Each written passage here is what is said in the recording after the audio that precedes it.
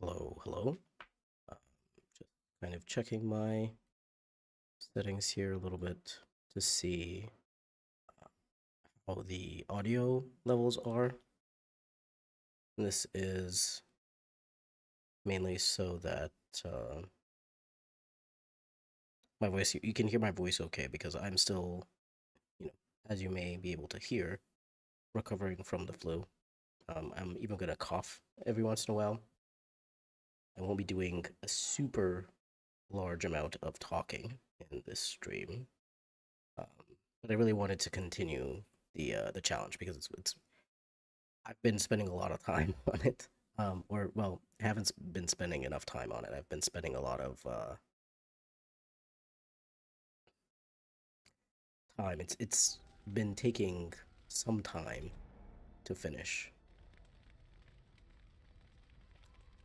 just because I haven't had a lot of time to come online to do live streams, and I wanted at least this particular challenge to do it on a live stream because I think it's quite fun. It's quite an interesting challenge to do on a live stream. And I mean, I think in general, I would like to do more live streams with challenges like this in the future, even after I finish this one. But yeah, first of all, let's finish this one, and let's see if I can somehow get at least some of the footage sorted so that I can make a little video out of it eventually. It's gonna take a long time because I have so many hours of footage already, and we haven't even finished yet. We've done.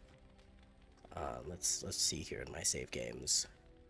We've visited most of the areas that we can. We saved Redcliffe. We went to and we exercised Connor, and we completed the Dalish Elf quest. I don't think I completed the... No, I remember that I also completed the Mage's quest. I don't know why it's not... Why I don't have a save file here, but I remember that I accidentally sided with the Mages at the end when I was trying to side with the... I was trying to side with the Templars, because Mages just cast fireballs on each other and on you, and I messed it up. Hi, Derek. Nice to see you. Yeah, I'm still recovering from my flu, so I'm gonna try not to talk too much. But doing all right, feeling a lot better certainly than last week.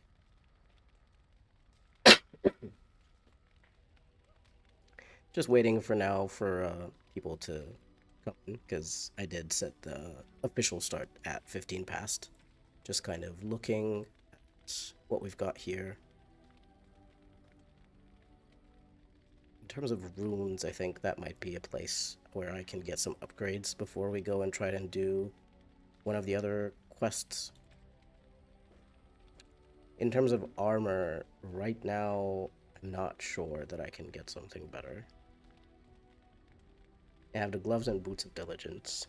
The armor itself is not necessarily the best. And the bonus to willpower is not really that relevant, considering we only have 2 abilities to use. I would like to give this ancient elven armor maybe to someone once we find the gloves as well. But I'm not quite sure who should have these, because Sten has the Warden Commander armor, which is very good for a 2-handed warrior. And Alistair has a battle dress of the Provocateur, which is also very nice. And he also doesn't really have a lot of strength.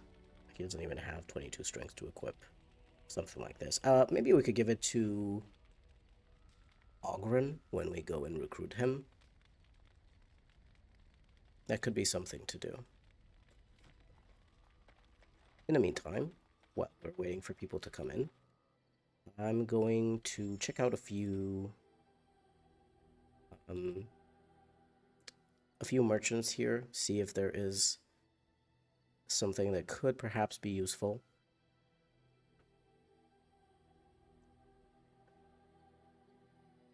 Silver Hammer's Tackmasters is usually quite good. +2 dexterity. I could give this to someone. So I'm gonna pick that up. No, Morgan already has one of these. Let's see. The spell ward is nice,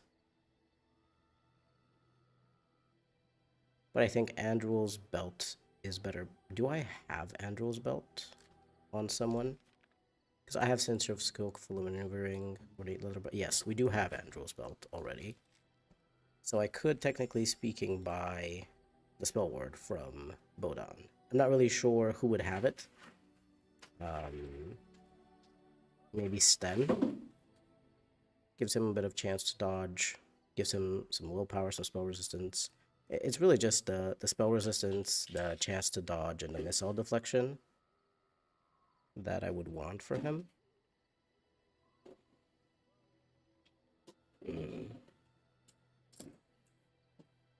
Yeah, I think I will pick up. I think I will pick up the spell ward here for someone. I'm not entirely sure who. Certainly not my warden. My warden needs the +1 to all attributes, but I don't particularly want the frost rune here. Lightning rune isn't bad, but I think we might be able to get some better runes from another place. And so I think that's really all that Bodan has that is useful. I don't really know why I'm holding these mushrooms, I'll be honest. I'm not really going to make anything for the dog. I'm not going to make stuff, so Overroot, Deathroot, and Lyrium Dust is really the only thing. Yeah, let's take a little trip to Denerim. In the meantime, I will give the spell ward to Sten, just because I do think the chance to dodge, the spell resistance, and a missile deflection is better than just +6 defense and +2% spell resistance from Vigilance. I will give Alistair this, because his Warden's Oath is not that useful. Zevron, Zevron is a situation that I don't really know what to do with him. Because he just wasn't good enough. I tried to use him. And the problem was that he did not seem to have a good enough attack score, and he was also kind of too squishy. Like, I'll give him something just so that he's not completely naked. But, and I'll give them... I don't know why the Runic Warrior Token and Warden's Oath, they're restricted to Alistair. I don't know why I technically could use them, but I'm not going to use them on any other character. I don't know. That's just a bug for some reason. Alright, but let's take our strongest party members and let's go to Morgan, Sen, and Alistair. I'm not used to Alistair being in a leather armor, so I was looking for someone in armor. I think we were here in the Brazilian outskirts, and then I just went to camp. But I guess we're gonna find out. No, I was in Denerim. Okay, that's good to know. I didn't remember, because last time I just spent a long time just talking while in camp, so I kind of forgot where we were, what we were doing. Hold on, let me just check. Yes, hold on. That my cat was doing something naughty. We did do the Mage's Quest, I remembered correctly. So, did we finish 3 main quests? We finished the Mages, the Elves. I don't necessarily think that just the first part of the Arl of Radcliffe works. See? We didn't finish it, so I don't think it counts. I was just trying to think whether Gorham's stock refreshed. It did refresh, okay. I did the Mages, I did the Elves. I guess I did enough of the first part of Redcliffe for it to count. I guess I must have.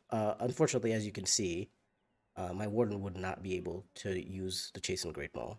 34 strength is the max that I can get to. Ageless is really good against Darkspawn, but I am considering getting a different weapon for something. Hold on, my cat just got on the desk. I need to put her. Okay, she got on the correct side of the desk herself. I was considering getting a second two-handed weapon for my Warden. That would be better in general for non-Darkspawn encounters. Thorvald's Luck is... I would not really call this an amazing weapon. You know what I mean? Um, the +4 to attack is nice. The healing effects received are also nice because they do work, since I have Dain's fixes, and I do have Morrigan healing me. I'm also using potions, of course. But I can't say that I really want to get it. I think I'd much rather just go to Orzammar and go through the Carta quest to kill Jarvia and get the Spiked Maul from there. I think that one is a better weapon. This is just rapid aim gear, which we don't need because we're not using any of those. This is just melee crit chance, but we don't really need that on anyone. So we're just doing the little bit of the boring stuff now in the beginning before people come in. I sold, I guess, the Juggernaut plate armor because we don't need it. I mean, well, not because we don't need it, but no one can wear it. All right. The sword belt has +1 to armor penetration, but I get the feeling that I have pretty good belts on everyone. I don't actually think we need that. A Grandmaster Silverite rune, I will pick this up.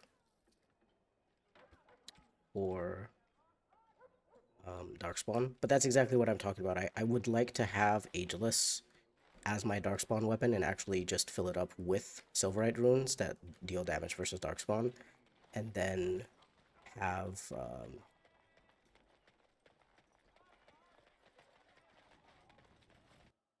my second weapon be something else. Now, I could buy Thorvald's Luck just to have a second weapon for now, and then replace it with the other thing. Is there something interesting here that we need for a mage? I think Morrigan has the best staff that she can use. It's a staff that does fire damage, extra fire damage. So, not really. We don't really need the Ring of Ages. Elemental resistance is actually not that important here. And I think I already got the most important runes from here because I'm not seeing any useful ones. Alright, so Wonders of Thedas was a bust. We don't have anything useful here. Do I have any quests in Denram? We do have the quest from Sergeant Kylon to defeat bandits, the thieves in the back alleys. And we also have to go to the Pearl to clear out the mercenaries from there. And I also got Master Ignatio's assassinations, which is also in the Pearl. We could go do that for a little bit, for a bit of side questing. Let me just interact with this poster because I'm not sure whether I did or not. I don't think I can ask Caesar about his special stock until I finish the quest, and he doesn't really have anything super useful here. Yeah, nothing particularly amazing. I am wondering... Okay, so he has Helm of the Deep, and Alistair wouldn't be able to use this. Okay, well, Not very much that we can do in terms of buying stuff from merchants. I will pick up Thorvald's Luck. I know I said that it's not good, but it against people, against non-Darkspawn, it is better than Ageless. I'm just going to... Oh, I forgot entirely that I had this Antique Warden crossbow here. I'm just going to use Thorvald's Luck. We're going to go just real quick back to camp so that I can change my runes. And then we're going to go and do a few side quests in Denryn. Beat up a few mercenaries, kill some bandits, thieves, that kind of thing. I'm not so much doing it for the experience as I am for the money, because there might be a few more things that I want to buy, specifically grenades. Because as you saw, you know, if you were here in my previous live streams, whenever there was a very dangerous encounter that I would have otherwise failed, I ended up using... Hold on, let's just take all of the runes. We're taking them out. Yeah, I ended up using grenades for anything that was way too difficult. I think we're gonna go for Silverite runes, just Silverite runes. I think there was a second Grandmaster Silverite rune at Farron in the Frostback Mountains. We're gonna go there when we go towards the to do the dwarf quest, so the dwarven quest, so that's not a problem. But for now, we'll just have this expert one. But here in Torvald's Luck, I am going to use a Grandmaster Lightning rune and I think a Grandmaster Flame rune. That's gonna what I'm gonna use. Alistair should have a Paralyze rune in each of his weapons. Well, hold on. That's not Alistair's. This is Alistair's. Alistair should have a Paralyze rune, and I'm gonna give him a Flame rune as well. And then Sten, I'll also just give him a Flame rune. I don't have super amazing things. I guess Zevran doesn't really need anything right now. We're not using him, but later on, when I'm gonna give him a second dagger, I'll also give him a few things. All right, now that that's done. Derek says, for the two-handed weapons, I usually go for Meteor Sword, Euceris, Starfang, the Great Chasen Mail, Maul, and then towards the end, the Summer Sword. Yeah, that's the problem. The stats for my Warden are not that high, because most of those swords are very, very high. They're like tier 6 or tier 7, and my Warden has a maximum of 34 strength. This is the maximum, like, plus 10 is the maximum that I can get, and 24 is the maximum baseline with the Fade bonuses. That's it. So yeah, I can't... I would also use the Chasen Great Maul or, or Yosaris or Starfang, but they're just not an option in this playthrough. Ageless, if you have Dain's fixes, works very, very well against Darkspawn, but doesn't really work that well against other creatures. So that's why I need a second weapon.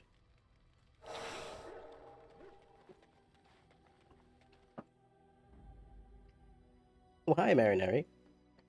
Marinere says, being able to reuse runes is so strange to me as someone who has played Inquisition much more than Origins. I absolutely forgot to use runes the first time I played Origins. Yeah, I mean, imagine my surprise when they changed this. I actually think they changed this in Dragon Age 2.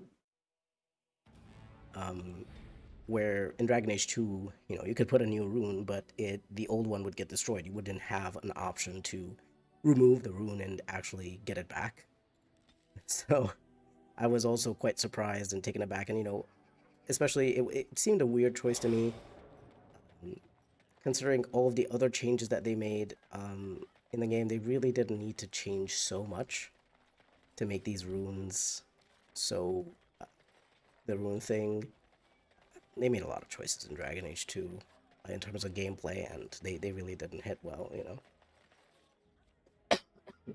But in Dragon Age Inquisition, because the crafting system was so robust and you could get infinite resources, it was a lot better. You know, I don't mind as much that the runes are just something that gets destroyed. You know, you have to replace them entirely. But in Dragon Age Origins, the crafting systems are not super complex. You know, they're quite old school. I feel like. Let's talk to these guys. I don't know if I can convince them.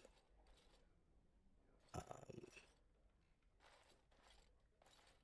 I will try to intimidate them because I do have a decent amount of strength, and intimidation is boosted by strength. But I don't know. Yeah, I I was I was expecting I wouldn't be able to because you know, as you'll recall, I only have 1 point in coercion. It's these guys obviously are higher level. Hold on, I have to kind of get out of people's. Oh my god! In between these tables, this is kind of rough. Let me see if I can. Let me know if the sort of sounds of the game are too high, because I don't. To me, in my headphones, they don't sound loud. They sound all right, but I don't know. Derek says, I am so sad they got rid of the dual wielding with warrior combat in DA2. Had to get a mod to be able to play as one because I wasn't a fan of the base game warrior mechanics in DA2. Yeah, like, I think getting rid of the,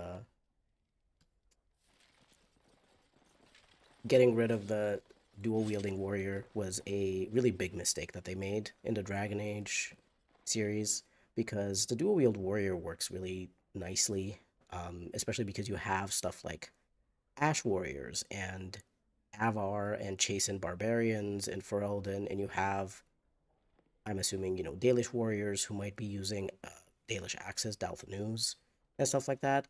You have this kind of barbarian style combat for warriors to be dual wielding and kind of berserking and stuff like that. So it doesn't really make any sense that they removed it, especially because you know, if you have dual wielding for one class, it's really not that difficult to have dual wielding for another class as well. Clearly, you know, like literally in Dragon Age Origins, you have the same dual weapon talent tree, and then you also have your own warrior or rogue skills. And the same thing is a thing in Dragon Age 2 and Dragon Age Inquisition. You have like dagger skills or archery skills, and then you have some other special types of skills related to your class. So yeah, I don't think it makes much sense that they got rid of that. It sounds good on your end. That's great. But yeah, like I really hoped, you know, in a potential Dragon Age 4 that would have happened, that they would have brought back the dual wielding warrior. That was one of the things on my wish list. But unfortunately, they never did. I love these. You can just say sausage or yeah.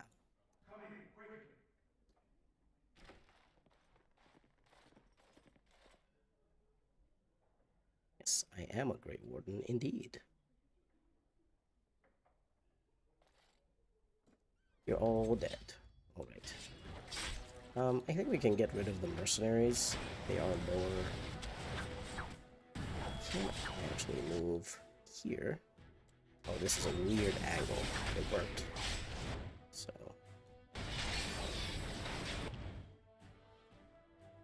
anyone? Let's freeze Shaver because she's a rogue, so she's a bit tougher to deal with. Well, clearly not. Clearly we're doing quite well.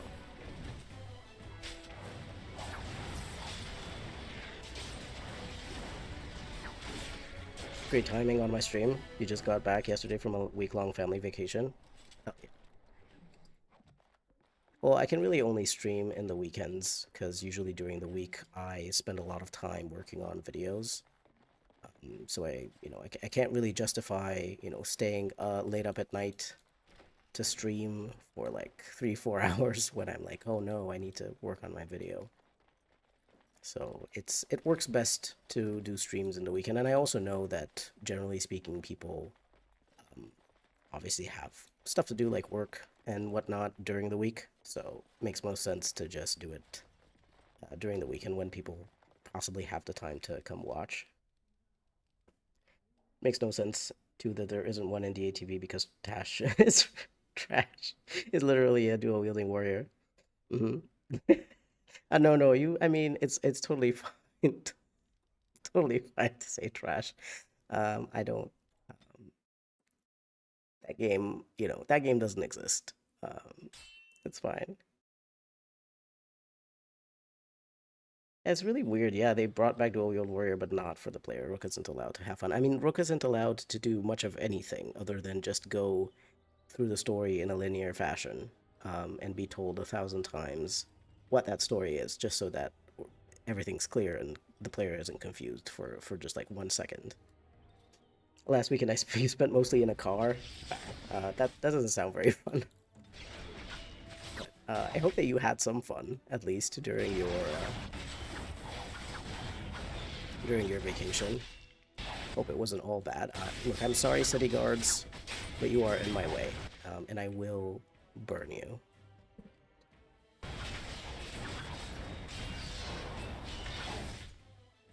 Look, I'll also heal you. I'll heal this random city guard a little bit. He might still die, but I officially healed him. I also kind of like that Sergeant Kylon here.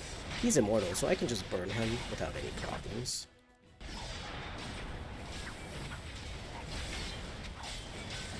I always like this fight.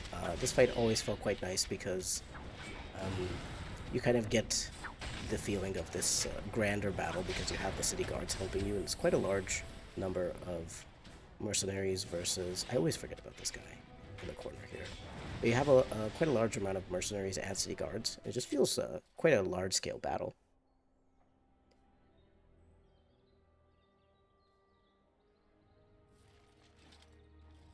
You got to see your nephew. He's 4. I can imagine what a handful he is. I love hanging out with kids. They're so cute. I think toddlers are at the best age because they're curious and fun, and they're starting to get their bearings in the world. They're just adorable.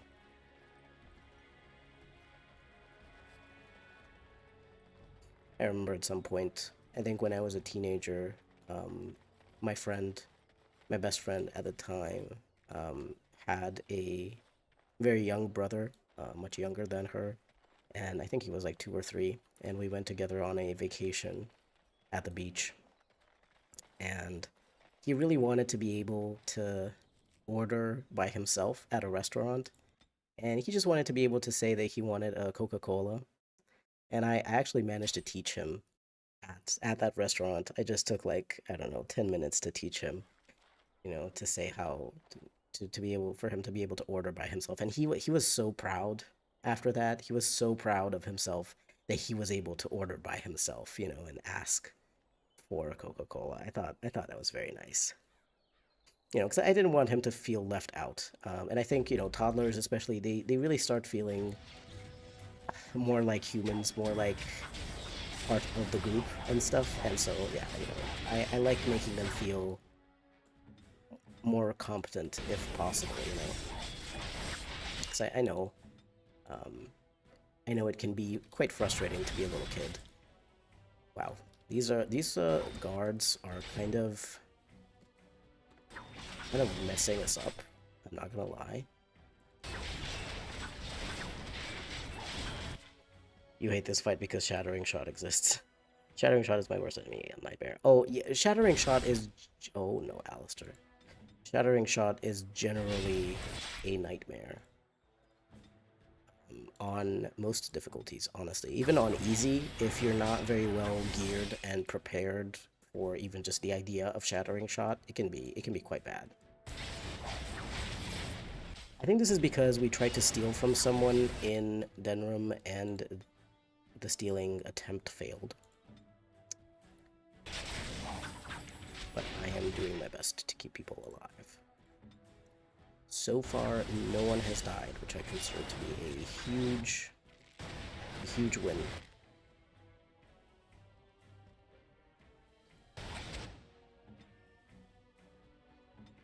That Shattering Shot and those other unavoidable abilities, those are all, the worst part, I think, of Dragon Age Origins. Because I know we talked about Overwhelm, for sure, last time when we were doing the Elven quests. That one's also very annoying and very difficult to deal with. Okay, we managed to get these archers. Yeah, this one against the soldiers, though, it's quite difficult. We had to use a couple of potions here.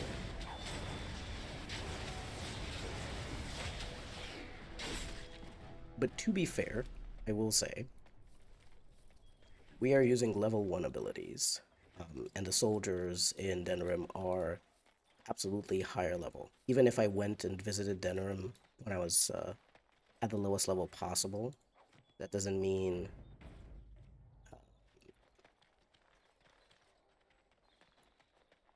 it doesn't mean that they're very low level. They're still quite high level and decent equipment. You tried doing an archer playthrough on Nightmare last year. Never again will you try it. Inquisition is the only Dragon Age game where you enjoy archery. I agree. I agree that Inquisition actually has nice archery abilities. The gameplay feels good and works well. But I think that's really the reason for that is that, as far as I can tell, in Dragon Age Inquisition, you can't miss enemies, so you always hit them.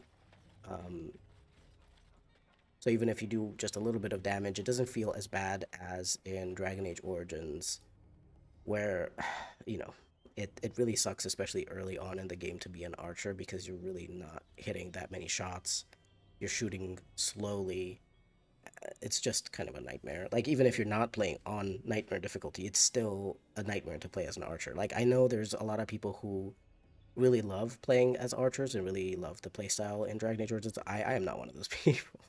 I will absolutely take an archer from Dragon Age Inquisition any day. Hold on, hold on. No, don't go into the traps. Don't go into the traps. I remember they're probably placed, as far as I recall, there is a tripwire over there. So we should try and get as many of these thugs as possible here.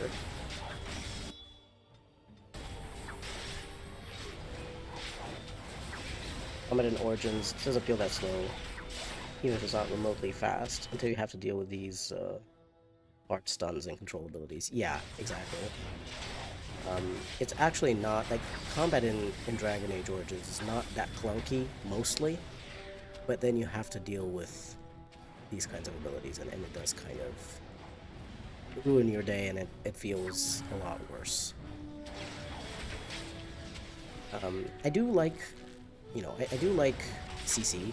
I do like disabling abilities, and I also like that in Origins they are also possible to be resisted. I don't like the ones that can't be resisted. That's where I kind of draw the line. I'm like, you should be able to resist an effect if you have very high resistances, either mental or physical, or if you have, obviously with spells, at least, if you have high spell resistance, you have a chance to resist any effect of spells. That's very nice. They should have done that for everything. There should have been a chance to resist any kind of ability, no matter what, or dodge it, or,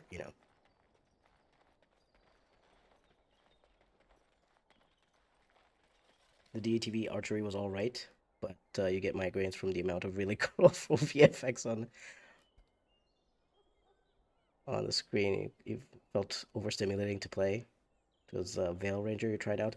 I, from what I played of DATV, everything was super colorful, super just explosions of color in your face. And, I don't mind color. I like colorful games. I think, for example, Dragon Age Origins is a pretty colorful game. It has a lot of colors. It has a lot more vibrancy. Dragon Age 2, Dragon Age Inquisition, they're all quite vibrant. Um, But there does come a point at which, oh my god, we're being attacked by a second group of guards. Hold on a second.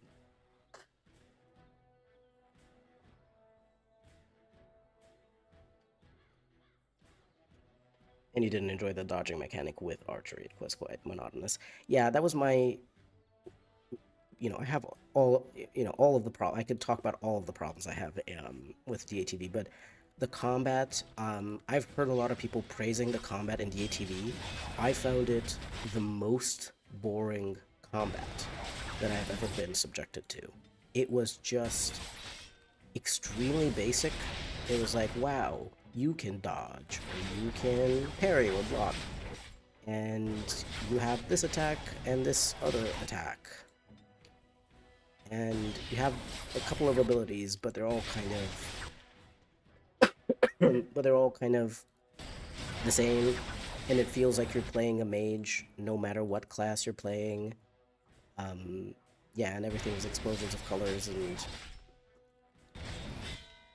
I the thing is, you know, a lot of people blame it as like, oh, it was supposed to be a live service game, but I have played MMOs with better combat than that, and combat that actually looked different based on what kind of class you were playing as. So I don't quite know what to say about that. I don't quite know to say, oh yeah, well, it was supposed to be a live service game. Even as a live service game, it had shitty combat. So I don't know. Inquisition Archery also gets movement abilities, so you can get out of melee range. Yeah, exactly. Um, you also have that option. In Origins, really the only thing that you can do is stun the enemies, or like do an ability, have someone else do an ability that stuns or freezes or paralyzes them or something, so that your archer can go away. You can do like dirty fighting, um, but that's kind of it. Wow, that is a lot of soldiers up there. See, and also, I think one of the other really nice things that they started doing actually in Dragon Age 2 was to allow two-handed weapons to deal damage to more enemies than just one. To deal damage to all the enemies in an area. Because they're so large, the weapons are so large. Kind of makes sense, you know?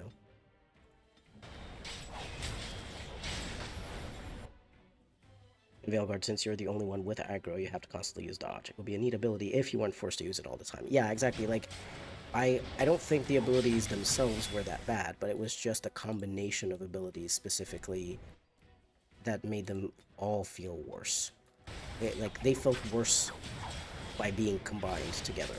You had a dodge, but you were the only one. Like, unless you took Davrin with you, you were the only one who could taunt enemies. You were the only one with the aggro, so you just had to.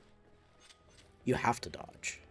You have to dodge because otherwise you take damage and you die. It's like, but it just felt too much like I was playing like a. I don't want to say Dark Souls light, but Dark Souls inspired combat with dodging and blocking and parrying and that kind of stuff. And it's just like Dragon Age had never been that before, and that was never something that I think any person who liked Dragon Age was looking for in a combat system. And I thought that BioWare understood that because they kind of pulled combat more back towards the more tactical and slightly slower, slightly more methodical aspect in Inquisition. In Dragon Age 2, it was way, way too actiony, and they pulled it back in Dragon Age Inquisition, and it felt a lot better. So I thought, in Dragon Age 4, they had a really good base to build upon from Dragon Age Inquisition, but I guess um, I'm still waiting. I'm still hoping that one day one of the devs is going to maybe anonymously leak what was going on there, but like someone must have been forcing them to make these horrible decisions about everything. Because like BioWare had spent a long time during Inquisition's development just making themselves RPG tools within the Frostbite engine. And then they had all of these tools and they were very solid, and Dragon Age Inquisition sold a lot of copies and it got Game of the Year and everything. And And those systems, everything that they made seemingly just got thrown out of the window to make something completely new. Doesn't really make sense. You have eye issues with bright lights or colorful bright stuff, it gives you migraines. You had to download a mod to reduce the VFX.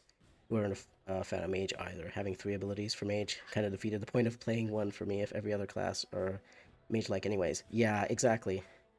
That is exactly the thing. It's just like mages are supposed to feel like these powerful people who have access to so much magic, and it's just like, well, you only have 3 abilities just like everyone else, and you also have like an auto attack, and it just feels so boring. It just feels samey. But like, I absolutely agree. I do also have problems. I do get migraines as well from too strong visual effects and flashing lights and that kind of thing. I have to keep my monitor on a very low brightness setting because otherwise it hurts my eyes. And even so, sometimes if there's games that are too bright, they wow, Sten is taking a lot of damage here. It's because he has massive armor on. That's why. Well, Morrigan's also taking a bit of the aggro now because she did a lot of damage with her flame blast, but it's okay. Veilguard, lots of potentially neat ideas, poorly put together by gameplay designers who I think were out of their knowledge and comfort zone. Yeah, very clearly they were forced to make an MMO-like game. BioWare has never ever been good at that kind of thing, you know. I mean, if you think, you know, what is that? Star Wars: The Old Republic? Is that the MMO? Oh god, everyone got stuck on these stairs. Hold on, wait. Gotta find everyone's way down these stairs. They're a bit tricky. Oh yeah. Okay, I got everyone down.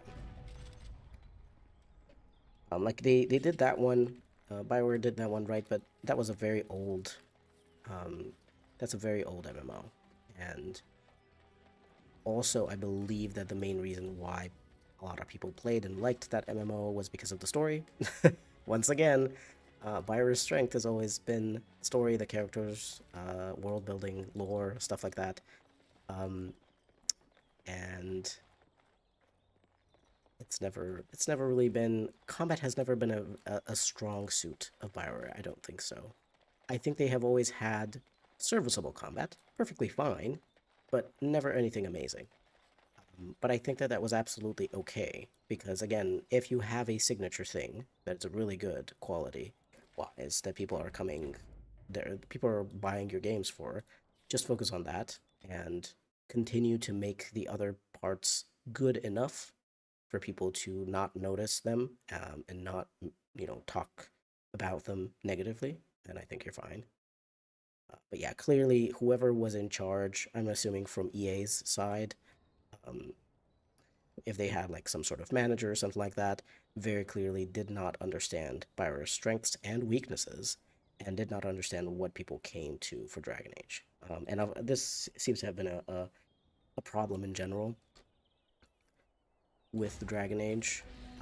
As you know, I've seen threads by David Gator, I've seen videos by Mark Vera talking about these issues, and unfortunately, it seems like EA never understood Dragon Age. Well, there goes Sten. I tried my best.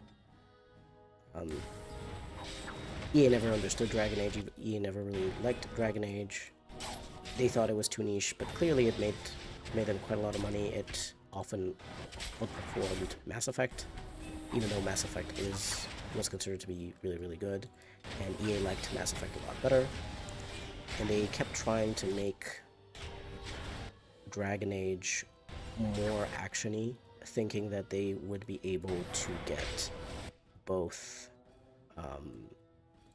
action RPG fans, ARPG fans, and more classic RPG fans, and the existing Dragon Age fans to come back anyway. they kind of assumed that there was no way for them to lose part of their audience. They could just try to widen their target audience as much as possible, which is a mistake. Of course, everyone who actually knows what they're doing when they create any kind of media, whether it's a book series or a TV show or um, games or what have you, you know that you should stay in your niche. You should find a niche and you should stay there, because that has the highest potential of making you money and being successful, you know.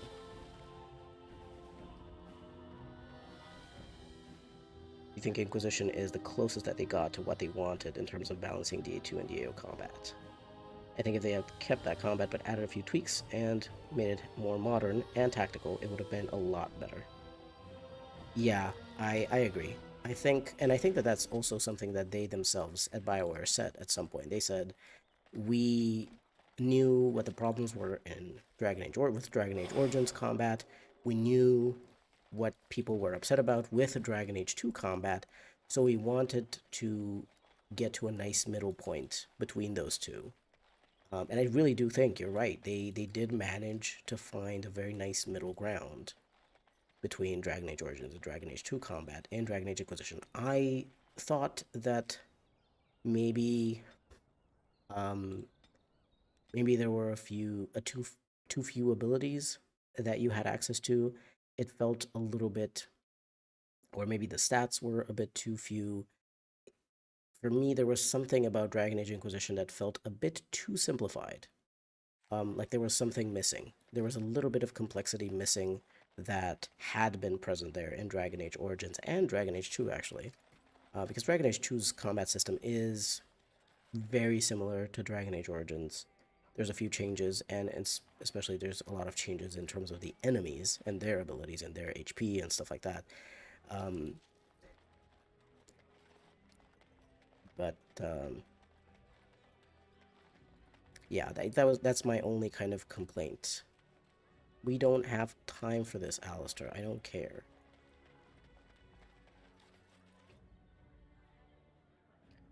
The only news you've seen regarding the issue was that allegedly a voice actor was blaming the fandom for Veilguard not succeeding. Not too sure if it's true or not, since I saw someone talk about it on Twitter. Inquisition not letting you allocate your own stats felt so bad. Yeah, exactly. I'm like, it's an RPG. Let me at least allocate my attribute points. It felt really weird because you could see in your character screen, you could see your attribute points, and you could improve your attributes through gear as well. But for some reason, whenever you leveled up, you couldn't put any points into your attributes, that was a very weird choice that they made in Inquisition, you know. Um, I have not heard this about a voice actor blaming the fandom for Veilguard not succeeding. Look, you know, as I mentioned, I think in a previous live stream, I played the game before it came out, because I had a way to have access to it. And I saw what it was like, and I still tried to be positive, and I was still like, no, maybe I just saw a very early build. Maybe they added a lot of stuff just after I left the place where I had access to it. Maybe, you know, maybe it's going to be better. They're going to patch it. They're going to do something. Maybe it's just the beginning. The beginning's a bit weird because they're trying to teach new players stuff. You know, I try to justify a lot of stuff. I find it so strange that a voice actor would blame the fandom for Veilguard failing when it's just like, as much as you might want to like the game, as much as you know, I waited for that game since the end of Inquisition. I wanted to love it, not just to like it. There's no, you know, and I bought the EA Play Pro thing to try it out because at that point, I was pretty sure it was not going to be for me, but I had all of the good intentions to like the game and to enjoy the game. There are definitely Dragon Age fans who are just toxic from the get-go and who blame the wrong things for how Veilguard turned out and have harassed people. Yes, that's true. There have just been toxic fans who have been blaming wokeness and this and that, and it's just like, no, that's not the reason why it failed. It's just a bad game, badly designed, clearly by, someone who was in charge made the wrong decisions, not understanding the Dragon Age IP at all. And the poor developers were forced into it, and you either stay there and try to make the best of a shitty situation, or you quit. Which, in the current situation within the gaming industry, in a game industry, if you have kids and a mortgage, and who knows, maybe you bank loan, and who knows, bills to pay and whatever, you don't really want to quit your job. Um, because you're like, well, at least while this project is going, I will likely continue to have the job. Some people did get fired. I don't quite know why they got fired. Some of those veteran writers, they got fired. I'm assuming they got fired because they didn't really want to do whatever the person in charge from EA wanted them to do. um, but like, it's a very difficult situation that those devs were put in, and I understand why they stayed. Personally, I would have left. But that's just me. I tend to be very strict with these kinds of things. If something were to, like, that's why I don't accept sponsorships, for example, on my channel. I don't accept sponsorships because I don't want anything to compromise my values and the way that I think and the way that I speak, and I don't want something to get in between, me and the messages, and the kinds of videos that I want to make and everything like that. So it would be the same for me if I were to work at a gaming company, at a game development company. If someone were to tell me to do something that I didn't agree with, that I thought was bad quality, I would quit on the spot. I would just quit. But I understand also the terrible situation, the very difficult situation that people were in, and the fact that they couldn't just quit like that. That's not really something that people have the freedom to do. Especially, because, like, I don't need that much money every month to live. I don't have kids. I have two cats. That's kind of they need some cat food and stuff like that, but um, it's not that dire. But not everyone could do that. You know, you think it was the voice for the female Elven Inquisitor, allegedly. Inky's British female VA who said that. Oh, Alex Regan Wilton. That's really weird that she would say something like that. I'm assuming that maybe she got harassed by some of those toxic fans, and maybe that's why she said it. Because otherwise, I don't know why she would say that. Um, anyone who, well, I guess not anyone who played the game, but I would imagine that most people who play the game would understand why, in comparison, especially if you've played even just Inquisition before, you would understand why people disliked the game. Yeah, there's been a lot of bad faith criticism that drowned out the valid criticism. Yeah. Unfortunately, like, that's also why I made that huge video about me critiquing the trans representation in Veilguard as a trans person, because I was like, I have seen a lot of people blaming stuff like wokeness and stuff like that, and that's not even what's going on here. That it's just bad writing that was forced. Very clearly, it was forced. That style of writing was forced upon the writers, and they're not the kinds of people who are going to write well in that style, and it came out sounding as forced and weird and childish because, well, you know if you're not good at that kind of Marvel writing, being forced to write it, it doesn't work. And especially being forced to write it in a setting that's dark fantasy is going to make it sound even weirder. There were just a lot of problems there, and a lot of people were being like, "Oh my God, woke," and "Oh my God, trans this and trans that," and it's just like, "Oh my God, that's not the problem. The problem is that it's bad." Yeah, Derek says, I agree. There's been a lot of woke claims. Dragon Age just always had queer representation. It wasn't bad because it was woke. It was bad because the writing was bad. I do feel bad for the hate the developers have been getting, though. Yeah, no, I 100% agree. I I just wish that it hadn't ended up that way, because Dragon Age has always had queer representation. They wanted to make Liliana gay and Zevran gay. They had to make them bisexual just because, that was a requirement. But even the fact that they fought and managed to get these characters into the game in 2009 was amazing. I had never actually seen, other than in Fable, in the first Fable game where you could marry a man or a woman, whatever you desired, I had never seen a gay character before, a queer character before in a game. So, that was like my first experience, and I was like, wow, that's so cool. Um, and that has always been a thing that has been very much organically included in Dragon Age, just because, you're representing a wide variety of people.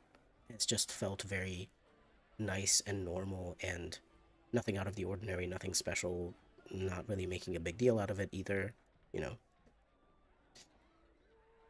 Please excuse the atrocious spelling. My keyboard is in Spanish and my autocorrect seems to be an enemy of grammatical progress. Not a problem, man. It's okay.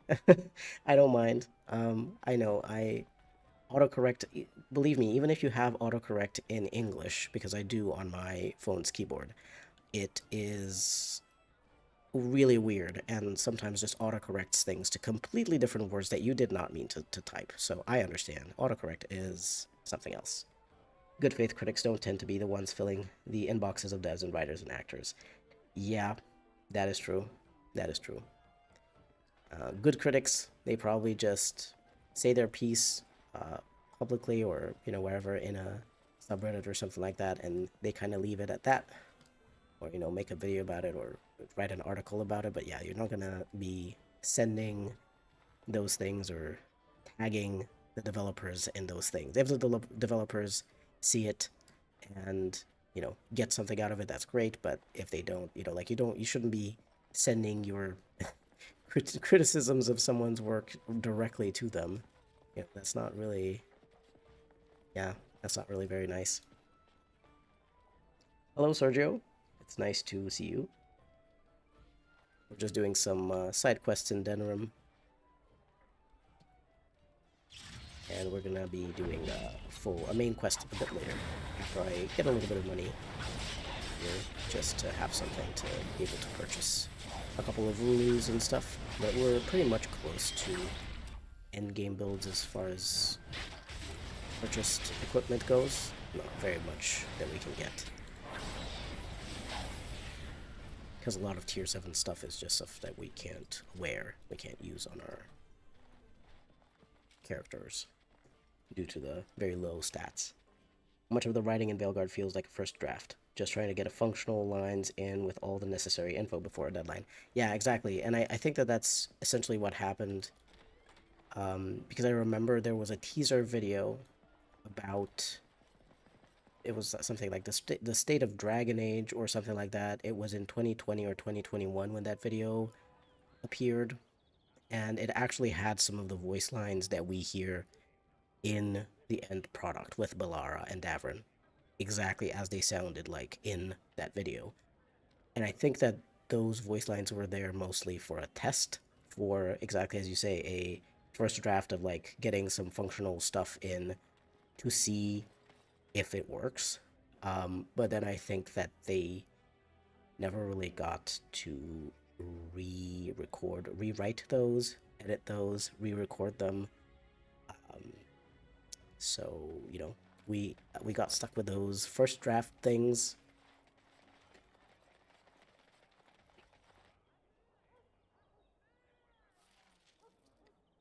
Sergio says, hey, do you have any thoughts on how they handled Flemeth's character after DAO? I personally loved her mystery in DAO. From DA2 onwards, they made her so over the top. I mean, the thing is that Flemeth was very much over the top in Dragon Age Origins as well. The only reason why maybe she seems more over the top in Dragon Age 2 and Dragon Age Inquisition is because they made her actually look powerful and interesting, um, and have a unique appearance, which maybe makes her look a little bit more, I don't know, flamboyant or something. But she's very much exactly 100% the same character. She speaks in the same way, she has the same goals, and she is still, even as we learn stuff about her being Mythal, I think it just adds more to her mystery of, you know, who she is and what are her actual goals? Why is she doing the things that she's doing? Um, why is she interacting so much and trying to nudge history in certain directions? I actually have a video coming out tomorrow on Sunday about Flemeth. She is my favorite character in the Dragon Age series, other than like Morrigan. You know, like in terms of like not companions, Flemeth is my favorite. So that's it's gonna be a video tomorrow where I talk about her in more detail. But yeah, like I really like her. I really like Flemeth's character. Um, and I was actually hoping that we would get to see Flemeth Mythal back in Dragon Age 4. I'm not. Nothing that happened in Dragon Age 4 with that was good. But you know, I was hoping that because we've seen Flemeth having Horcruxes before and stuff like that, so I didn't really think that Flemeth was dead in that post-credit scene in Dragon Age Inquisition. I thought that that was just like, you know, her going there knowing that something was going to happen and just letting it happen, because like she's very powerful at that point in time, especially because like from, as I recall from the designer notes that we got about that scene, it was supposed to be that Solas took Flemeth's power because he felt very weak after awakening. He wasn't really powerful enough, and he needed her power to regain his powers, which is, well, it's very nasty of him to do that, of course, but um, so Flemeth was very powerful, right? If she wanted to do something to stop Solus from doing that, she would have done it. Um, Very clearly, she accepted what was happening. I don't think that she went in to a meeting with someone who is known as a trickster, not expecting something like that to happen, you know? So I found it very strange that she just kind of disappeared, but honestly, I am happy that they did not include Flemeth's character in Dragon Age 4 because they would have butchered her too. I was very upset that they included Morrigan's character, or well, her. Let's be real. Morrigan's character model. They included that and her voice actress in Dragon Age 4, but in Veilguard. But um, that was not Morrigan. That character did not speak like Morrigan. Did not feel like Morrigan. Did not have any of Morrigan's history. You know, so I'm actually glad they didn't continue with Flemeth, but I would have been really fascinated to know, to kind of see Flemeth intervening again, trying to do something. Um, to an onwards Flemeth absolute MILF. Yeah, I mean, you know, I agree. I wasn't gonna say it, but I mean, if you said it, I'm gonna agree with that. I really, really love Flemeth's design in Dragon Age 2 and Dragon Age Inquisition. Flemeth post DAO had such a cool character design. I really like her and wanted to see her back instead of Morthal. Flemeth, Solas, and Morgan are probably my favorite characters in the franchise. That's really cool. Yeah, I think the reason why they're such good characters. I don't like Solas personally as a person, but I really like him as a character. He's very complex. I think that's the reason why they are such good characters that a lot of people like. It's because they're very complex, and they have very interesting goals that kind of go beyond the basic personal goals that a lot of other characters have. And yeah, they killed her without any ceremony at all. That also sucked. Yeah, exactly. They just like killed her there, and I just thought it was gonna be a weird thing of like they killed her and wanted to have this as a little um cliffhanger to be like, oh my god, but did Flemeth actually die? What happened? And then obviously she comes back in an even more powerful form or something later in the next Dragon Age. And that never happened, but that's what I was imagining for her at least, because she had all those, you know, if she had Hawk go with that amulet on in Sundermount, I'm sure that she had other contingencies like that. Plymouth is so fine, her and the Arashok, who are your non-romanceable childhood crushes. Yes, very good choices. Very, very good choices. There we go. We got another contract here. This pays very well. Crime Wave is one of those quests that pays really, really well. Hold on, I had to turn on the AC. It is very hot in here.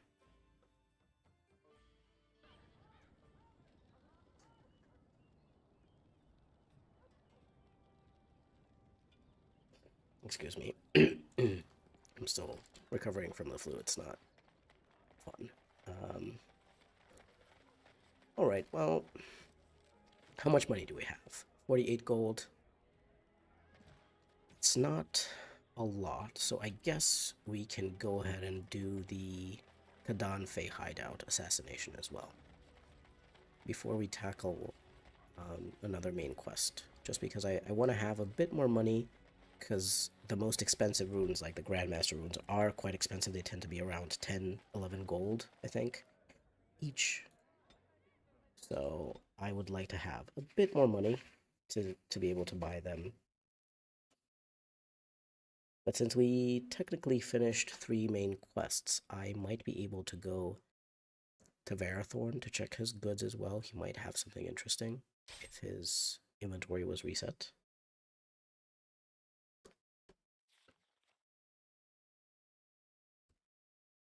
Okay, I got really scared for a moment. I was like, did my game crash? But it didn't. It was just old Tegrin giving us another scare.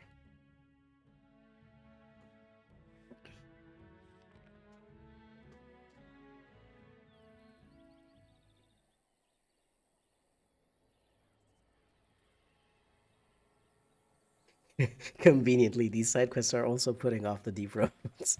Honestly, the deep roads aren't that bad. They're really not that bad.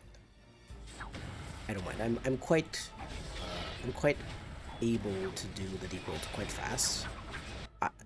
Usually, I will say I'm not entirely sure with this beautiful challenge.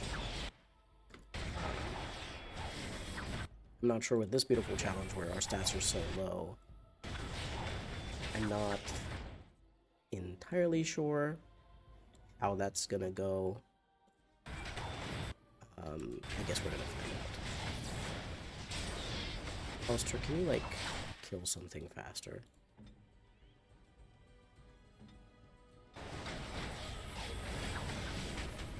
You guys stop. Poor Morgan just... Okay. I will freeze this guy.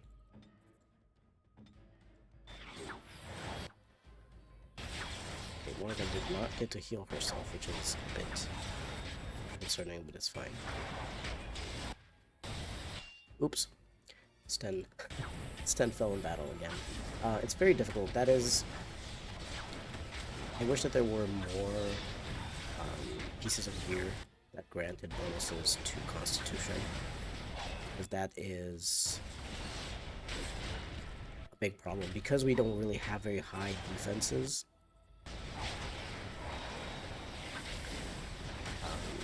we can't, like, put points into dexterity and stuff.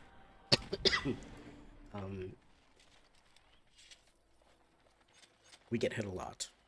Our characters get hit a lot. They also don't have the highest tier armors to protect them from damage, so they tend to be quite squishy. My character is... Hold on, so Sten has the Life Giver ring, which gives him plus 10 Constitution, and he's still getting just melted? Jesus. That is... Let me try to open this with my hammer. I don't know if I'm going to lose what's in here, but I will try. Yeah, Broodmother is going to be interesting with all of these melee characters. Does Sten have any free tactics slots to tell him to take a health potion?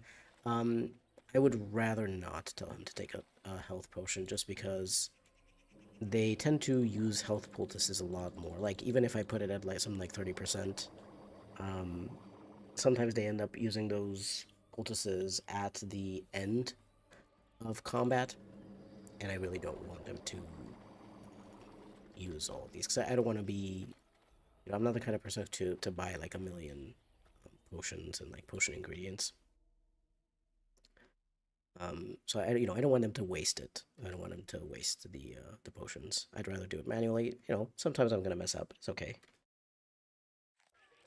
Which of the Dragon Age's combat systems do you love the most? I love DA2's combat and DAO's story. DA2 cones of DA2. Oops, sorry, Morgan. Didn't mean to talk to you. DA2's cone of cold was cool as fuck. Um, I admit I have a preference for Dragon Age Origins combat. I think Dragon Age 2 combat is a bit too fast and kind of weird. Dragon Age Inquisition is the most balanced out of all of them.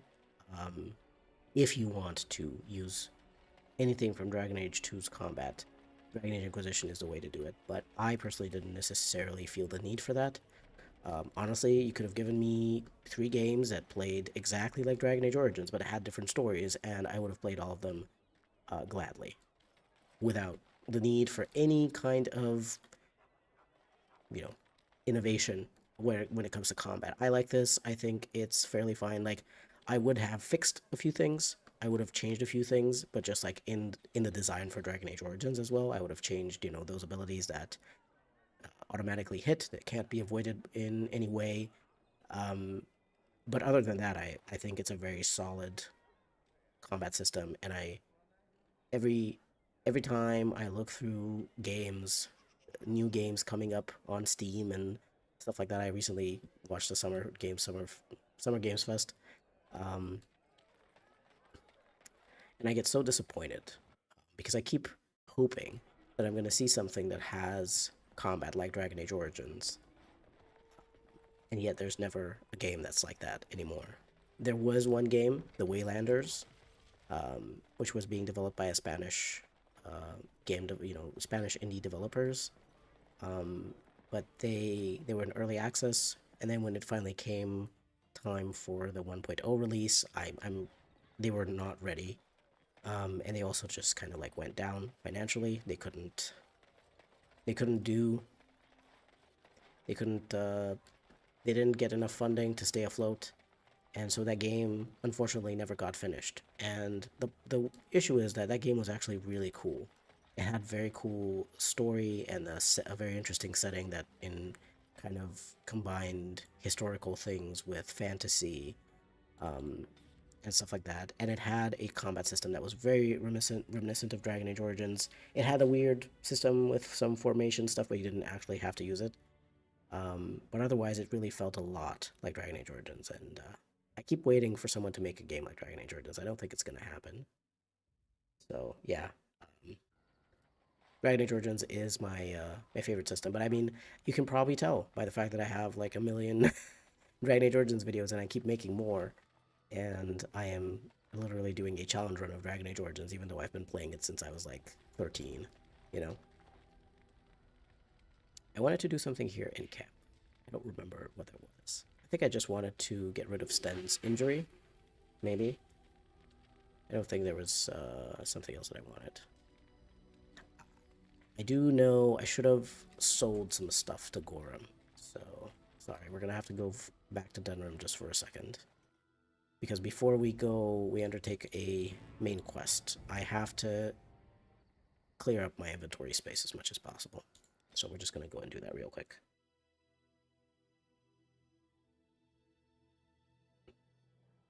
Derek says, Stan and Morgan were always the last party members to die for you. Alistair just kept getting one-shotted into the sun, so you just left him at camp. For you, class-wise, Rogue, DA2 and DAI, Mage, DAO and DAI, Warrior, DAO is the only game you enjoy playing, Warrior and Dragon Age.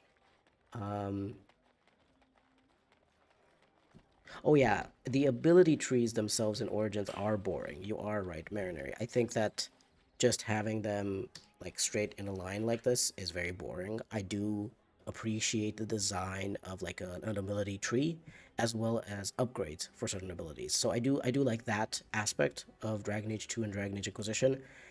But overall I really like the amount of abilities that are here for dual weapon archery. You have all of these weapon styles, and then you also have like class abilities and stuff like that. I appreciate that, but yes, if they were made in a more modern form with like a proper ability tree that like goes left and right and like branches out and has um, upgrades for the abilities as well. Yes, I agree with that. Um, Nowadays, any combat comparable to DO is being made turn-based, going back to the tabletop roots. Yeah, unfortunately, I really dislike turn-based combat. Most, like, 90% of turn-based combat, I just can't do it. And I'm just like, I just want this. I just want real time with pause, you know? Okay, we have this. Is there any reason for me to keep this? Fire damage might be a reason. I guess I'll keep it. Excuse me. I'm gonna sell the bows. We don't really need the bows, I don't think. Hmm. Derek says, I like the ability trees for DAI a bit more than DAO, but I like the spell and build diversity of DAO, as well as the tactical combat. But gameplay-wise, I do think DAI feels the best for you to play in terms of fun. But you like the Origins more in terms of overall combat out of all the DA games. Yeah, I think I kind of agree with some of these things. I'm like, I like the ability trees, but I think that some of the abilities kind of feel boring or like there's not enough choices. There's not enough abilities to choose from, especially for mage. That feels really bad. Like coming from Dragon Age Origins, where you have access to all of these spells. Like you have access to something like an insane amount of spells. And these are not all of these are actual like other than um, staff focus and arcane mastery. All of these are actual spells that you can use.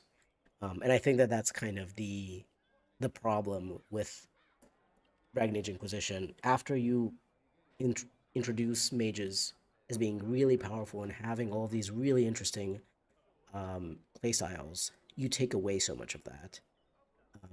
Like where were these? Where were the hexes, the drain life, the horror spells, the sleep spells? The paralysis and all of these. These were really death cloud. Like these are really cool spells. The entropy's cool. A lot of the spirit stuff was really cool. Like they kept walking bomb. They kept a few of these kind of spells, but um, a lot of these support spells.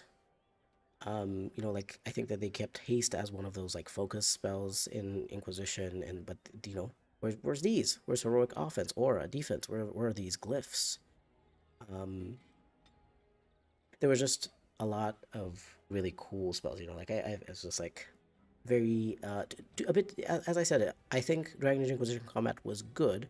It was just a bit too simplified in terms of like they got rid of a lot of abilities. So even though you could upgrade some of the abilities, it didn't feel as good.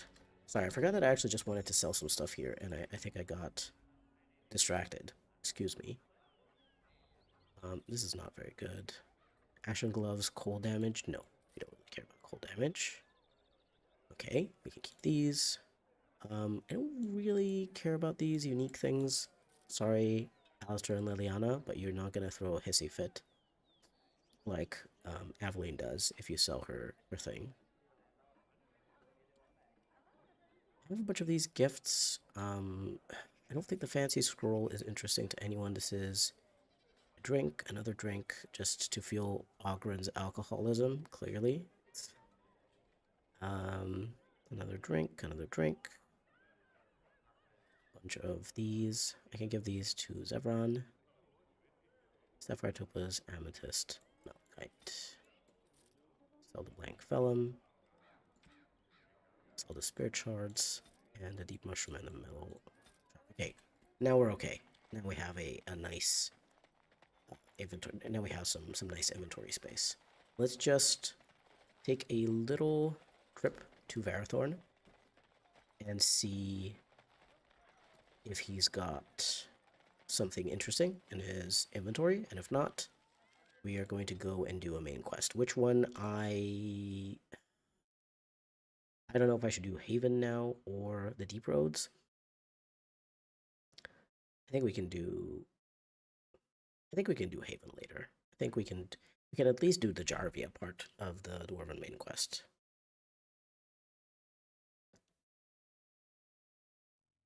Mariner says, yeah, personally, Inquisition feels best to play. If they'd added more tactical options and stat allocation, it would have been just about perfect for me. Yeah, exactly. I think so. If they added more tactical options, if they had a bit more RPG feeling to it, I think it would have been really good because tactically it feels very good. Sort of like as you play, you can pause and play, you can look on the battlefield, you can command your companions to do stuff just as in the previous games, and it feels very nice. So that part feels very good. Um, you kind of find that there's too many spells in DAO and not enough in Inquisition. Yes, I agree. Sort of like if you look, especially the problem with there being too many spells for mages is that this is the huge amount of stuff that mages have access to. Technically speaking, warriors and rogues also have access to a similar amount of abilities. Unfortunately, it doesn't really compare because the abilities that warriors and rogues have access to are two-handed, weapon and shield, archery, dual weapon. These are weapon styles, and you're just going to choose one of these weapon styles and you're going to specialize in it. And so you're going to end up with just uh, one flavor. Whereas with mages, you can mix and match. You can get a few from here and a few from here and a few from here. Well, right now I only have 3 abilities because that's the challenge that we're doing. But you can mix and match, and it feels very nice. And you can make a very unique feeling build as a mage. And I think that that's kind of why it feels a bit bad and overwhelming because mages have so much freedom as opposed to the other classes that don't have enough freedom. In Dragon Age Inquisition, it feels a bit more fair, a bit more balanced between the classes, but it does make the mage feel a bit too limited, and doesn't you don't feel that mages are more powerful than the other classes, which technically speaking they are. Like I think here the mage is a bit too different from the other classes, a bit too much, but in Dragon Age Inquisition it's too balanced with the other classes, and it shouldn't be because mages, just considering the setting and just the actual power of mages, they are more powerful than non-mages. That is just how it is. Derek says that's exactly what I wanted for the Veilguard gameplay. It would have been more fun than what we got. Yeah, I mean a lot would have been more fun than what we got. Sergio said, "Have you tried Pillars of Eternity? It's real time with the ability slash need to pause. I personally didn't play it, but it does look cool. I tried playing Pillars of Eternity. My problem with those games, even if they are technically speaking real time with pause, I find that they're actually play far more like a turn-based game because um, you have to kind of issue commands to your companions, to the rest of your party. They don't really seem to do very much on their own.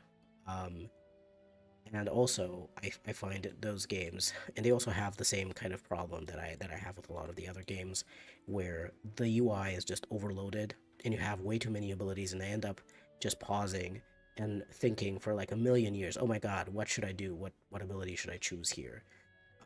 It's not very friendly for a player like me who isn't really very good at choosing things quickly. If I'm overloaded with buttons to press, I will kind of be stuck, you know.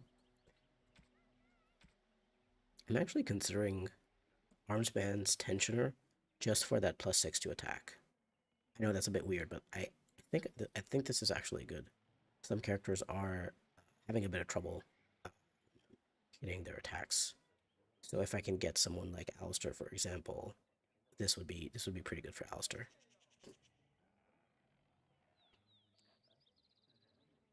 Marion says, I'm the kind of person who likes passive abilities. There are some good ones in Inquisition, unlike Veilguard, where most of the skill tree is meaningless fluff.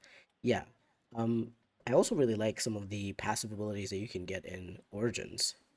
I do like passive abilities. Excuse me.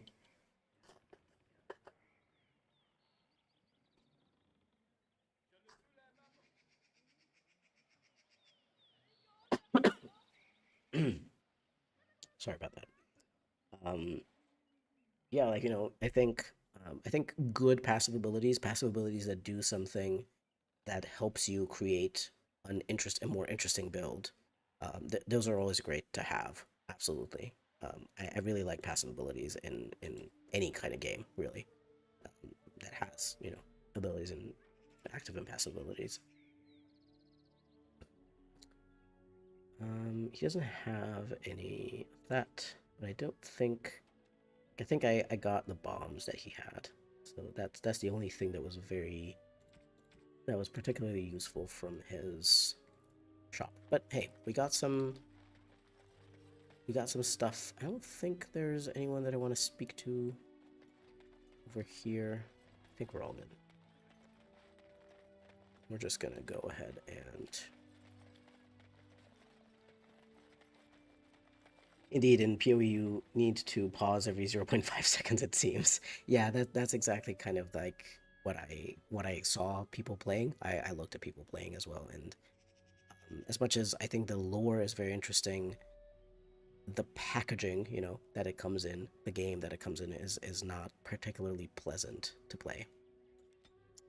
Unfortunately, because I really like Obsidian, and I really like the things that they do with their stories and their quests, and being able to complete things in, sometimes in a non-linear fashion, and having a lot of choice and consequence in their games. That has always been a strong suit of Obsidian, but the gameplay just doesn't appeal to me. Derek says, not exactly the same as DAI, but something more complex than DAI combat and more up to date, as well as more tactical, even if more simplified than DAO. Yes, exactly. Um, when I say that I would like something like Dragon Age Origins combat, I'm like, I would be fine with it because I grew up with it. Um, and it's perfectly serviceable for me. I don't care as much about the combat as long as the combat isn't too hard, as long as I can get through it all right, and it's not too frustrating and it's not too overwhelming. I'm okay. Um, Dragon Age 2 combat, I think, is too much for me. Like, it's kind of really annoying. But other than that, I find a lot of combat in games, if it's fine enough, if it's okay, I don't mind. I don't mind if it's like not amazing or anything like that. But yes, my ideal combat would be something like a combination between Dragon Age Origins and Dragon Age Inquisition, but even better, like improved upon. Marinary says, another thing that feels better in Inquisition for me, companions automatically have new abilities added to their tactics options. That's something you forget to manage in DAO. Yeah, that's really weird as well, because in the tactics system, technically speaking, you have these presets. They don't necessarily update automatically, I don't necessarily think. And it kind of depends on the character. If you wanted to make a custom preset, obviously that one won't. But obviously, if you're making a custom preset, that's something else. But if you're choosing one of the existing presets, I really feel like they should update. The only problem with the existing presets kind of not updating necessarily, I think, comes down to the fact that the presets are very limited. There's only 3 presets here: Defender, Scrapper, and Archer for a Warrior, just Scrapper and Archer for a Rogue, and for mages have a bunch more: Healer, Damager, Supporter, Controller, and Debilitator, but they don't actually have as much... they don't have as much freedom or like as much variety as you would expect, necessarily. Which kind of sucks, because the tactic system is very robust, and you can really choose to do a lot of stuff with it. But it really should have come with more presets. Those presets, even if you don't have the abilities active, I feel like you should be able to check out the presets and see which abilities that preset uses, so that if you have a particular ability, if you have a particular preset in mind, you can at least kind of see what abilities you might want to unlock on your character, if you don't want to set up the tactics yourself necessarily. But yeah, that's definitely kind of a weak point of Dragon Age Origins, is that despite having this really cool tactics system, it kind of, and it also kind of forgets to point you towards it. I really feel like when you level up, so you have all of these level up things that are like shiny here. In all honesty, the tactics button should also shine when you level up, to remind you that you probably are able, because you've unlocked a new ability, you might be able to change something in your tactics. And you can click on it, and then it could go away. But I think that would go a long way to just have a flashing thing here, reminding you, hey, you should go check that out. Ah, yes, good old DA2 combat with enemies. Out of the sky, ninja style. 8 rounds of enemies in total for 1 ambush. They just kept being shot out of the ass and of nowhere, I swear. People keep asking me to do like DA2 videos and DA2 guides and stuff like that, and I would love to, but by God, I really hate the combat in Dragon Age 2 because the enemies just keep coming, and they are just damage sponges, and they just never end, and it just, the combat as well, the button pressing feels weird. I don't know if you've experienced this, but for me, oh, hold on. I need to go to the Frostback Mountains to pick up a rune. But for me, in Dragon Age 2, one of the biggest problems is that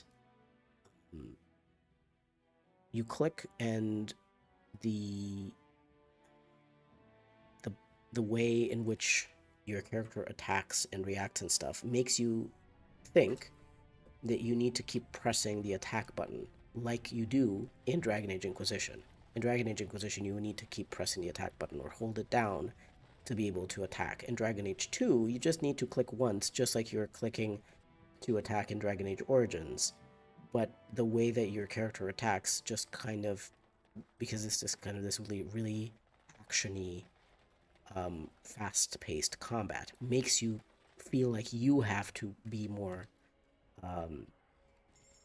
active with your button pressing. And it just kind of always makes me cancel my cancel my attack animations by accident and stuff like that. It feels kind of weird.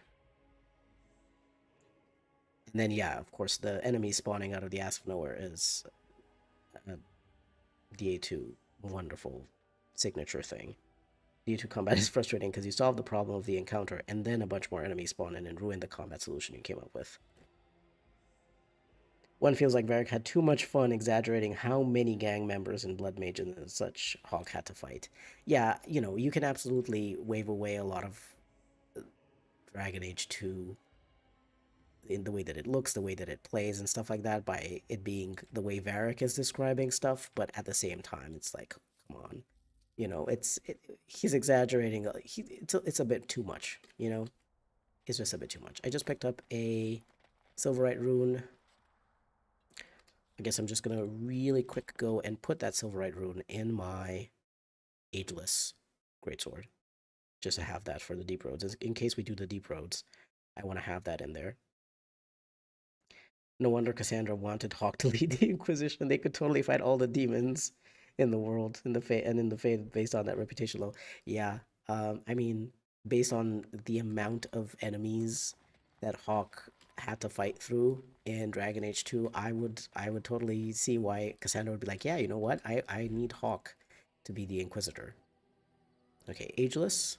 Let's pick up this new Grandmaster Silverite rune. Very nice and shiny. I think I will leave flame runes on Alistair and Sten, although this one should be an expert one. I don't know why he had a novice one. It's fine. Because fire damage does perfectly fine, is perfectly fine against Darkspawn. The reason why I want them to keep the fire runes is because I don't have a secondary weapon or a secondary weapon set to give them. And we're gonna also need to fight just like dwarven thugs and stuff in the Carta hideout. So we're gonna go and do that. I don't want to have to go and switch my runes back up. My Warden's lucky. I have a second weapon to use, but Sten and Alistair not so much. Okay. Did I pick up the quest? Let's see if I've picked up the second task. I did. Okay, wonderful. We can just go right there. Go right here into Dusttown. before we go into the deep roads, we'll do a bit more shopping just to get any, potions, grenades, anything like that, because I don't like to turn back halfway through. My cat is meowing at me, but she's also sitting with her ass to me, so I don't really know what she's saying and what she wants. If I was Hawk, I would have retired in less than a week, or I would have charged triple the price. Yeah, I mean, honestly, one of the weakest parts I think of Dragon Age 2's story is that Hawk keeps being a mercenary and doing random stuff and involving themselves in situations after they move into the Hawk Mansion. There's no real reason to do that, Hold on, did we do precious metals? We did. Okay.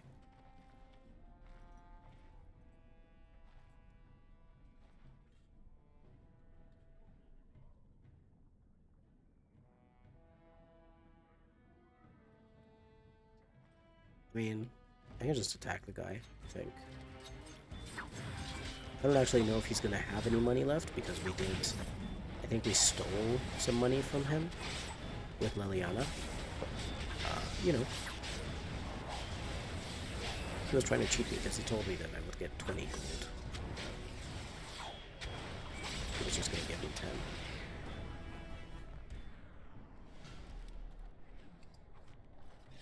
Well, he had a Dwarven Defender, which I think is one of those unobtainable items that was added in with Dain's fixes or with Qwynn's Fixpack. I'm not entirely sure which one.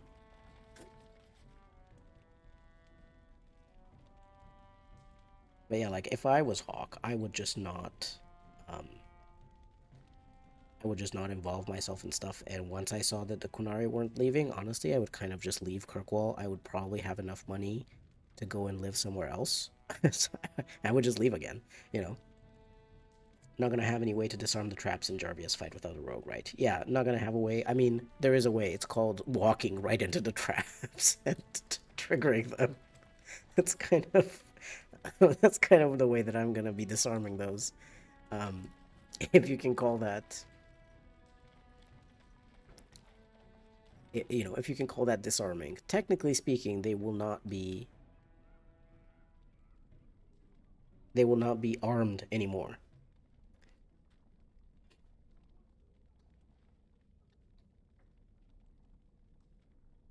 Okay. Would have been neat if there was more of a transition in side quest for Hawk after getting the mansion, based on having to deal with other Kirkwall nobles in politics. Yeah, exactly. Like, I'm just like, I understand, of course, Hawk involving themselves with the Qunari situation and stuff like that, because literally people are being attacked and whatever, but I don't really understand why Hawk feels the need to just randomly involve themselves with, like, everyone's little problems in Kirkwall, in and around Kirkwall. At the point at which you are in...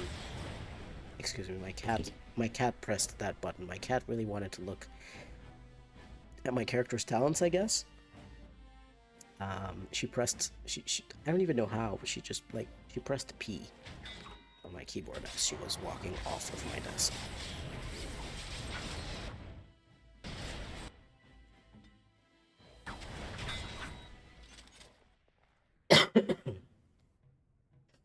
Also, how come Mage Hawk is kept a noble after the end of Act 2? I thought the reason why Connor couldn't inherit a noble title was because he was a mage in DAO. That part kind of confused me. Maybe there's a meta-narrative of Hawk not being all that suited to life as a noble. They're an adventuring hero at heart. Mage Hawk is not mage. They've got a really sparkly polearm. Yeah, GamerCat, she really just wanted to check our abilities in the middle of combat.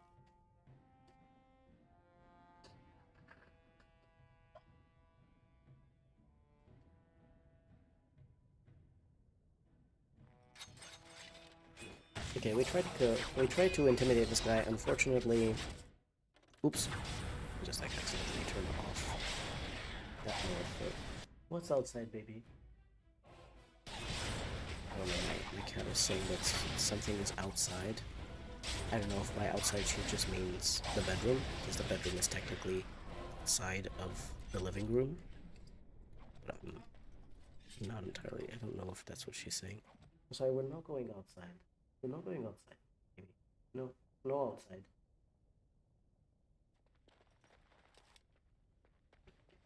An RPG protag kind of has to be the sort of person who involves themselves in everybody's problems. Well, yes and no. I think in Dragon Age Origins and in Dragon Age Inquisition, you have bigger fish to fry. And so you don't actually necessarily have to deal with the all of the side quests, all of the little problems of people. The only reason why you might involve yourself in some of these situations would be because you think that there could be some profit or some power to be gained out of that. And I think that that kind of makes sense. Um, as a protagonist who actually has like a bigger goal in mind. I have to gather an army and confront Loghain and take control of the country to be able to unite everyone against the Darkspawn. Or in Dragon Age Inquisition, the sky is literally being torn apart, and demons are pouring out from the Fade, and I am the only one who can close the rifts. In these situations, it's kind of really even a bit weird to have so many side quests available. To be like, oh yeah, help me get together with this girl in the Dalish clan, or or like, help me find these nugs, these lost nugs in Dragon Age, in here in Orzammar and stuff like that. It's just like, well, sure, you're adding a little bit of flavor to the world as a side quest, but you're also kind of undermining the main story by having the character being involved in all of these random little things. With Hawke, it was meant to be a more personal story focused on the life of the city and stuff like that, but at the same time, Hawke's whole situation, Hawke's whole problem with like, oh, we're not allowed into the city, we lost our family home. Oh, well, by Act 2, we got it. We got it back. There wasn't really anything left for Hawke to want, technically speaking, just like based on Hawke's initial motivation in the beginning of the game is, I want to escape Ferelden, which is being attacked by the Darkspawn, and go somewhere safe, and Kirkwall is that place that we've chosen because we have family there. You work your ass off as an indentured servant, essentially, for either the mercenaries or the smugglers for a year, and then you finally manage to catch a big break with Varric's help to go into the Deep Roads expedition. When you come back, presumably you found enough treasure and stuff that you are able to pay and get your house back and everything. By that point, Hawke's personal goal of finding a home and safety in Kirkwall has kind of ended, and the only thing really doing something against that is, when the Qunari attack the city, when the Qunari, decide to attack the city, and when the Mage Templar conflict comes to a head in Act 3, at the end of Act 3. Other than that, it's just kind of like a matter of how you roleplay your Hawke, but there's not... It doesn't feel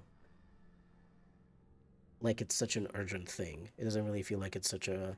And the Legacy DLC, for example, it's like, well, your sibling possibly got kidnapped, and you're trying to go and save them, and these people are harassing you and stuff like that, to go there and do whatever you have to do with Corypheus's prison.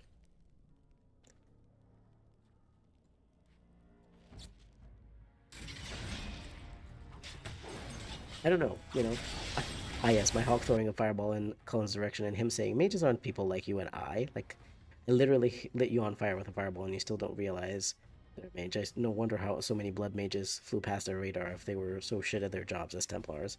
Oh yeah, the Templars in Kirkwall are just a gem. I don't even know who decided to give Cullen a raise after the events of Dragon Age Origins, where clearly he was traumatized.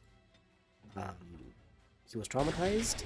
He was clearly did not do his job as a Templar. He was not able to subdue the Blood Mages who started attacking and turning into abominations and stuff. So I'm like, why did you give him a raise? Why did you make him? I don't even remember what he was. He was like it's like Meredith is the Knight Commander, but he was a Knight something. He was one of the senior Templars in there. Why did he get a raise? You know, they took him to Kirkwall, where there's a lot of magic problems happening after he was already super traumatized by what happened in the Circle Tower in Ferelden. Wouldn't, like, shouldn't you just, like, send him to sit in some little town, like, or, like, in a chantry, in a town like Lothering, or a chantry, like, in Denrim, to just sit there and kind of look pretty and not do anything important?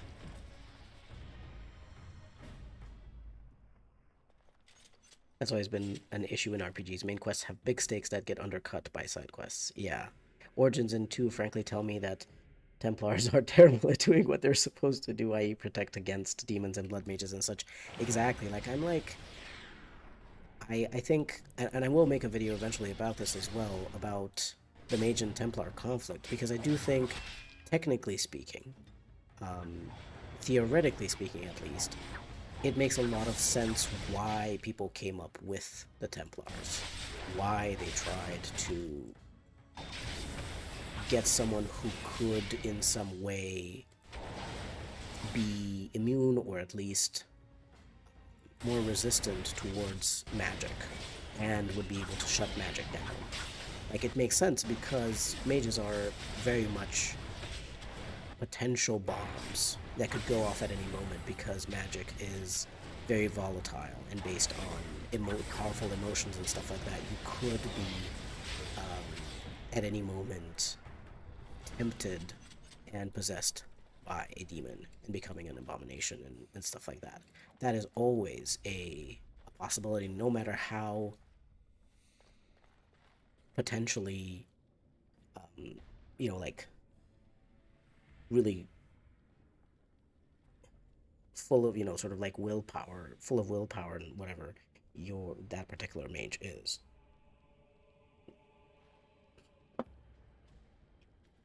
And the problem is that, while theoretically they make sense, yeah, Marinere is right, the real purpose of Templars in the DE universe seems to just keep the already well-behaved mages under Chantry control. The purpose of the system is what it does, and the Templar Circle system seems to provoke the very outcome it's supposed to prevent. Yeah, exactly, like, it's really, really weird, right? It is pushing, like, the way that they are closing a bunch of mages together. That's actually, to me, in my eyes, it's more dangerous to be putting all of these mages together. Like, if something were to happen, which a lot of times it has, like in Dragon Age Origins with the Aldred situation, with everyone starting to turn into abominations and using blood magic and just going crazy, it's really weird that they are putting mages together in a tower where they could potentially do something even worse and even more cataclysmic, catastrophic. And, yeah, having this oppressive force of the Templars just, like, breathing down their necks and watching them at all times also feels very threatening, and of course could absolutely cause more people to turn into abominations or to turn to blood magic to try to escape that feeling. Like, it makes so much sense, of course, that ends up happening. But it's so weird because at the same time, I think, I'm not 100% certain on this, I will do more research, but obviously we know Andraste was Mythal. She just, when she created the sort of Andrastian religion, she was pretending like she was hearing the Maker's voice and stuff like that. Or maybe that was just how the person, the woman Andraste, understood the the kind of spirit of mythal that she was hearing. Maybe she was understanding it as a god. Maybe that's just how she interpreted that.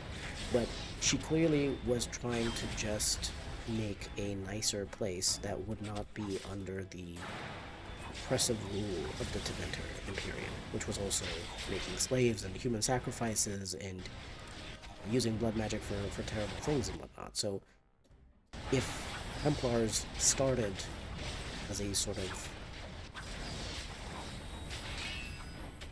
idea based on that initial thing, they would have been good in the beginning. I imagine that they would have really just been there to prevent terrible things from happening. But at some point, very clearly, the Chantry turned from being this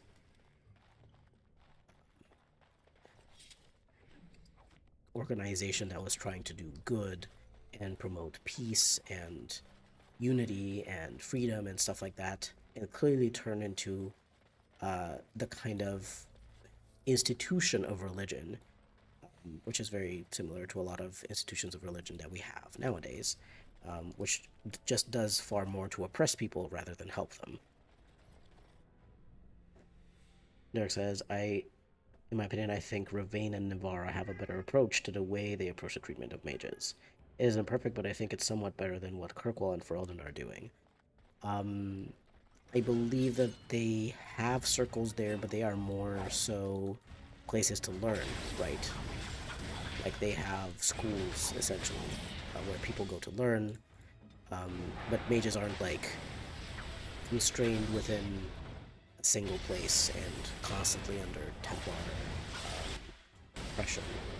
To be fair, I do believe that we've heard from people like Vivienne as well that not all of the circles of Magi are the same. Not all of the circles are keeping their mages in a cage, essentially. But I don't know how much to believe Vivienne, because she seemed to be privileged enough to get the attention of an Orlesian noble and become his mistress.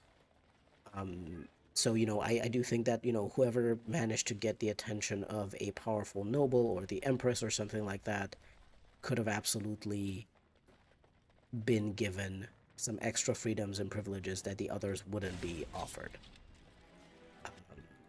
Artemis Gata. Stop yelling. So I don't know. I don't quite know if I want to believe Vivienne, but for sure I think that in Ravane and Nivara or wherever in some of these other places, potentially the system isn't like that. Potentially people are more open-minded in some way. Maybe the Chantry doesn't work in the same way that it does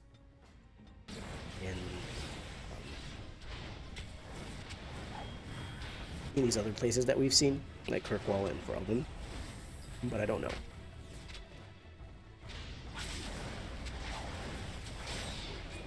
Also, Templars give the Chantry an army on a leash.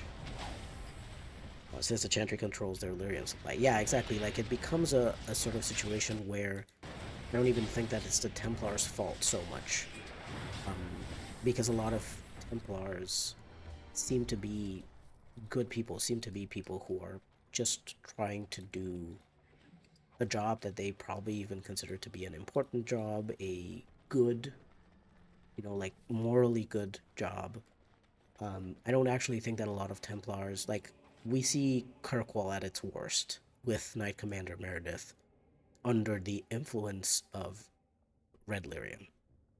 I don't necessarily think that she was that bad to begin with. I don't think because Orsino and her had been dealing with each other for years or possibly decades even before the events of Dragon Age 2.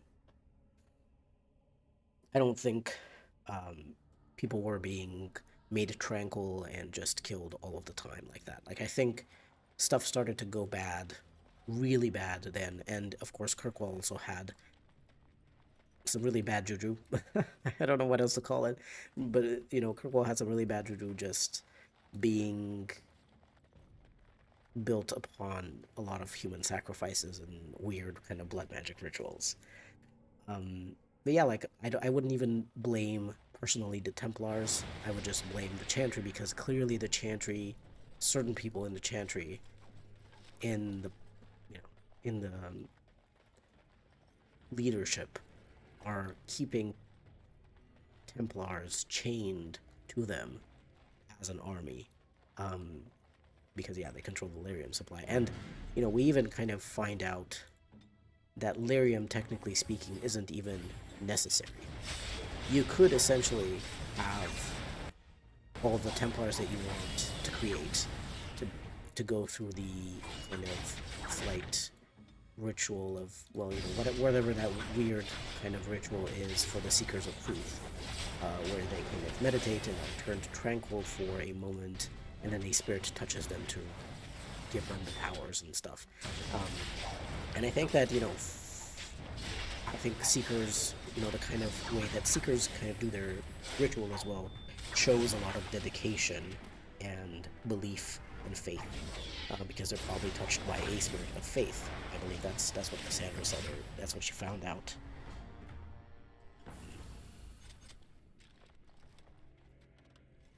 And but obviously then, I think that the Seekers of Truth are feared by the Chantry because they are free, because they are not dependent on the lyrium, because they can just do their abilities normally without that.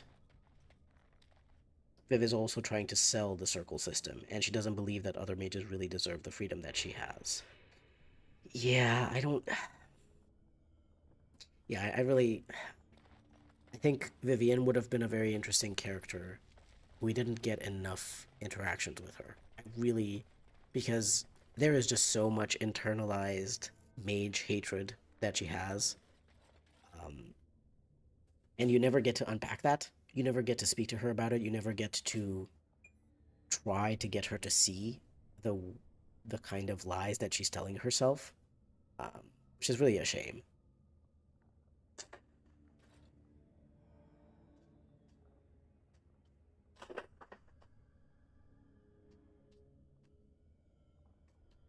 How nice a circle is to mages is so arbitrary, that's a very poor system. Yes, how Templars act is a systemic problem. Yeah, exactly. It's not a personal problem. It absolutely comes from the system. You'd have to check the timeline for how long Meredith has been Knight Commander. According to Google, she became Knight Captain in 914 Dragon. Knight Captain? Not Knight Commander? Yeah, I don't know if it's Knight Captain or Knight Commander. Like, I don't know when she was promoted to Knight Commander. And DA2 ends in 937 or 938. Yeah, because I think that Inquisition starts in 940 or 941, something like that. It's been a few years of the Mage Templar War, so I think that's probably correct. I don't know about Knight Commander Meredith. I don't know for how long she's been Knight Commander, but certainly at the point at which you arrive, at which Hawk arrives in Kirkwall, she is Knight Commander. So I believe that is 25 years that she's the Knight Commander for. Is it 15 years? Is it 20, 25 years? I don't remember exactly the timeline of Dragon Age 2, but I remember that it starts very early. In 930 Dragon. Sort of during the events of Origins, during the early events of Origins. And then it ends 938. Oh, I guess it's just 8 years? I thought it was more years. I thought I thought it was a lot more years. But I guess I'm misremembering. But I just had the feeling that there was a lot more that passed during Dragon Age 2 between the acts and stuff like that. No.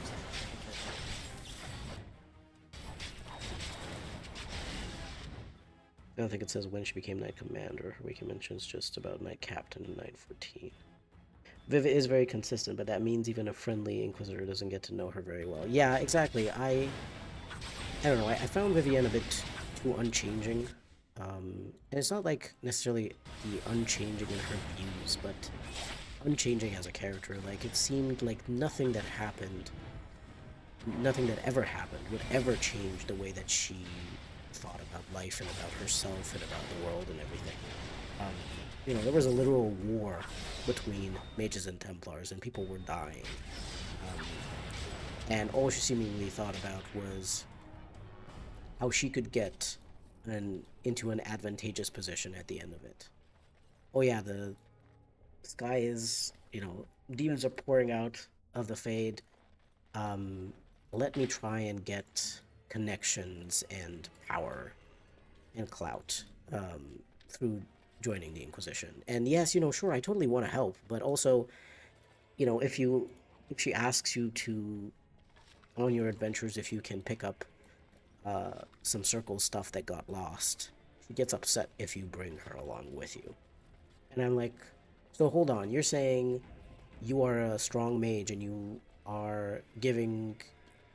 you're joining the Inquisition to help against the demons and everything, but if I take you with me on such an outing, and we also manage to find an interesting thing that you were looking for, you're going to be upset that I took you with me. Like, I don't know, there was just so much going on there with that character. And unfortunately, your Inquisitor wasn't really able to tell her anything, or if you told her something, you immediately got kind of roasted by her in a way, sort of like that. She would just always talk down at you. She always just talked down at you and was like, haha, I am smarter than you and I am better than you in every way and whatnot. And I don't know, that always kind of rubbed me the wrong way because with Morrigan, you could just like straight up call her a bitch to her face, for example, if you wanted to. Not that I've ever wanted to. If you want to, or if you're role-playing a character who dislikes Morrigan's complaining or nagging or... Oh boy. What happened there with my characters? I don't know, they just kind of got stuck in each other. It's alright. Not a problem. See, this is what I mean when I say in a lot of my build guides, don't take more than 2 melee characters. This is what I'm talking about. Did you see my characters just got stuck there? I couldn't make them move out of the way quickly enough. I couldn't get Morgan to heal herself. And, she went down. For no other reason than the fact that I had too many melee characters in a small, enclosed space area,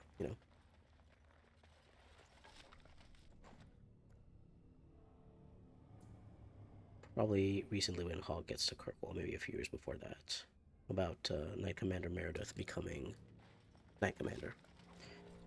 2 starts during the Blight, then there's a year time skip, then between each act is 3 years. I assume all acts together take at least a year roughly, so... Is that a bug? I don't remember Viv being upset when she was there when I got the books. I remember the opposite. I remember...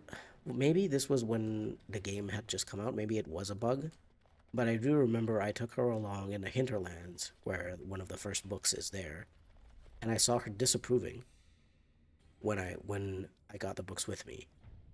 Either she was disapproving or maybe she just like very slightly approved, but she greatly approves or something like that if she's not with you. So she's happier if you left her behind to get those things, which makes no sense to me. I'm like, she has pledged herself to the Inquisition. I imagine that she would be even happier to see you doing it, to see you getting that book for her, and being there personally to see that you're not maybe like doing something to it, like ripping pages out, or like I don't know.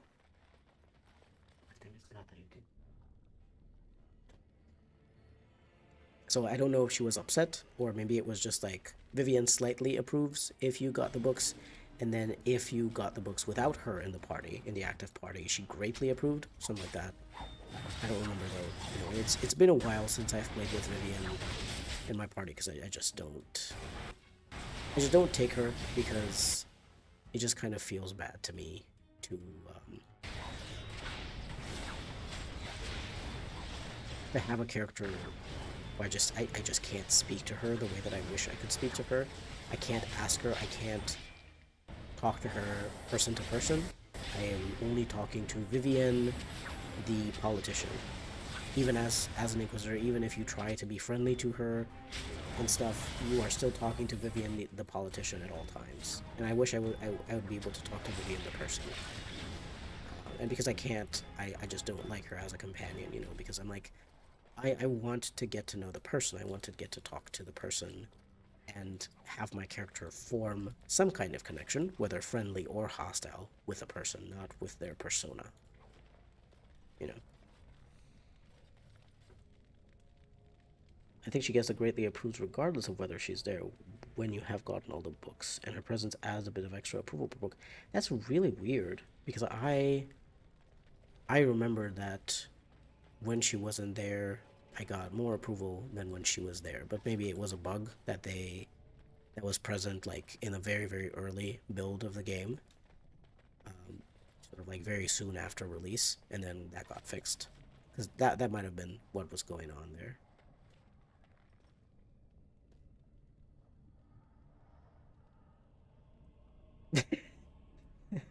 I think if she slightly approves when I last played it and greatly approved when she wasn't there. I think it's because she doesn't enjoy climbing mountains. I don't blame her, TBH, with the amount of walking that the Inquisitor does. Well, yeah, but you know, she kind of volunteered to do that. Um, she kind of did volunteer to be fighting demons on the front lines. If she didn't want to be on the front lines fighting demons, she should have volunteered herself um, as an advisor, which I still believe that Vivienne was supposed to be an advisor and not a full companion. And they made her a full companion later on in development. I don't know if anyone has actually talked about this. Um, like, I don't remember if this is an actual thing that the developers talked about. Um, I believe so. I believe that, as far as I can remember, who should I give these to then? If maybe Morrigan? Because she has these ones with defense, but this actually would give her slightly more. Oh, it actually gives her slightly less. Never mind. I guess not.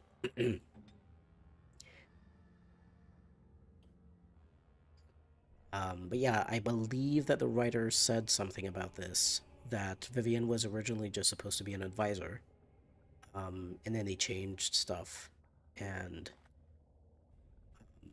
they made her into a companion. I think she should have, like, with the way that she's written, I think that she should have stayed a companion.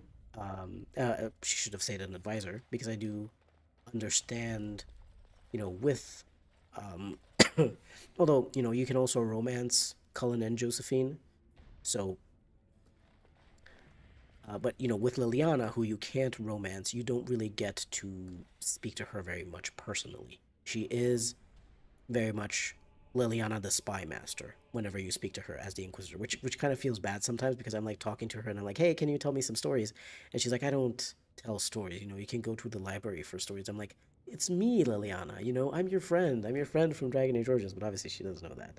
She's responding to the Inquisitor as a co-worker.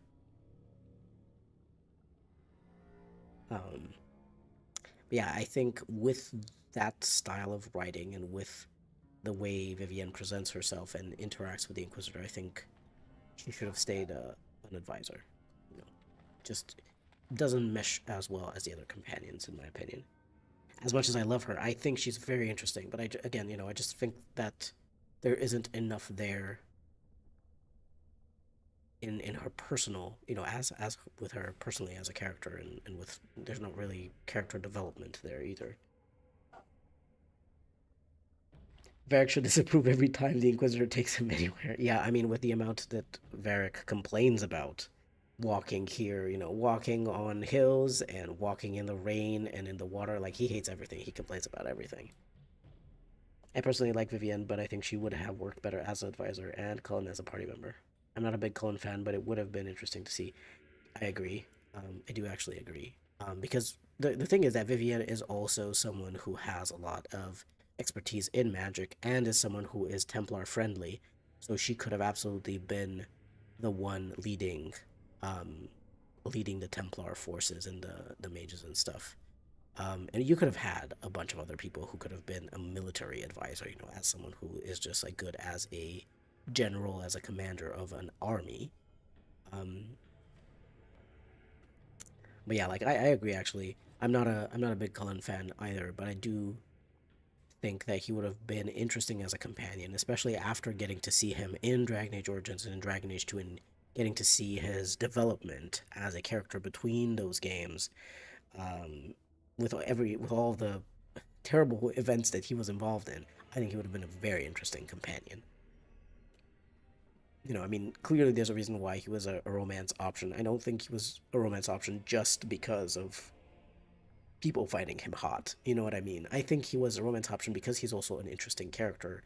And you also have this element of his lyrium addiction to deal with and his personal traumas related to his job as a Templar and everything. Very interesting. Yeah, I agree. I think he would have been a better party member. But then again, that would have meant that you didn't have, three mages, three rogues, three warriors as companions, which they wanted to do in in Inquisition. They, I would rather they not keep it like I would rather companion numbers be interesting. Have at least two options for each class, but have as many characters of certain types that you need as they fit the story, not as they fit the gameplay.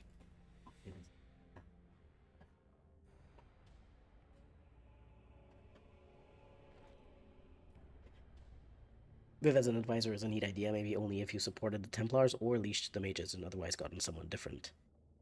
I've always been annoyed by Colin getting all his character development off screen. Yeah, exactly, and I think that as a companion, he could have gotten some more character development, and we would have gotten to explore some more of his issues and stuff that clearly, he's got a boatload of issues, right? But yeah, and and again, I think that's so interesting, right? I think the writers of Dragon Age have always had the right ideas from the start. Vivienne was supposed to be an advisor, and she was written as such for the longest time, and then because of whatever was going on, they had to change that for her to be a party member instead of an advisor.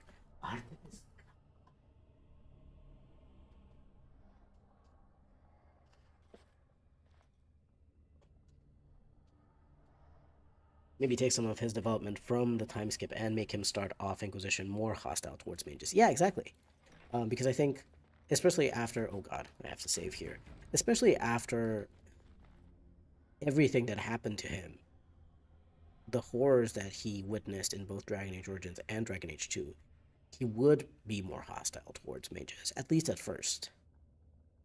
And he would need some time to get over his issues and learn about stuff, or maybe not get over his issues, depending on like how you interact with him, how you deal with him, the kinds of things that you say, the kinds of choices you make.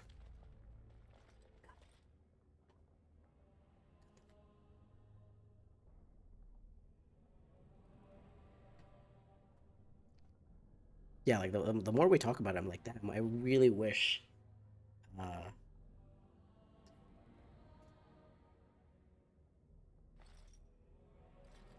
I really wish that we would have gotten Cullen as a companion. That sounds really interesting. Okay, let's get these thugs first. We're gonna get as many thugs as possible. Jarvia can just sit there and shoot arrows at us. I don't mind.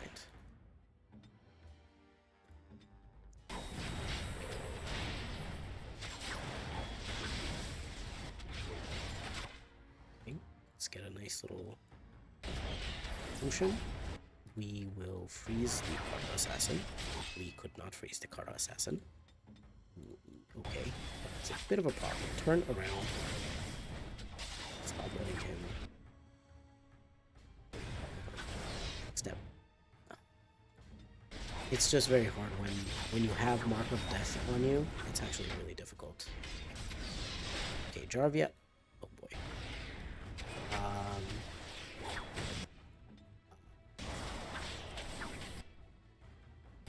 we got a bit of a problem here. Hold on. There is a problem, and it is called Jarvia does a shitload of damage. And I was not expecting her to do that. I was just like, okay, so Sten fell because he does a lot of damage, but I did not expect Alistair to just fall like that. Like there was just we need to get rid of the thugs, absolutely. This is a difficult fight.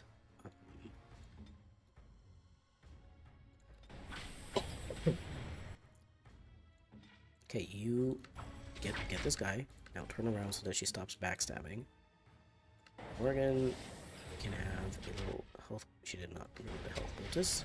Morgan, please drink the health poultice. It's very important.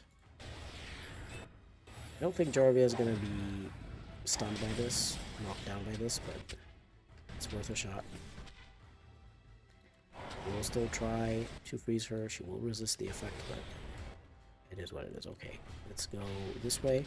Whoa, whoa, whoa. No, no, no, no, no. No, no, no, no, no, no, no. Oh, God. Okay. That is another card out. I don't remember there being this many assassins.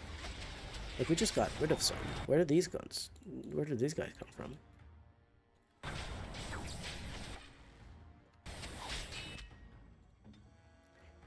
This is a fight of the century. I think I'm gonna have to reload.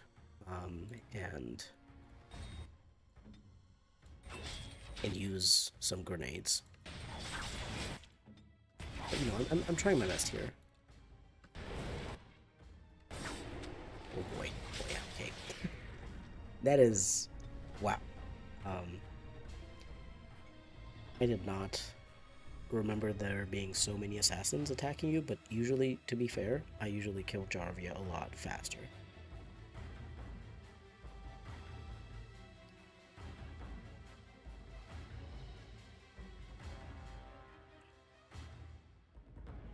Could even have a route in Inquisition where you make him worse. Yeah.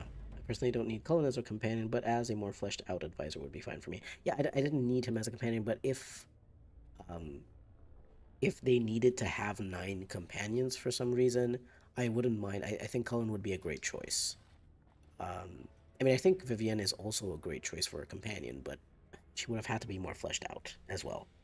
Um, to be fair, a lot of the content that they were planning to write and create for Dragon Age Inquisition had to be cut down because of budget constraints, because they just did not have the budget for all of the cutscenes and animations and conversations and all of that. They just didn't have the budget for it. They were told you have to choose what you cut, and they just cut stuff. Hold on a second. I have to go help my cat out with something.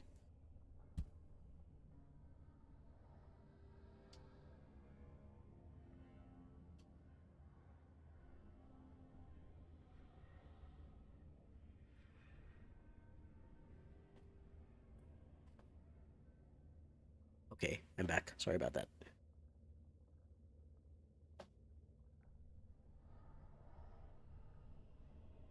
His party banter with someone like Solas, Iron Bull, and Dorian would have been so interesting to see. Yeah, exactly. Like Cullen as well would have really worked, I think, in some ways better than Blackwall as a kind of quasi-regular guy, but still someone who has some very strong opinions about what's going on. Blackwall didn't really have many strong opinions about what was going on. He was just like, aha, yeah, I'm totally a Grey Warden. I totally know, yeah, we're so mysterious. Um, Whereas Cullen would have actually had stuff to say. You know, he would have been involved with the Grey Wardens just as he saw them interacting, you know, and dealing with the Mage Templar situation in the Circle in Ferelden during the Blight, and then he would have and then he obviously has a lot of strong opinions about Mages versus Templars. And also, as a Ferelden, he would also have perhaps certain opinions about legions. So he would work. He would have a lot of strong opinions. And based on what companions are kind of supposed to be in Dragon Age, at least in Dragon Age Origins, this is what they were supposed to be. They're supposed to be pieces of the world, um, as seen through different perspectives. You know, you're supposed to learn about the world and be able to interact with the world, in different ways by talking to your companions about these things and seeing how they believe, seeing what they believe and seeing why they believe, so that they kind of represent a part of the world. They represent a certain faction, they represent a certain type of person, they represent, certain types of beliefs in perspectives in the world. Cullen had a lot of interesting perspectives. Would be neat if there was a way to get banter between the advisors and companions. There's some implied interactions, but nothing direct. Yes. I throw Fireball at Jarvia and hope for the best. Man, I hate ads. If you missed something, you can tell me where I was, and I can just say it again. I don't know what I was saying exactly, but Okay, this is Soul Bomb. This is Acid Flask. We have to throw bombs with Alistair. I think this is the only way I can win. I can win this thing. Hopefully they should be skippable. Yeah, it should be skippable very quickly. I put them as conservative as possible, and they should be skippable at all times. At least I hope so. If YouTube isn't being dumb. Okay, you know what? We're all gonna go right here, and I'm gonna throw bombs. You're talking about Qwinn possibly replacing Blackwall as a companion. Yeah, I was saying that Blackwall doesn't have very strong opinions, because, I mean, he was just a guy who got recruited into the Grey Wardens, didn't even get to find out anything really in truth about the Grey Wardens and what they do and how they operate and all that kind of stuff. And he was a bandit or something previously.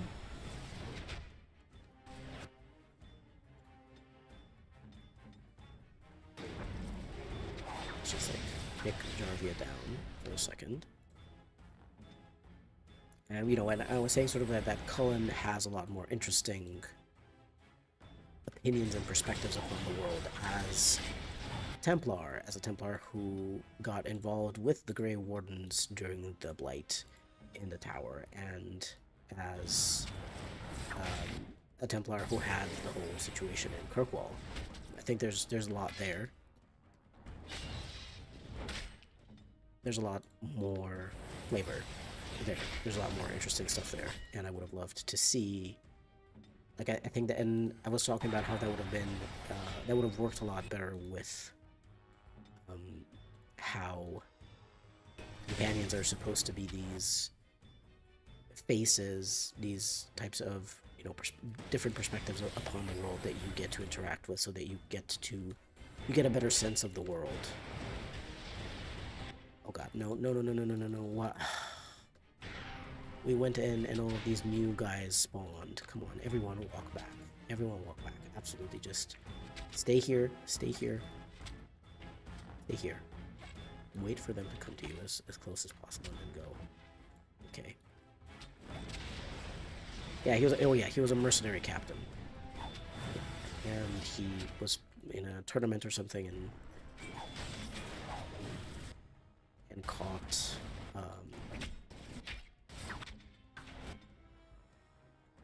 the real Blackwall's attention. Then why did you go here? Sorry, just their targeting system is a bit of a situation. Okay, come on. We're doing way better now, though. Like, we did manage to... I didn't manage to do a lot with those... What is this? I just saw the red circle and I was like, what is that?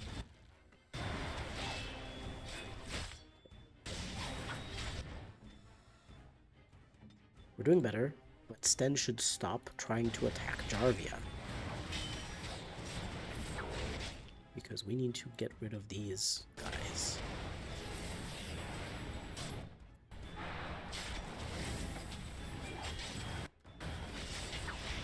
Yeah, I should really... Oh my god. Jarvia is so powerful. She's just...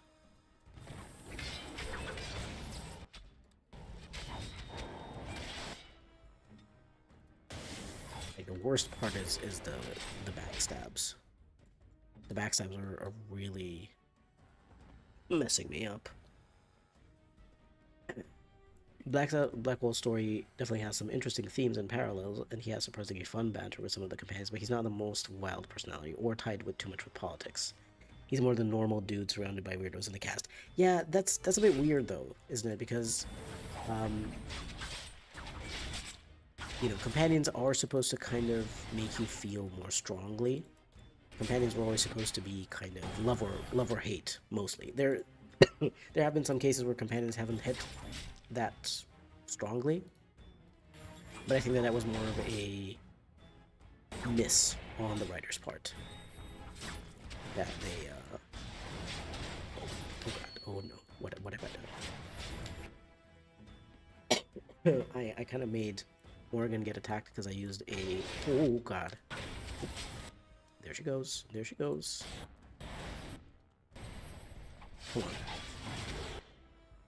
I think maybe I got Jarvia. Maybe I killed her. Did I kill her? Nope. Here she is. Do I have anything at all that could help me in this fight? A swift salve. It increases my movement speed and attack speed, I guess. It's something for sure.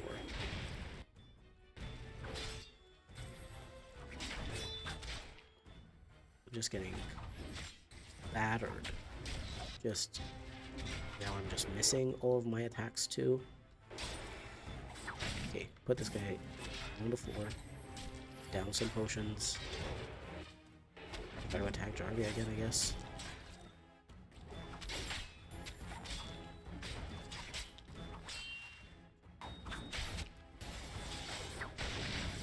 Holy moly. Holy. Hold on. We're close. We're getting there. Come on, Sten, you can do it. Yes. Okay, now it's just a matter of cleaning up. I can do this. I can do this. Sten can do this. He just has to chug like a million potions to do it, but he can do it. Okay. Sorry about the sudden pause in talking about Dragon Age Inquisition characters, but this is a really difficult fight.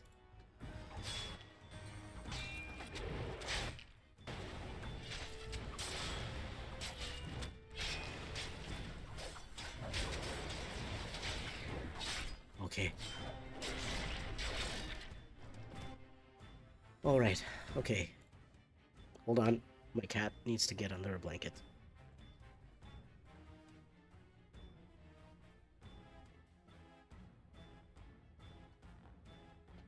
Oh, okay. I needed to... One of my cats doesn't know how to get by herself under a blanket, so I always have to give her the blanket. Sten is carrying. Absolutely, come on. You can do this, Sten. There's just a couple of thugs left. We can do this. Okay, there's one thug down. Let's get the second one. You know, I was talking about Sten and how he was like dying very easily. Honestly, he carried this fight. He managed to stay alive more than everyone else. So I'll give him that.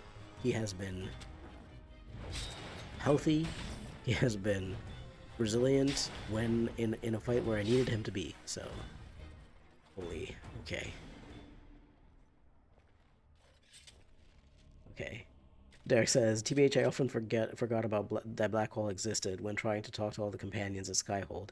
He was the most forgettable companion for me. His backstory, I think, could have been better handled. Yeah, I agree. That's what I'm talking about. Sort of like when Marinary Sarah said that, you know, he's like a normal guy amongst the weird cast. That really doesn't leave much of an impression.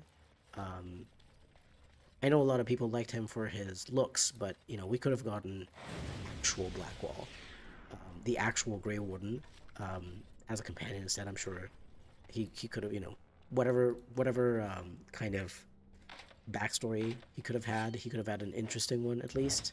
Um, you know, and an actual Grey Warden companion would have, I think, also been very interesting, considering the fact that we don't really, other than in Dragon Age Origins and Dragon Age Origins Awakening, we don't really get a Grey Warden companion when we ourselves are not a Grey Warden. Technically speaking, you kind of get your sibling in Dragon Age 2 in the DLCs, but that's kind of it. Um, if they have become a Grey Warden, but otherwise you don't really get a Grey Warden companion. And I think a lot of people were especially excited about Blackwall when he was revealed to be a Grey Warden because there was a lot of love for Grey Wardens, but there was also a lot of interest in the Grey Warden faction just because they're quite interesting. Especially they can come from different backgrounds and be criminals and stuff in their past lives.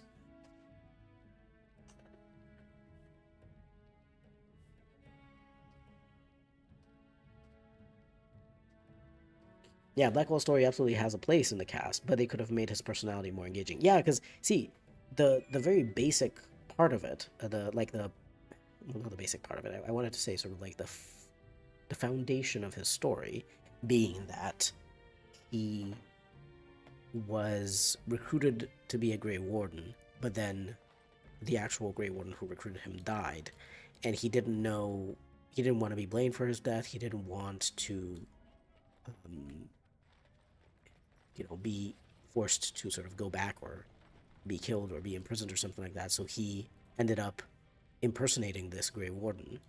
That's interesting. There's some very interesting things there that you could do with that. It's just that they didn't do anything with it really. They were just like, well, yeah, he lied, and you can kind of choose what to do with him eventually. But other than that, there's not much going on, which is really a shame, you know, because again, we've had many characters in the, you know, many companions in the past who sort of lie about who they are or lie about what they're about to do and sort of do a 180 and betray you and stuff like that. It would have been interesting. It would have absolutely been interesting. Um, but yeah, there wasn't very much to his personality. He was just quite basic. Yeah, maybe lead a bit more with a sense of humor that has him asking if Celeste bangs spirits. Grey Warden companion would kind of spoil the deal with the Grey Wardens all hearing the calling. Well, I mean, see, I think you could have possibly gone around the issue with Grey Warden companion not hearing the calling by having one of those Grey Wardens who mysteriously gets cured of um, of the blight, essentially, of the taint. Someone like Fiona. Obviously, you don't necessarily have to have Fiona as a companion, although kind of interesting to have Alistair's mom as a companion after you've had Alistair as a companion in another game. I think it would have been interesting, actually, to have Fiona as a companion, but then you would have to have someone else be the leader of the mages, someone else be the first enchanter, or have Fiona be a companion that you only get if you do the mage quest, which would have been interesting, but wouldn't have been something that BioWare would have been allowed to do, simply because people apparently really hated when there were companions or quests that were skippable or sort of like, you know, missable.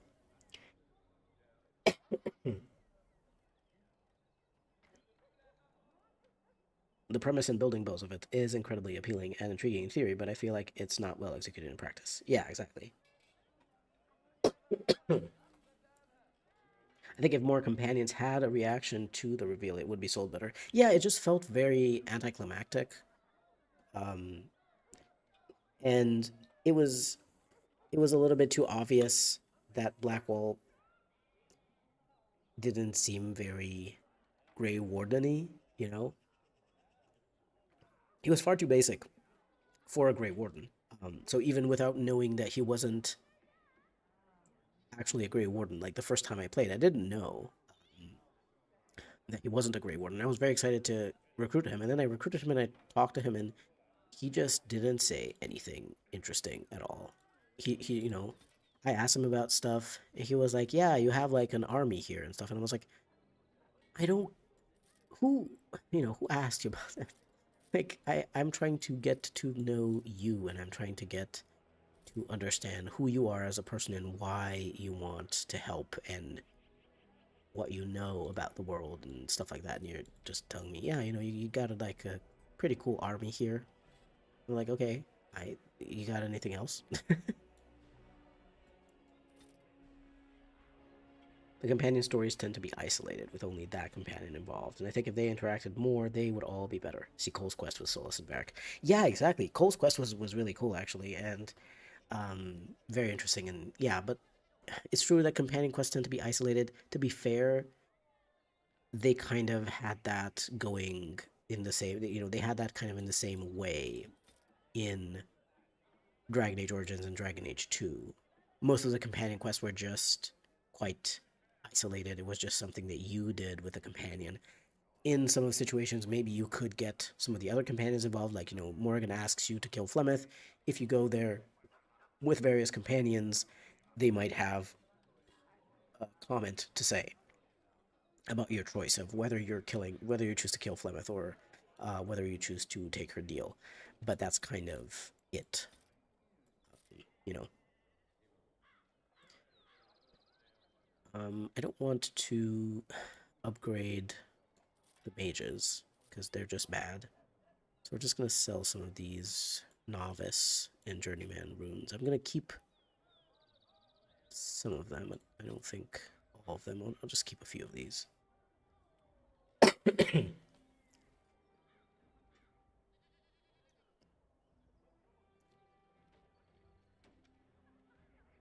Imagine the Inquisitor becoming the step parent of Alistair. She has a romance options.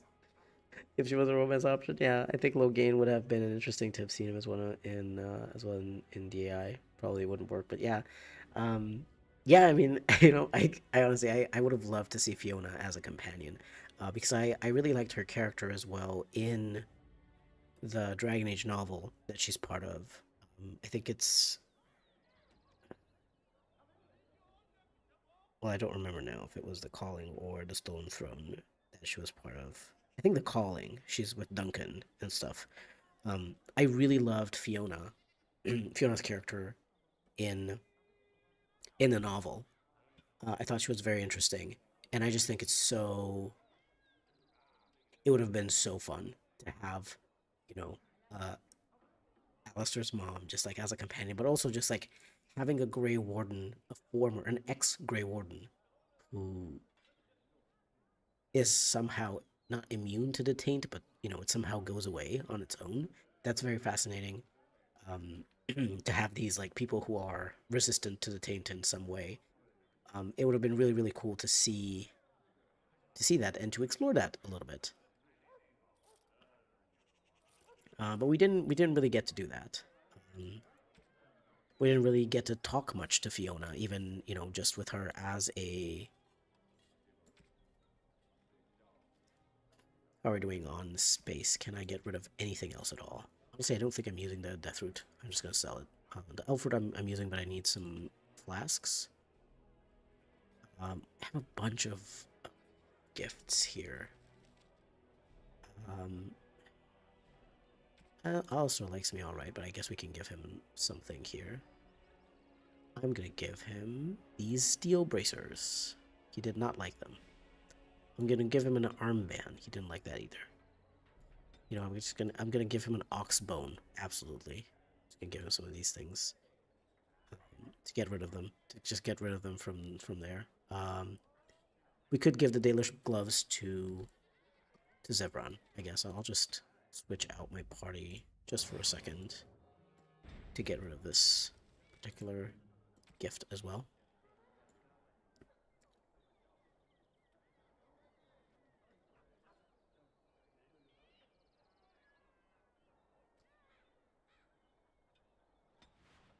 There we go. As everyone really appreciated his gift, Alistair. You could have been happier to have a bunch of random shit thrown at you.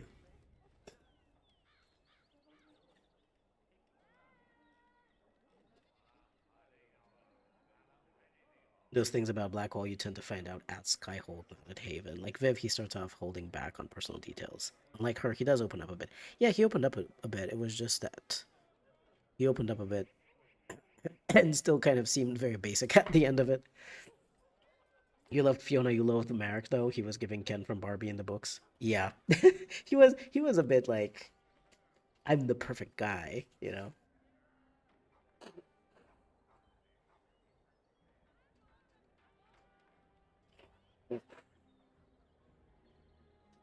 Get Zeb's approval up so you don't have to fight him. Yeah, I mean, for sure I'm gonna get his approval up before we do the lands meet so that we don't have to fight him, because that's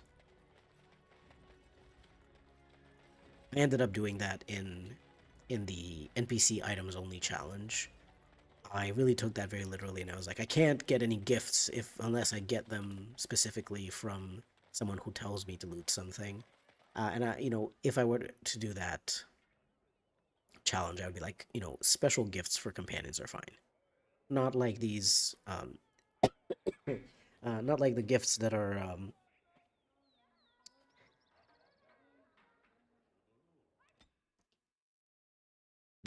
just like basic, but just like the nice gifts that they have like unique stuff to, Antivan leather boots, the Dalish gloves, the Andraste's Grace for Liliana, the Grimoire and stuff like that for Morrigan. These special gifts I think would have been absolutely fine to give to companions just because they're very nice and would have helped me at least a little bit to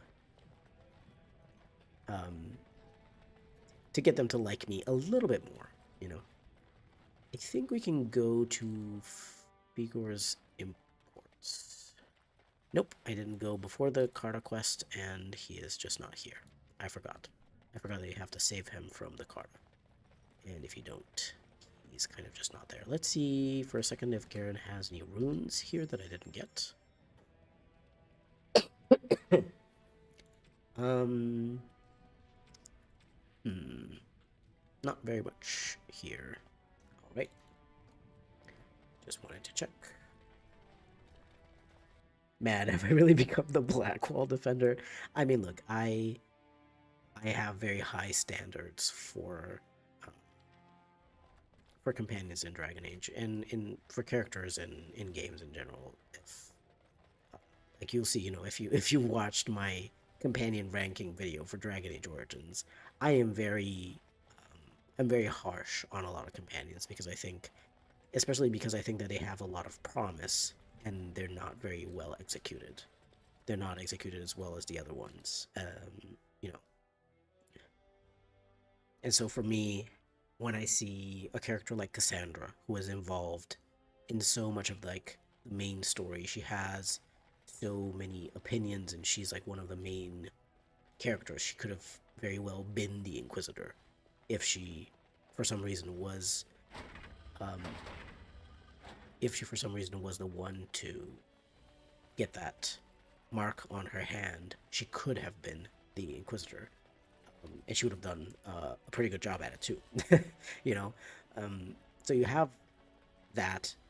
You have Solus, who is literally an ancient elven god whose fault this whole thing is. And you have Dorian, who's a Teventer Magister who was actually involved with Alexius's time magic. You have Cole, who's a spirit from the Fade. It's kind of hard to put Blackwall next to these characters who are very interesting, and honestly, even next to Sarah, who is a very polarizing character. And even next to Vivienne, who, she's not as super developed, but she's very interesting and she's very strong as a character. It's very difficult to put Blackwall next to that and be like, yeah, he's just as good of a companion as the other ones. It just doesn't feel as good.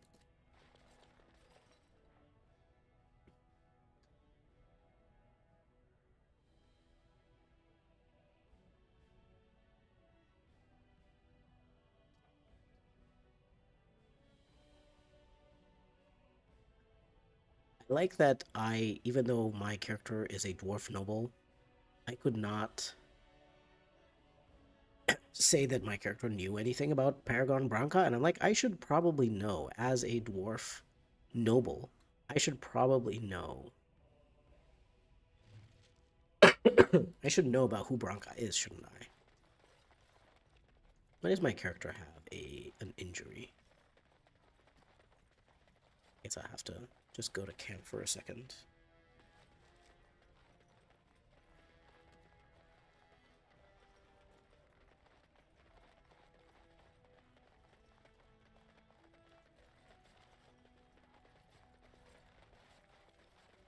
Derek says, "This is me with Vivienne. If it makes you feel better, I do like her as a character, but I do acknowledge her character writing could have been a lot stronger.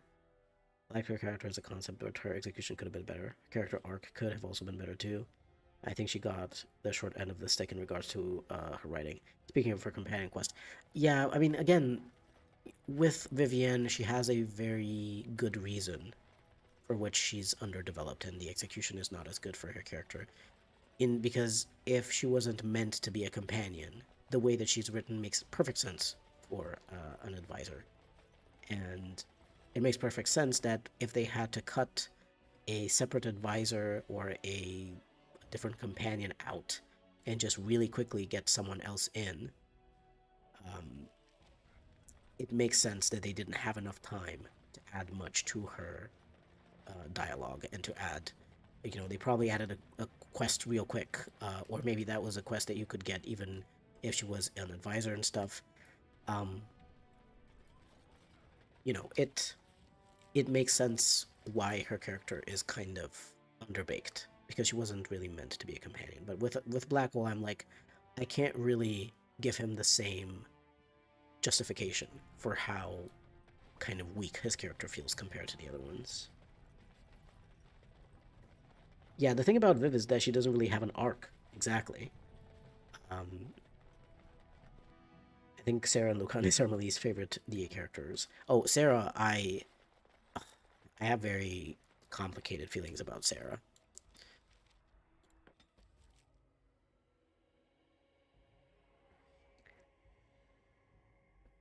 Yeah, exactly. That's what I was gonna say, Marinary. Sarah and Viv are characters who are hurt by how the player is allowed to engage with them. Exactly. Because that's why I have such complicated feelings about Sarah, because I think that she is perfectly fine as a character.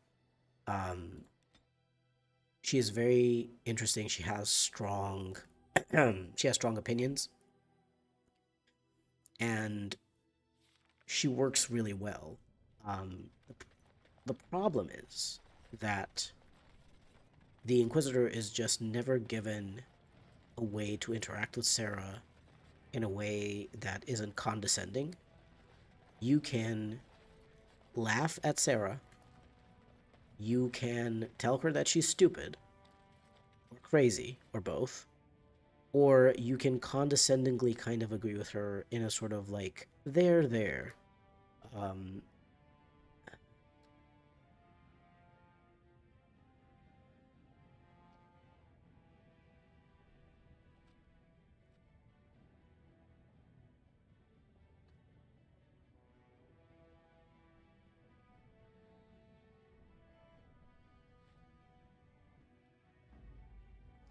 well, I don't really want to put Ogren in a team right now, I'll be honest. We'll go as much as we can through the deep roads without Ogren. Um, yeah, you're not really allowed to engage with Sarah or Vivian on a deeper level. Can't engage with Sarah's elf issues or acknowledge her perspective on the lower classes being totally valid. Exactly, that's what I'm saying. It's just like it's really weird. You you can't interact with Sarah. Like you're only interacting with Sarah as someone who is extremely insensitive would interact with a person who has trauma and mental issues and stuff like that, and it's just really weird. Um, I know that Sarah's written by Lucas Christensen, who has written some of the most contentious characters in Dragon Age. He wrote Branka, and a whole sort of like Branka and Hespeth situation, and he wrote Aveline in DA2, which I know not everyone loves. I personally love Aveline, but I know that some people really dislike her. He tends to write very polarizing characters that are like either love or hate. With Sarah, I feel like he ended up making her mostly just be disliked or hated, or not necessarily disliked or hated, but just like people didn't like her because of the way that they couldn't really interact meaningfully with her. Because, whereas with Vivienne, she's the one who's looking down on your Inquisitor, and you can't really interact with her on a personal level. With Sarah, it's the other way around. Even if she maybe would open up to you, you really can't make it so that it makes sense for her to open up to you because your Inquisitor is the one looking down upon her. I don't really know why this Carta Berserker is naked. I just have this mod that replaces some of the some of the enemies that you can encounter in Orzammar in the Deep Roads with Harda people, hired goons and stuff like that, people who are, you know, dwarves, because it doesn't really make sense very much that there are non-dwarves around here, or at least not, not in this universe. But for some reason, that particular berserker is always naked, and I've never, I guess the mod author never got the memo that this particular enemy is naked, so they never fixed it. So sorry about that. It's not on purpose. She's supposed to have just as much armor and weapons as the other enemies.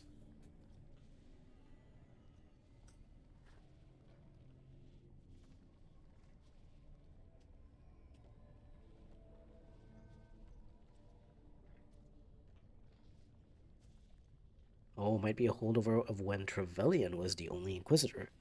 I didn't know that that was a thing. Was that really a planned thing of like the human Inquisitor being the only possibility?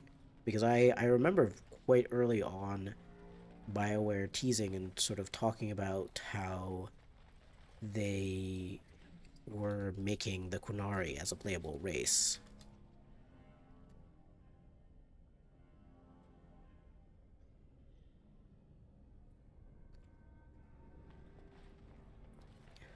Um, so I remember that they were doing that, but maybe that was later on in development, and I just didn't. I just wasn't aware uh,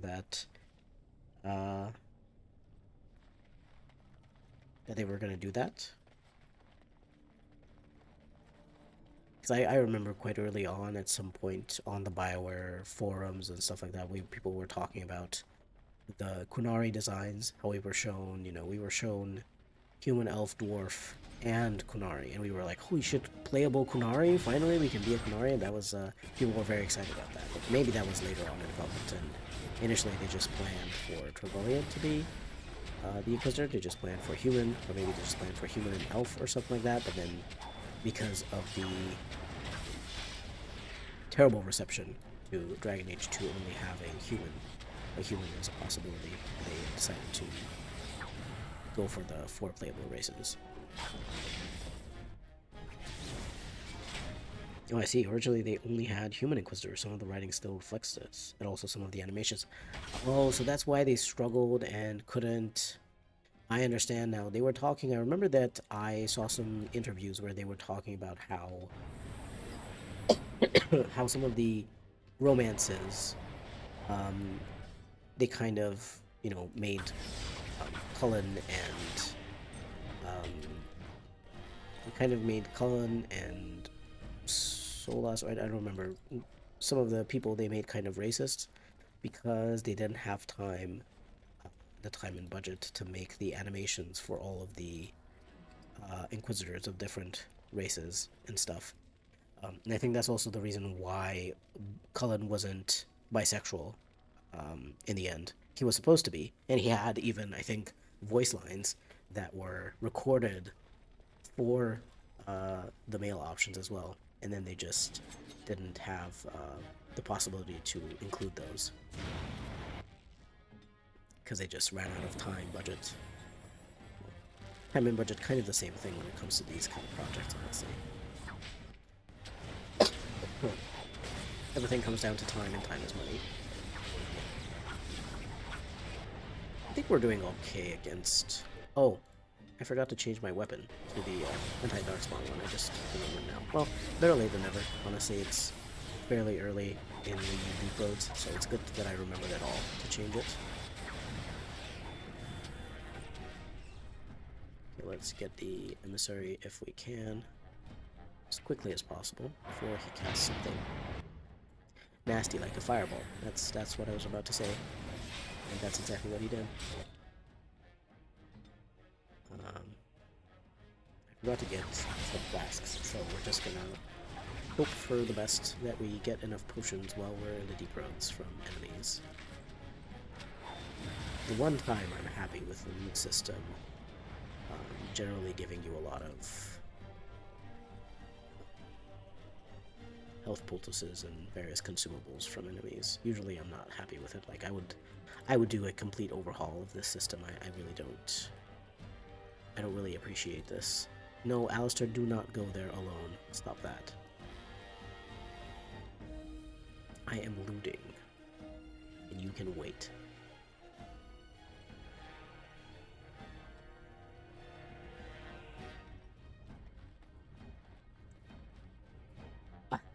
Ah, yes, my Danish archer with a Mythal Valis on her face, asking, who is Mythal to Morrigan, a human? Yeah, it's an experience for sure. You have to just, like, ignore that that's an option there. You never heard about Qwinn being bi? That's 8, only Solus? Yeah, no, both Solus and Qwinn were supposed to be bi. That's the thing. And I really don't think they were supposed to be that racist. You know. But it is what it is. Once again, you know, the writers had planned for all of these really cool things, and unfortunately, we just had to cut a lot of the content. And the reason why I don't like actually the main reason I don't like Dragon Age Inquisition as much as Dragon Age Origins, it's not the combat system, it's not the companions. I love a lot of the companions, and I think the combat system is great. The reason I don't like it is because the main story doesn't feel as deep and complex. And the reason for that is that they had to cut out some quite big portions of the main story, of the main quest in Dragon Age Inquisition. Because initially,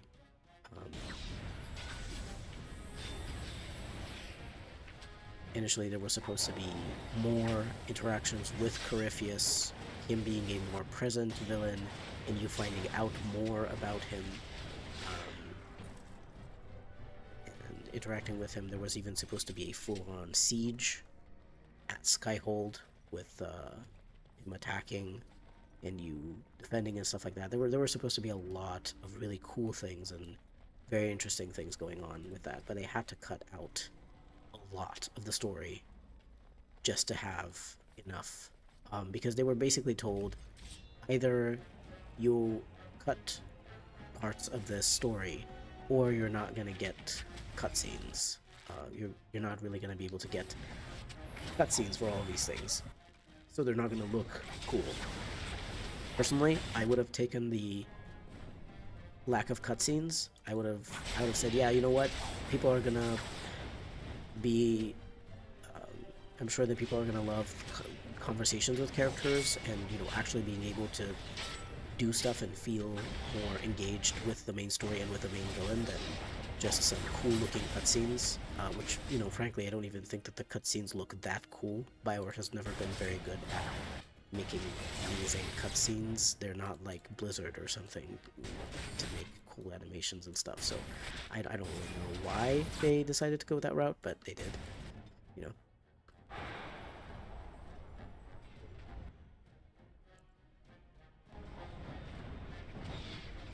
The Celeste romance, as written, would only fit an elf, but Qwinn should absolutely be allowed to try to pick up a Qwannari Inquisitor and put them on his desk. Yes! I know, right? And honestly, come on, like, Qwinn is very strong. Having to wear massive... If you can wear massive armor, as a Templar. Um, and swing around big swords and stuff like that. Like, you should absolutely be able to pick up a Qunari Inquisitor. You know, like with that kind of strength, you should be able to pick up a Qunari person. You know,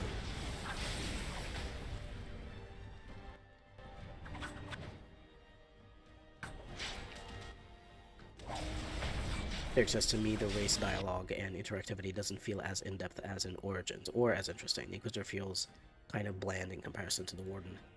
I agree.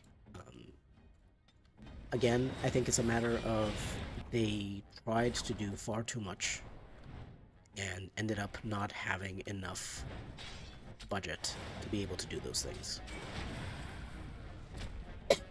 And because of that, you know,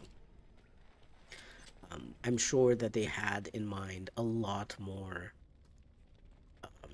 racial interactivity and dialogue and all sorts of things based on your choices and quests and stuff.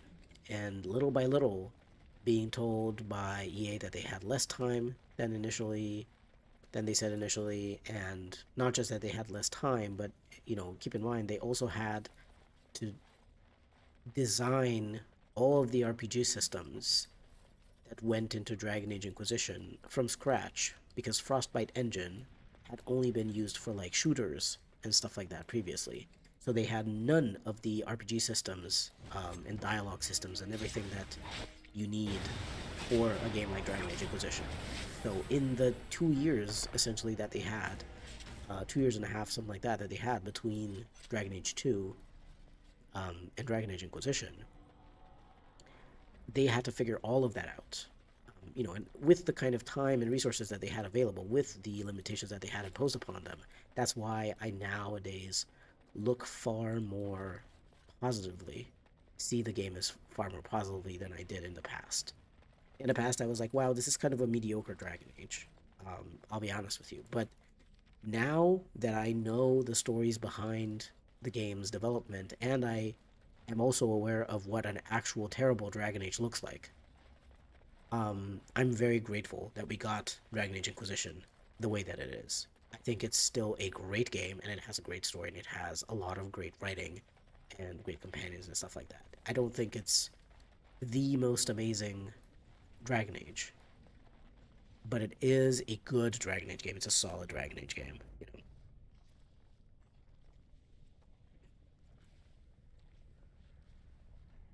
The problem with losing cutscenes is that Inquisition doesn't generally use a good dialogue cam, so you would never talk to anyone with a camera at face level otherwise. Yeah, that's true. I mean, they could have, I think, spent a little bit more time having a few more camera angles and stuff like that for conversations instead of having cutscenes, and I think it would have worked okay. The Inquisitor does feel better than Rook, though. I will say Rook is way too restrictive in terms of roleplay. Yeah, there's not really any roleplay going on there. So that's also what I'm saying. I'm just like I've seen what a terrible Dragon Age game looks like, and I now appreciate Inquisition so much more for everything that it managed to do, considering that we talked about Dragon Age 2 being a rushed game, but let's be honest, Inquisition was also a very rushed game, considering everything that they had to do. Suddenly they were making an open world game as well, something that they hadn't done before and they weren't really very good at. They didn't really know how to do it. Um, so many things. They had to do so many things in such a short amount of time, like 2 years, 2 years and a half. It is insane. The amount of stuff that they managed to do is insane.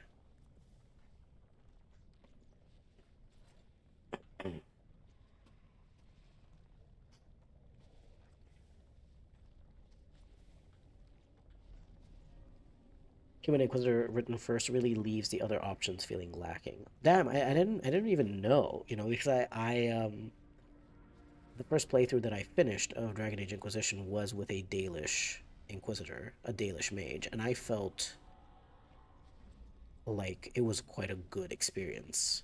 I did see the thing with, being able to ask Morgan who is Mythal. I was like, okay, I'm not going to choose that option. But obviously, for a new player,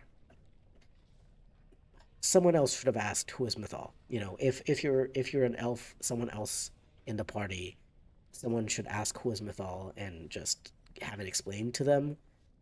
It, yeah. But other than that, I really felt very. I felt like I had quite a lot of interesting reactions from characters to me being an elf, to me being mage, and stuff like that. You know, at the Winter Palace, when I went there and I had a debuff, you know, starting sort of negative reputation as opposed to like the human who has, you know, a positive reputation and stuff like that. People talking shit about me behind my back, calling me like a, you know, savage or something like that. There were a lot of things for an elf. I think um, I haven't finished the game with a Kunari or a dwarf. I've just played like half of it with those because I don't have a lot of finished playthroughs of Inquisition. But I will say that the dwarf playthrough so far, like the dwarf playthrough from what I've played of it, feels the least interesting. Feels like it has the least amount of interactivity and reactivity to you being a dwarf. Kunari feels a bit better, but also kind of lacking. I think maybe human and elf are the most fleshed out.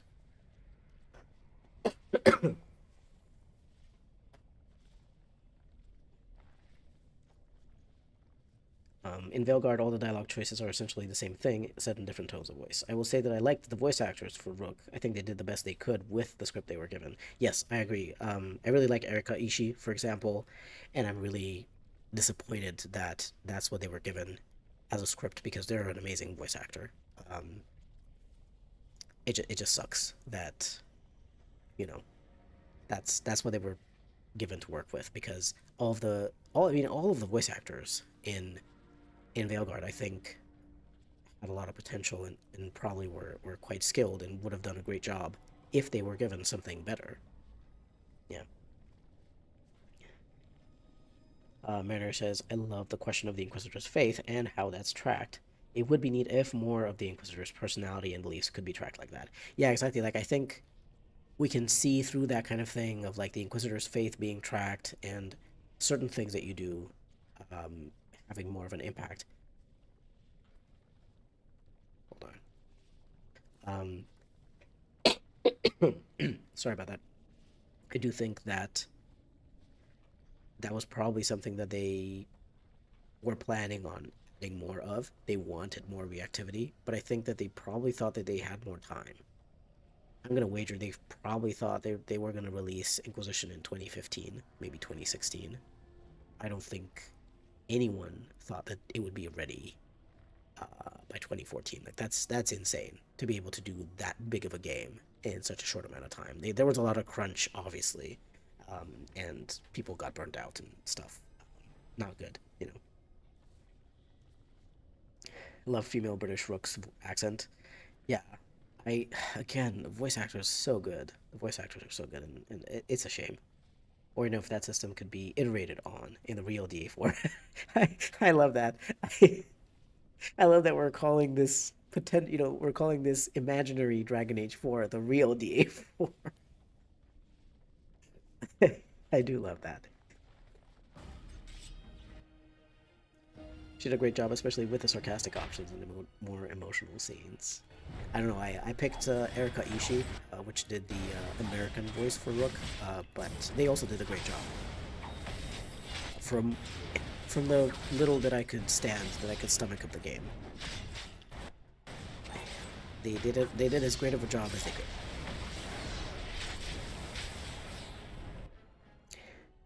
Hardly ever feels like the quality of what's in Inquisition is bad. Mainly that it would be better with more of it. Yeah. I mean it just feels like it's a bit simplified, like it's lacking a few things, and essentially you find out that it's lacking in those things, not because those things weren't planned or designed, but just because those things didn't have time to be added, just couldn't be added because of cuts. That just feels bad, you know? It feels bad when you know that the designers and the writers and the artists and everyone, the animators and everyone else, they um, they were doing such a great job. They knew the game that they were trying to make. They knew they were making this. Um,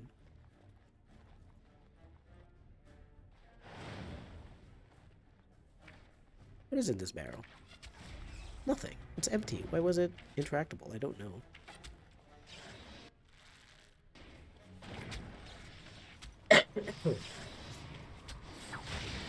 This is... Hello? Can we all go? For some reason, my warden is alone here and has a curse of mortality on them, which is great.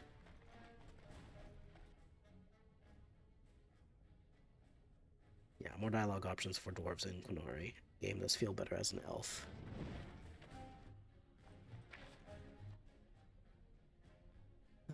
Yeah, I know.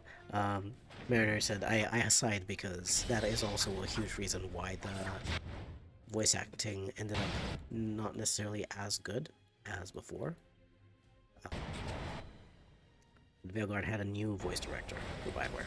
Their longtime voice director, I believe her name was Caroline something, left after... But at some point between Inquisition and Veilguard. I believe possibly did Andromeda. Possibly.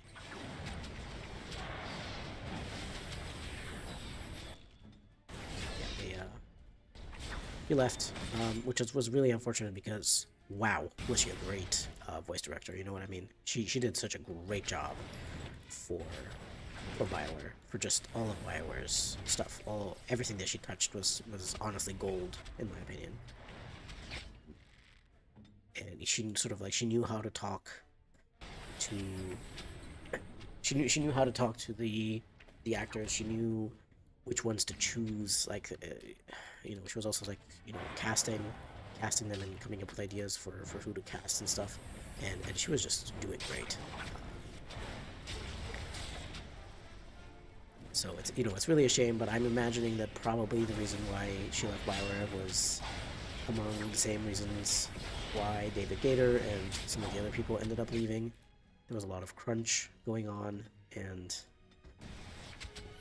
well, the story bits, the sort of non-gameplay, non-combat bits of games were just not given as much not given as much importance in the eyes of the corporation people, of the money people at least. Yeah, it's really a shame, you know. I think the real reason stuff at BioWare went badly was just because of these money people getting involved in things that they really shouldn't have gotten involved in. Because there were just great, talented, passionate people working there, doing a great job. And they knew exactly what to do. They knew what to make. They knew the kinds of things that people wanted in the games that they were making. And they were just... The only thing you had to do was give them the money and the time to make that game, and the game would be successful, you know?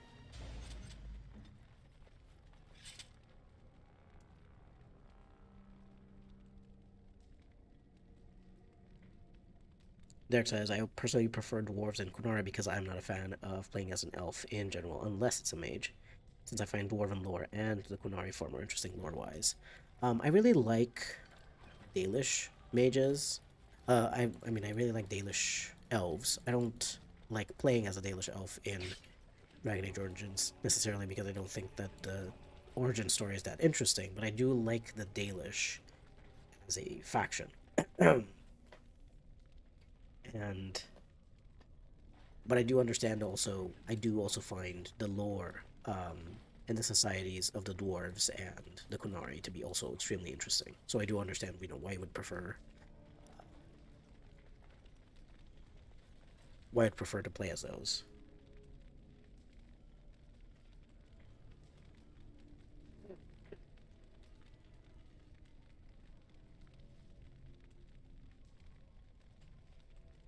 Inquisition generally polished what they had and didn't have to cut. Everybody else just wanted to watch the Warden's rear.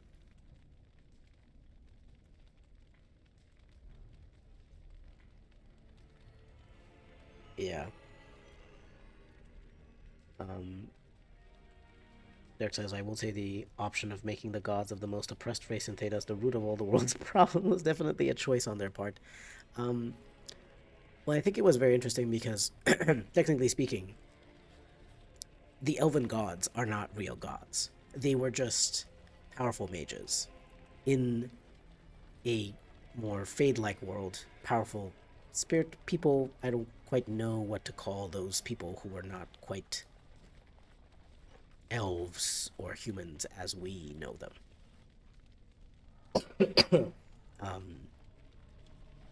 So it's just like the Evanuris were always supposed to be that. Like, that was there from the beginning. But I just don't think that they are represented very well in... I don't think that they're represented very well in Dragon Age. Well, I'm not going to call it Dragon Age. In Veilguard. Because I don't think that they're supposed to be that way. They were people, no matter how corrupted they may be now, no matter how blighted they may be, they were still people at some point, and I think that you should still be able to see some humanity, some human aspects to them. Just like, Flemeth, Flemethal, and Solus still have human aspects to them, no matter how long it's been. I think that was the real mistake there. After so much painstaking work to show both Flemeth and Solus as very interesting and deep and complex characters, Veilguard was just like, here's some really generic bad guys from Power Rangers. Have fun killing them. People were excited. People were genuinely excited when they heard that we were gonna have to deal with Gillenane and Elgar'nan, and people were theorizing which ones, which gods are those going to be? Which ones are the last two with the archdemons? Which of them have the archdemons? Which of the old gods were related to which of the Evanuris and all of that? Like, there were theories going on. People were talking about these kind of things. People were genuinely excited. I don't think it's a bad choice to make the Evanuris, the bad guys who caused a lot of trouble and stuff, because they're just like the precursor to the Tevinter Imperium, really. Tevinter Imperium ended up doing the same thing, which is why Mythal felt like she had to intervene, with Andraste and stuff like that. But otherwise, it's really just the same thing. They were just people who were powerful mages, and they used that magic to enslave and oppress other people, But yeah, like Veilguard, as Mariner says here, Veilguard doesn't really want to grapple with the implications for the elves of what's going on. Yeah, exactly. Veilguard just didn't want to grapple with any moral quandaries, any kind of, gray morality and anything like that. No. You are good and you are fighting evil, and that's it. And the evil guys are killing people and turning them into blighted monsters that look goofy. That's it. That's all that's going on. Nothing super complicated. No difficult choices. No, just that.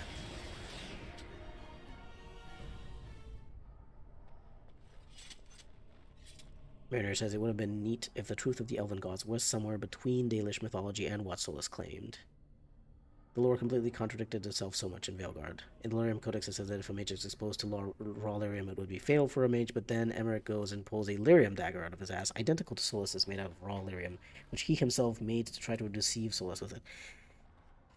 Yeah, I mean, honestly, that's the reason why I'm just like, Veilguard, you can't consider Veilguard to be a Dragon Age game, because it had no idea, there were certain people working on that game, certain people making some decisions, who had no idea whatsoever what was going on in Dragon Age and what the lore was, and they didn't care. Maybe they just didn't care. They were like, people are going to buy it anyway because it's Dragon Age. Or something. I don't know. So it's just like, you can't look at the lore of Veilguard and be like, oh yeah, that's the lore of Dragon Age, because it's not the lore of Dragon Age. David Gator wasn't there anymore. to oversee it. He had a very specific vision of these truths and how they were supposed to be sort of told to the player, if they were supposed to be told to the player at all. Maybe there were some of these truths that we were never supposed to find out, as well as David Gitter, for example, when he talks about writing Flemeth as a character, he does mention, the Dragon Age setting is built on a I don't remember exactly how he puts it, but something like a foundation of misinterpretations and lies. That is what Dragon Age is. It's all misinterpretations and lies and half truths and stuff like that. Nothing is really the full 100% truth. What Sola says is his version of the story. But of course, his version of the story could very well be a lie in someone else's eyes. And of course, he's going to say something that makes him, out to be the good guy and stuff like that, because that's just kind of who he is as a character. Yeah, who made the fake lyrium dagger that requires a dwarf or a tranquil to deal with the lyrium? I've never loved dwarves. Maybe I'm short enough. IRL that playing as someone even shorter doesn't appeal. I mean, I don't really care about the dwarves' look so much. I personally like dwarves in Dragon Age because of their very interesting lore. Like the whole idea with the deep roads having this expansive kingdom empire that just absolutely got destroyed, broken down systematically by all of these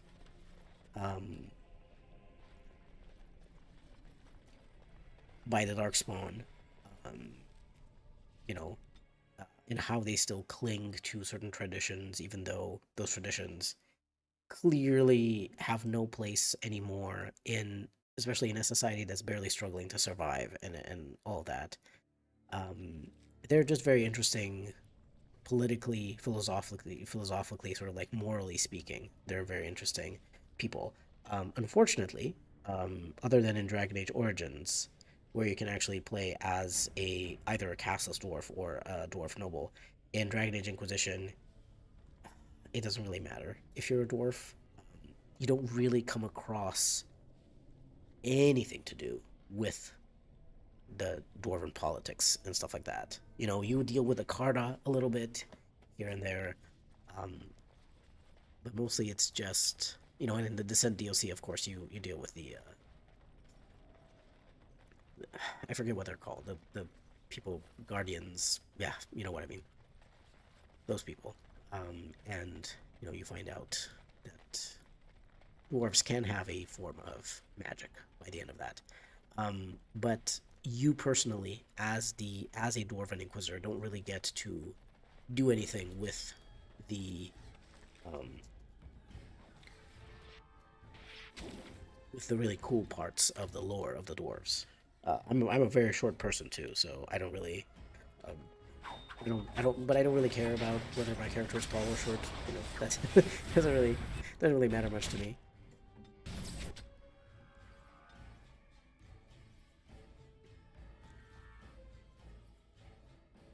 Derek says, also in the trick ending, how does Mr. I can sense the artifact of one of my people in Inquisition not says that the other dagger is fake when Rook switches out the dagger. Rook doesn't even hide it. Yeah. Don't think about it. The more you think about it, the worse it gets. I learned that the hard way of just like trying. I tried to write at some point a full review of Veilguard, and I was watching a full playthrough of like the parts that I didn't play, and I just felt so bad, and I was like, oh god, no, you know what, I'm not gonna do this to myself. I'm not gonna make that review would have ended up, I don't know, 5 hours long or something, because I would have just bashed every single thing in the game. The more you think about it, especially in terms of the story and lore, it is just atrocious. Yeah, the beginning of the story, Mage Rook can literally sense the dagger after the Darkspawn takes it, and says that the lingering magic of Solus's dagger was extremely powerful. So if Rook could sense it, then how can Solus, who is a far more powerful mage, not sense it? Yeah. Yeah, I don't even... Exactly. I don't know what else to say other than yes, exactly. Exactly that. Grappling with morality or implications or lore would take time and therefore money. I don't want to hate on Corinne Bush, the director, but like as someone who plays The Sims 4, having The Sims 4 on your resume does not inspire my confidence, especially for an RPG. Yeah, I also don't want to hate on Corinne Bush as a game director. From what I've heard as well, stuff that was happening previously to Corinne Bush coming onto the project was really, really bad. But to be fair, yes, I absolutely agree as well. Like, even if you are a fan of the franchise and if you've played Dragon Age, you're coming from The Sims 4, which is also not really a very good Sims game either. But also, you haven't been involved in other RPGs. So, yeah, it doesn't inspire a lot of confidence in me that you're going to be able to be the game director for the Dragon Age game, for a new Dragon Age game. It's really kind of confusing to me. I'm like, you have Trick Weeks there. You have Mary Kirby, Cheryl Chi. You have all of these really veteran Dragon Age writers who had been there from really, really old times working on these projects for decades at BioWare. How come you didn't make one of them the game director? It just it boggles my mind. But I remember one of the things that both David Gator and Mark Dara said, which was that they were both kind of told that they would not be promoted past a certain point. So like David Gator would always be the lead writer in BioWare, but he would never be a game director. He would never be the creative director on one of the games.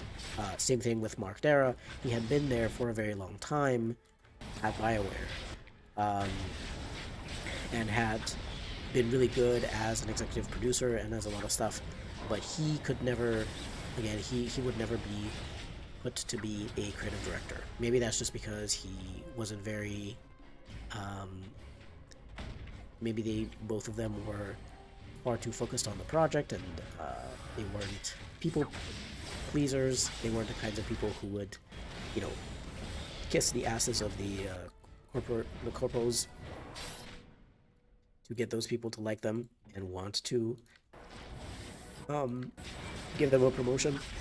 But like, if that was the kind of attitude, these people who were really, really good at understanding what the game was about, these people who were really good at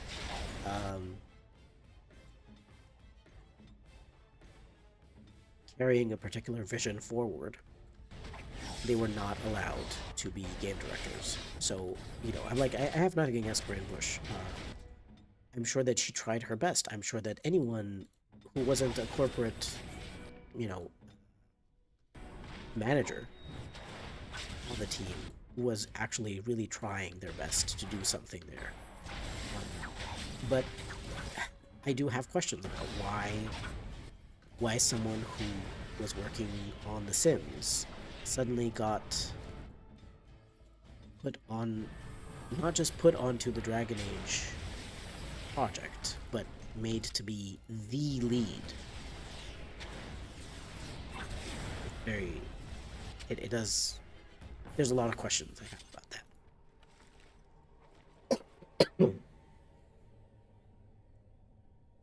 Sims 2 is probably my favorite Sims. Yeah, I agree. Sims 2, my favorite Sims, by far. Absolutely.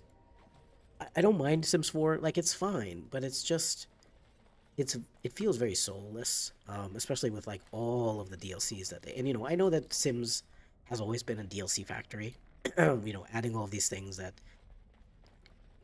Especially sometimes things that should have been in the base game, and then you just, like, add them and be like, oh yeah, here's our new DLC, which adds seasons into the game, which should have been there to begin with, and stuff like that.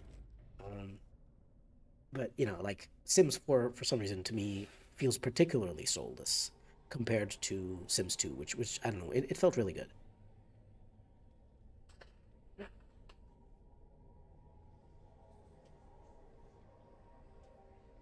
Mary says she was put there by EA as the person to make BioWare get the game out the door, whatever it took, and to take the flack for how it turned out.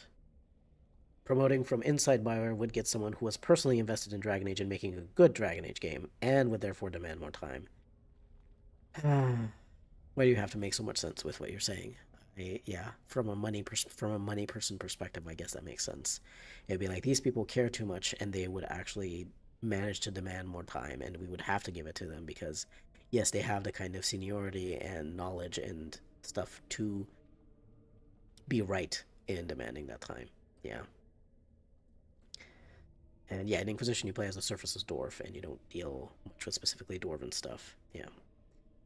I think she did try her best with what she was given, but I do feel that she could have been a supervisor or a co-director instead of the main lead. I do feel about all of the transphobic hate she has been getting because of the game. Yeah, again, it's terrible, right? You, especially because, like, if they just pulled someone else from the Sims team who wasn't Corinne Bush, at least, or like they pulled someone from another project from EA who wasn't Corinne Bush, who wasn't a trans person, to just get the game out of the door, no matter the quality of the game, that would have been better. But like this, they actually got a trans person to be harassed, to be the target of harassment because she had to do, something to get the game out of the door. She wasn't really given extra resources, extra time, or anything like that. But now, because of the way that the game ended up being, not because of her, but because of who knows what horrors happened in BioWare before that, and because they weren't given enough time, but now she's getting transphobic hate, and I'm sure she's gotten death threats and who knows what else. And I'm like, why did you do that to her? Why did you do that to her? She was, I'm sure she was perfectly fine. I'm sure she was perfectly fine working on The Sims, and they had to do that to her, and I think it's quite a nasty thing to do. I just, it kind of feels, it doesn't just feel, it doesn't just feel bad, like, for the game, for BioWare not giving, the BioWare people the chance to prove that they know what they're doing and stuff like that, but it also kind of feels kind of hostile, towards one of your trans employees, to put them in this huge of a role, setting them up to fail. Because, let's be real. If you saw that the game was in such a bad state, you didn't want to give it extra time, you knew that the game was going to be a failure. You knew that the game was commercially going to be a failure. And probably not just commercially, but also in terms of, player reactions, fan reactions, and stuff like that, community-wise. So, like, it kind of feels a bit mean-spirited as well, to put a trans person in the spotlight there. I'm sure EA knew what position they were putting her in. I doubt she asked to get put in Dragon Age, EA made sure Veilguard had a brutal human cost. Exactly. That's exactly what I'm saying. I'm like, Alistair, come back here. Alistair, come back here. I don't care about the random spider there. I do not care.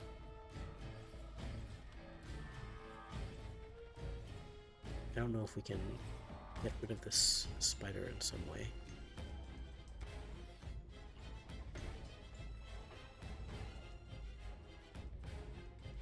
So we have this aggro on this spider, and it's not letting me finish combat.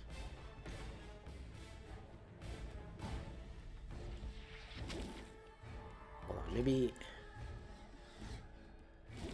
if we go and get rid of these, yes, it's not letting me resurrect then.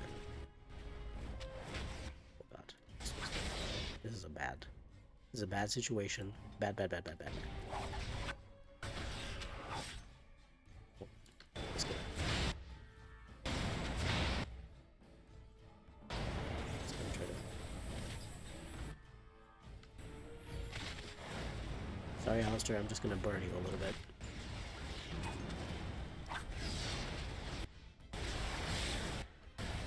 I managed to get out of a terrible situation with bombs. Always bombs.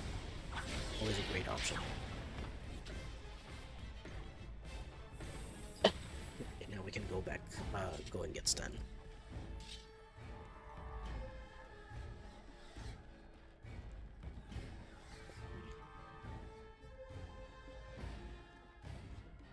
Frankly, I wonder if EA wanted to get rid of her and so promoted her to a position guaranteed to fail. I mean, that's also possible, but I kind of wonder why they would want to get rid of her. People working on the Sims team, I don't necessarily think that they would do something that they would have much of an effect. You know what, like that people would care very much about people who are on the Sims team. Like I don't want to be rude or anything like that, but like the Sims, I don't think matters all that much. Just like Dragon Age doesn't matter all that much to EA. The Sims maybe matters a little bit more because it has all those DLCs that people can buy and like kits and packs and whatnot. Um, I don't know who would want to get rid of her. Like if there was someone who was on the Sims team and wanted to get rid of her and had connections higher up within EA and maybe got her promoted that way, that's possible. I'm not gonna say no, honestly. At this point, it just the way Dragon Age was mishandled so badly to me speaks of far more than incompetence, and it speaks of actual ill intent. Someone, to me, feels like they hated Dragon Age enough to to want it to fail, to want it to get to get destroyed.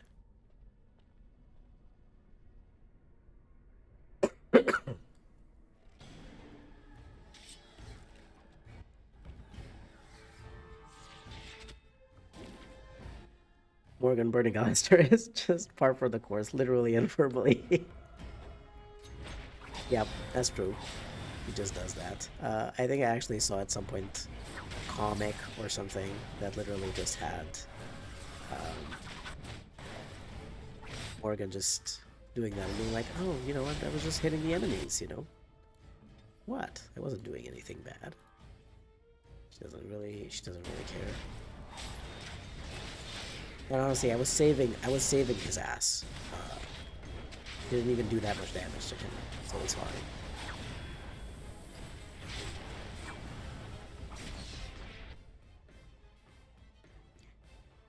Maybe with how much The Sims 4 makes, she wanted more money or a promotion.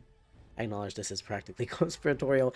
I mean, yes, it does. Okay, I know that we're talking about stuff that sounds like a conspiracy and stuff, but I do think it is. It's very weird, you know. It's very weird for a company who was very good at making games, who still had a lot of their staff at that point, who knew how to make good games, who suddenly not be able to make a good game at all.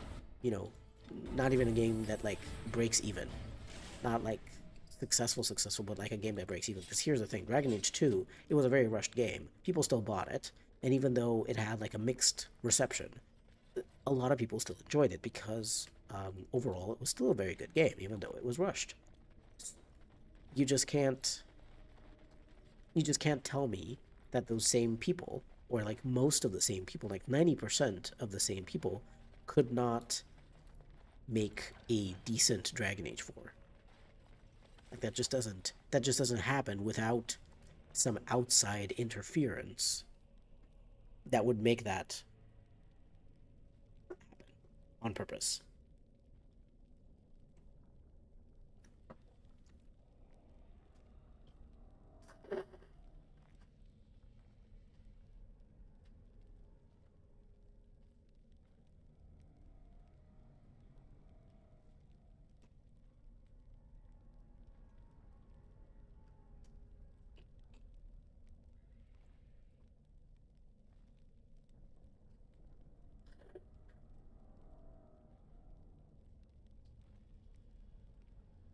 EA don't really care about the games themselves, but more so about player numbers and making as much profit as possible. Yeah, that's true.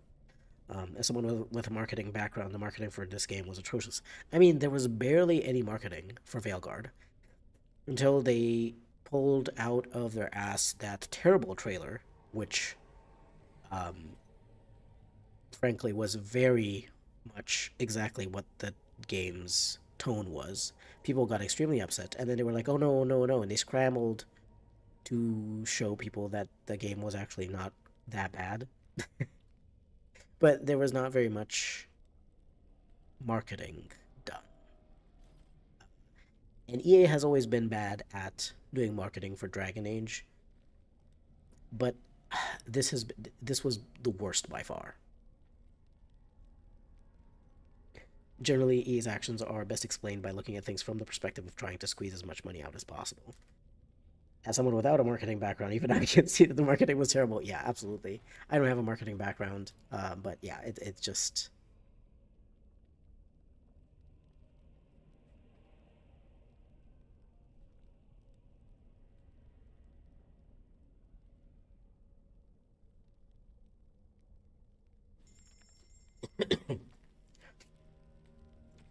okay, let's see what Rock's got here, and let's sell some of the cheaper things that we've got, because I think that I'm gonna end up um, not having enough space if I don't sell some of this stuff. But I'm gonna keep some of the more expensive things. I'm gonna keep some of the more expensive things. But, the venom I can get rid of that absolutely. But we can keep the more expensive things to sell them to Gorham. Although at this point, again, as I've said, we have most of. I don't really know why he has a cold iron rune here. I'll be honest with you. There's not really undead in the deep roads. I don't really know why you would have that here, but it's a mystery.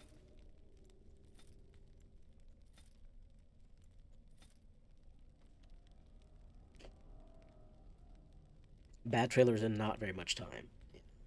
I mean, the thing is that when I played that early version of the game, I thought that the game was still in alpha because officially it was. It had not yet been in beta, and the time when I was playing the game was in July and August. That was before the game came out in when was it? End of October, start of November. I was playing the game in July, August, and the game was still officially in alpha stage, and in it was terrible. So I just think one of the reasons why the marketing couldn't even do very much was that the game wasn't done. The game wasn't done. They kind of just like shoved it out the door. Even they didn't give the game any time to get fixed.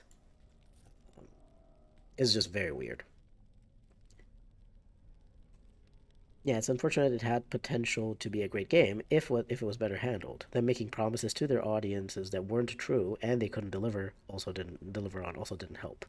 I think they mentioned this was going to be the most romantic game in the series. Oh yeah, they mentioned a lot of stuff, and they also had some really weird choices in interviews where they went and said stuff like people never cared about the choices between the games carrying over because it's mostly just codex entries and one liners. And I'm just like, who are you? Who told you to say that? Because that has never been true. Even people who started out with Dragon Age Inquisition, went back and played the other games, or at least watched playthroughs or watched videos about the stories of the previous games, and afterwards went and into the Dragon Age Keep and tried out some different world states and stuff like that. Most people really enjoyed, like people who actually are Dragon Age fans and engage with the game more than just playing it one time, they did this kind of stuff. They do care about the world states. And that was just like such a wild thing for me to hear one of the developers saying in an interview. I was just like, I can't believe what I'm hearing, you know? It absolutely seems like EA was tired of paying for Veilguard and wanted to be done with paying Bioware staff salaries. Yep. Trying to make the a live service multiplayer game is something that only makes sense to an EA exec who only sees games as money printers. Yeah. Yeah, like very clearly this decision that was pushed on BioWare was just absolutely coming from someone who just sees games as, you know, money printers or, you know, graphs showing profits and stuff like that, and does not understand at all what games actually are, what people. I mean, remember that I don't know if it's the same CEO still, but at some point the CEO of EA was talking about how he wanted to implement a sort of microtransaction thing for players to be able to reload their gun with 0.99 or something like that. He wanted to add a microtransaction to for players to reload their gun. So I think it's safe to say he probably wasn't the only guy in at EA to think like that and to understand exactly zero things about games. That was a Battlefield thing. Yeah, I mean, I know it was a Battlefield thing. But it was the CEO of EA who said it. You know, he just went out and said that. He just wanted to put in microtransactions to reload your gun. Um, yeah. Where is Sten? He is stuck on this rock. Hopefully now he's unstuck.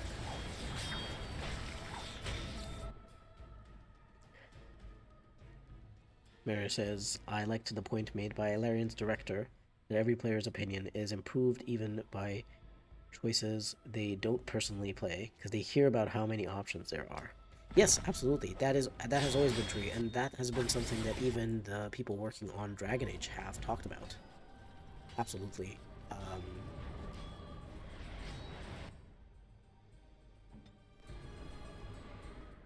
Like people, um, even people who worked on Dragon Age know this, and have talked about this kind of thing of like, if you give the player choices, even if the player would never choose that, you know, even if you're giving the player evil choices and they're the kind of player who always plays a good character, the fact that that evil choice is there adds meaning to the player choosing the good choice.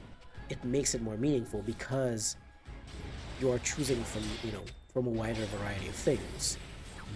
There is more. It feels like there's more weight to your choice when there's actually more choices that you could have made, or more different, like, you know, radically different choices that you could have made.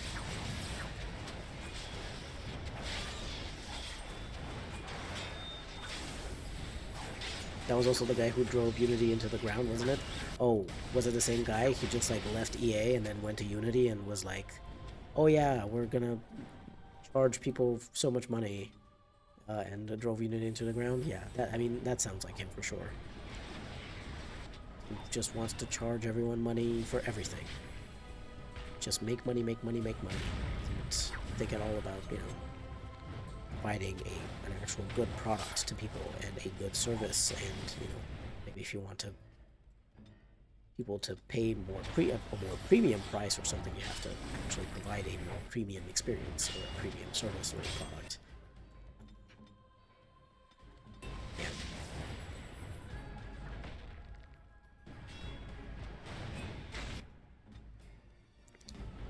It is.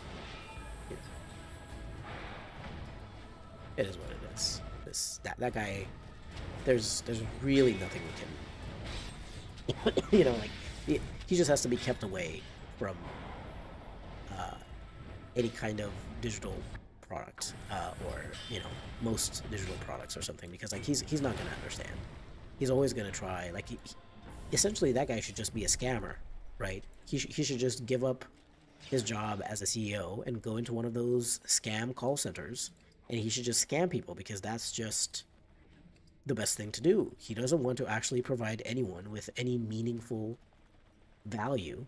He just wants their money. that's that's what he wants, right? Just become a scammer then. Supposedly, few people take the Dark Ritual and have Qwinn and Inquisition, but a lot more people talk about Qwinn and the scene you get with him and Flemeth and Morrigan. Well, I mean, just because you personally didn't play with Qwinn in Inquisition doesn't mean that you don't necessarily know about it. Because, YouTube exists, fandoms exist, people are going to talk about these interesting scenes because they're so interesting and cool and have a lot of weight to them and stuff, and they're dramatic and emotional. People are going to mention these. So even if you didn't encounter that in your playthrough, you're still very likely to find out about it. And even so, like if they thought, like if the writers thought that the Qwinn thing would be interesting, they could have had, instead of a, like in just, they could have had a male Dalish elf who died but romanced Morrigan, and had Qwinn at least without the old god soul or something like that. If they still, they just wanted to like remove the warden from being a thing, they could have just made it something like that. Or just make Morrigan have a kid anyway, even if she didn't have a child with the warden or with Alistair or Logain through the Dark Ritual.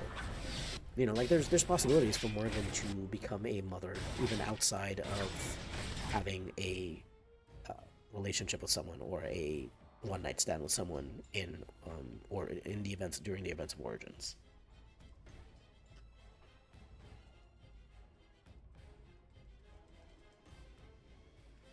Oh, hey, the decent one. But anyways, I just got here. How have the deep roads been going? Surprisingly not terrible, though it's been a bit difficult, and I have had to use quite a few potions, so I might at some point, unfortunately, have to go back for more potions before... Potions? You know what I mean. For more stuff before we go to the Anvil of the Void, before we get stuck there. Because this is really a very small amount of potions that I have, and I don't even have any injury kits anymore. It's a situation that's happening here. Overall, it's not terrible. Like, it's not impossible. I haven't gotten stuck yet on a fight, but it's not great. Though of course, I am I am using level 1 abilities. I mean, it makes sense that it would not be easy. I didn't expect the close to be easy. I was like, okay, probably the elf quest, the mage quest, and the stuff like that would be all right. Wouldn't give me too much trouble, but and they were okay. Like, other than the dangerous room of shadow wolves and shadow werewolves and stuff like that, it was fine. Prime example of failing upwards. Oh yeah, just some of these people, I'm like, how do you see them burning something to the ground and you're like, we should really give this person the opportunity to just destroy something else. Like, that sounds like a great idea. Let's just make this person fuck up yet another thing. This is really cool. I keep forgetting about this place, but there's this really cool place where this is just like water, It's not like lava or anything like that. There's just also a very nice underwater river thing going on. Looks quite nice. Kind of peaceful, honestly. And I do like this kind of area here of the Taig. This like huge paragon or something holding up The cave looks very cool, and of course, you have this nice river that flows through here. It's a very nice area. Yeah, EA all about short-term profit. Will not invest to make a good game. Will burn staff talent and franchise loyalty. Honestly, them butchering Morgan's character in terms of character writing to advance Solstice's story is what annoyed me the most. I mean, she looks great, but they did her dirty in terms of personality and character writing. Also, I also just thought that she looks younger than she did in Dragon Age Inquisition, and that's a weird choice to make. But then again, everyone looks very weird in Veilguard because everyone looks like they're made out of plastic. So, uh, I can't, But I, yeah, they butchered her character. They butchered her writing. It just doesn't sound like Morgan. Just because they had her say "tis something" doesn't mean anything. That's not just because you. I don't know how they butchered her character because again, the writers they would know how to write Morgan, and they not only do they know how to write Morgan, um, they had style guides. They had character style guides for all of the important characters. Morgan would be one of those important characters that they certainly had a character style guide for. So even if you don't know, even if you haven't written Morgan yet at all, you haven't had to do it, you have the style guide within BioWare's documents. There is such a thing. And you also have, of course, you could just go and look up scenes with her from Dragon Age Origins and Inquisition to remind yourself, oh yeah, this is what she sounds like. Just I'm sure that you could, probably, if you were like not a 100% law-abiding person, you could probably just give David Gator a little call and be like, hey, you know, just like in theory, just talking as a fun fact, as a fun little idea thing, not at all related to my job, not related at all to a project that I'm working on right now. But if you were to write Morrigan, um, with a scene of like helping a new character in a new Dragon Age game to do stuff against the Evanuras, what would you write? You could do that. Um, Certainly, if I was the lead writer of a franchise and then I left because of reasons of like burnout and stuff like that, and one of my old colleagues um, called me up and was like, "Hey, in theory and stuff like that," I'd be like, I would totally help them out. We are just getting deleted by these spiders. It is. It's not funny. It's not funny at all. I'm getting destroyed by these fucking spiders. Holy. There's also an emissary. To be fair, I didn't see that emissary there. Let's just do this.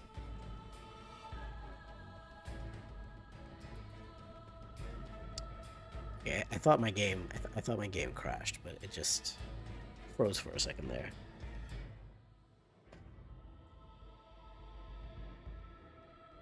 Man, in like 6 years, when I have a system that can play Veilguard, I would have so much content for video essays. Yeah, I mean, I would, but I have just decided against it because I think it would just be bad for my mental health. Like shit talking it and like just talking about it like this casually with people is fine. It's actually nice to get to talk like this to other people who get it. But putting all that effort into making a video about a game that EA clearly didn't put effort into, it just feels bad.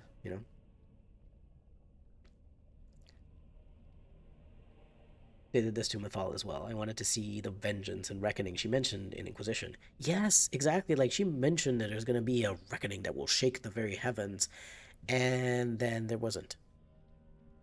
Like, hello, Mythal is one of those really cool characters, and even if, let's say, you don't want her to be Flemeth anymore for some reason, even though Flemeth is amazing, really cool, you could at least have Mythal come back in some way and finally, you know, do this thing that she was talking about and finally get her revenge. Yeah.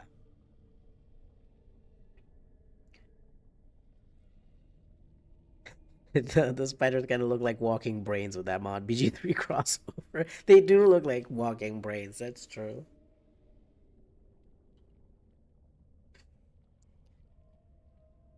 Yeah, that would have been so interesting to see Mythal Flemeth orchestrating everything since DAO and then finally seeing it unravel in Dragon Age 4 would have been great. Instead, we got the Executors. I also think that the Executors could have probably been a good idea, um, but not presented like they were in a post-credit scene that doesn't explain what it's actually talking about. Like if the Executors were a more, if they were explained better, they might work. Because it's entirely possible that something like the Executors was originally planned from the beginning of Dragon Age, but I just don't think that it was supposed to be the way that it was in Veilguard, because I don't think that 100% of what happened in Veilguard was supposed to be the way that it happened. That's not the way that the game was supposed to go. That's not the way the story was supposed to go. The lore and everything. Um, so I think whoever discovered something in the documents of lore that David Gator wrote about the Executors either completely misunderstood or I don't know what happened. I'm not going to say no to the Executors. I think they could have been an interesting idea, but not like a thing of like, oh yeah, the Illuminati have been mind controlling people like Logain this entire time. I don't think that's how it was supposed to be. Making Morgan sound like Morgan would take at least a second draft, and that would take time. I hate it when you're right. Yeah. Sten is serving and leaving no crumbs in this fight. Many things in Veilguard could be good ideas if actually explored and presented better. Yeah. Yeah, no, because, see, if you just take um, the basic premise of it, let's just try to get some of these spiders to fight them one by one here, because there is a mage over there in the distance. But if we just fight these spiders here on the bridge, uh-oh, we should be okay. Hold on, I didn't see that Sten was so low enough.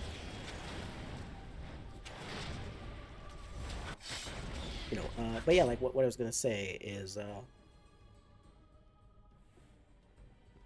the basic plot of Veilguard story, of the main story. We're not talking about the companions. We're not talking about the weird companion quests, weird companion interactions. No, I'm not talking about that.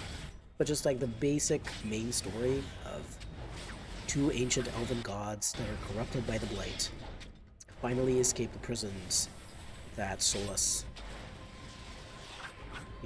where Solus imprisoned them in the Fade in the Black City, and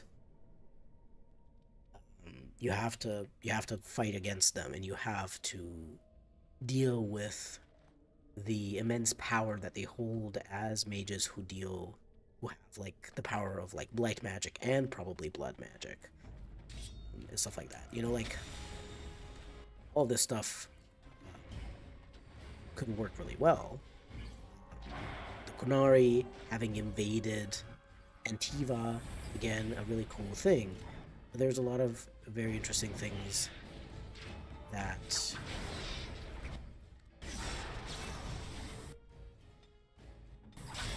are there as the baseline, as basic ideas, that were just butchered in execution in the game. But I have no problem with the main premise of the game. I think it's absolutely fine. Oops. Sorry, Alistair. Okay, there we managed to get that out. Yeah, see, mages are one of the hardest enemies to deal with in the game. They really mess you up if you don't have the damage and the disabling tools to deal with them. It's really hard to deal with them.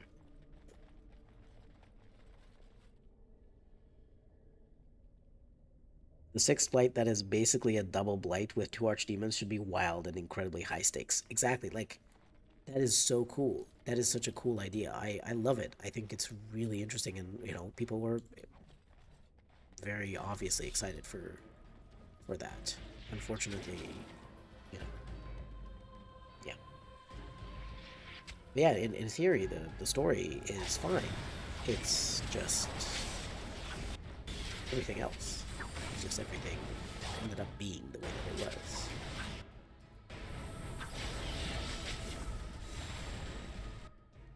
And like, I'll be honest. I don't think it would have even taken that long for the writers to make a fixed version, a better version of the game. The only problem, of course, with letting them do this second draft version of the game would be that they would also have to re-record voice lines and change existing cutscenes and who knows, other stuff that got. Let me change my weapon because this is not a darkspawn. This is a spider, so I should be using my other weapon.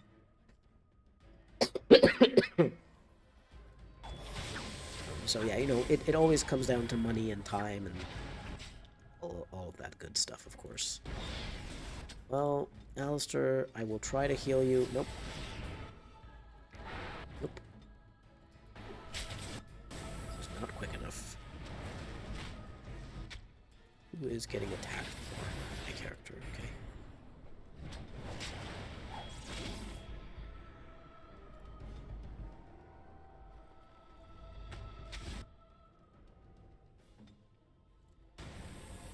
Is it just... Oh, she just came back. I was like, where's the other... Usually, felt like there were other spiders being summoned, but maybe I just misremembered. I don't know. Maybe we already fought those spiders. And can heal herself a little bit.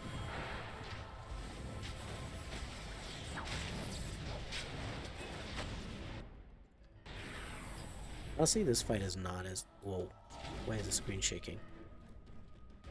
The screen was shaking while the game was paused. That was an interesting interaction. Like, I paused the game, but it was still shaking. Let's see, can I get these together? Okay, seemingly yes. Need a potion, because we've been casting a lot of these spells. Or against mana. I need a potion. Ooh. Okay, let's... Okay, that was dead, thankfully, so it's okay.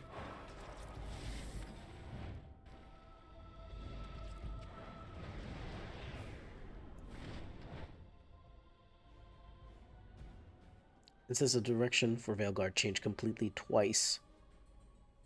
Technically, what we got is like the third draft at least, but it's as the first third draft.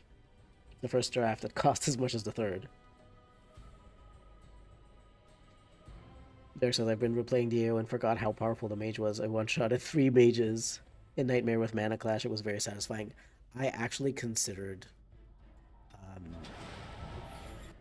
picking up Mana Clash as my spell, but I would have had to pick up 2 useless spells before it. And I was like, I think heal and 2 damaging spells are gonna be way better for this challenge.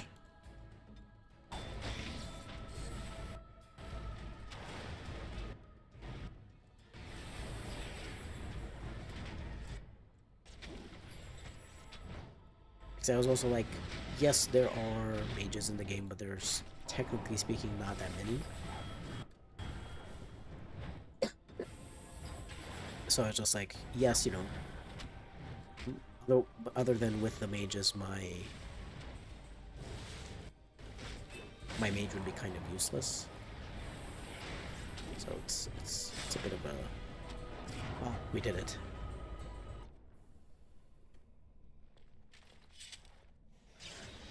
You finally put Mana Clash on a Mage and Awakening, and it feels so good. Oh yeah. Mana Clash is a super, super powerful spell. Like, but it's just to get, The downside, of course, is that it's only against mages. So if you're not fighting a mage, the fact that you have to put so many points, you have to put like, hold on, I'll show you. The fact that you have to put points in. Oh yeah, and I wasn't going to be able to get it because I only have 3 abilities. That's why I didn't get it, because I would have only been able to get 3 abilities, and it requires 33 magic. So I wouldn't have been able to have, the points to get it or the magic to get it. Um, but of course, it feels bad because you have to get mana drain, which just drains some mana from an enemy that has to have mana. You can't drain stamina. Mana cleanse, which you use some of your mana to remove some of the mana from any spellcasters in the area, but you don't get any of it back, so it's also terrible. Spell Might is pretty good. It's a sustained mode that increases your spell power, but it does have a mana regen penalty of -4, so you do have to be careful with it to have some good mana regen gear. But at least this one's useful. And then finally you have Mana Clash, which requires 33 magic, and you just deal, especially if you have very high spell power, you just deal huge amount of damage to the enemies. You could just kill them outright based on the amount of mana that they have, especially because if you do it early, if you cast it at the start of the fight before they get to cast spells. It's very powerful, but I generally prefer to like get it if I'm gonna buy a lot of those books, spell tomes that give you a spell point, then I'm gonna pick it up. But it feels really bad, especially early on in the game. It feels really bad to spec into it with all of those. Like it feels so bad to pick these up. Early in the game, it feels bad to have Spell Might because you're probably not going to have very good mana regen gear to be able to have this on. And the other two are useless. And then you have Mana Clash, which is what you actually care about.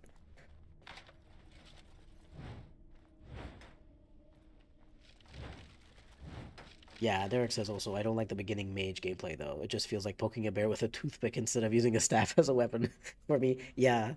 Um, that is one thing that I really liked actually about Dragon Age 2. I would say the only thing that I really, really liked about Dragon Age 2's combat was the staff combat, because you actually have separate animations for attacking an enemy at range with projectiles from your staff, magical projectiles from your staff, and you have animations for just bashing an enemy with your staff if they are in melee range, which I think is really cool. And I don't know why they didn't keep that in Dragon Age Inquisition, because it was really, really cool.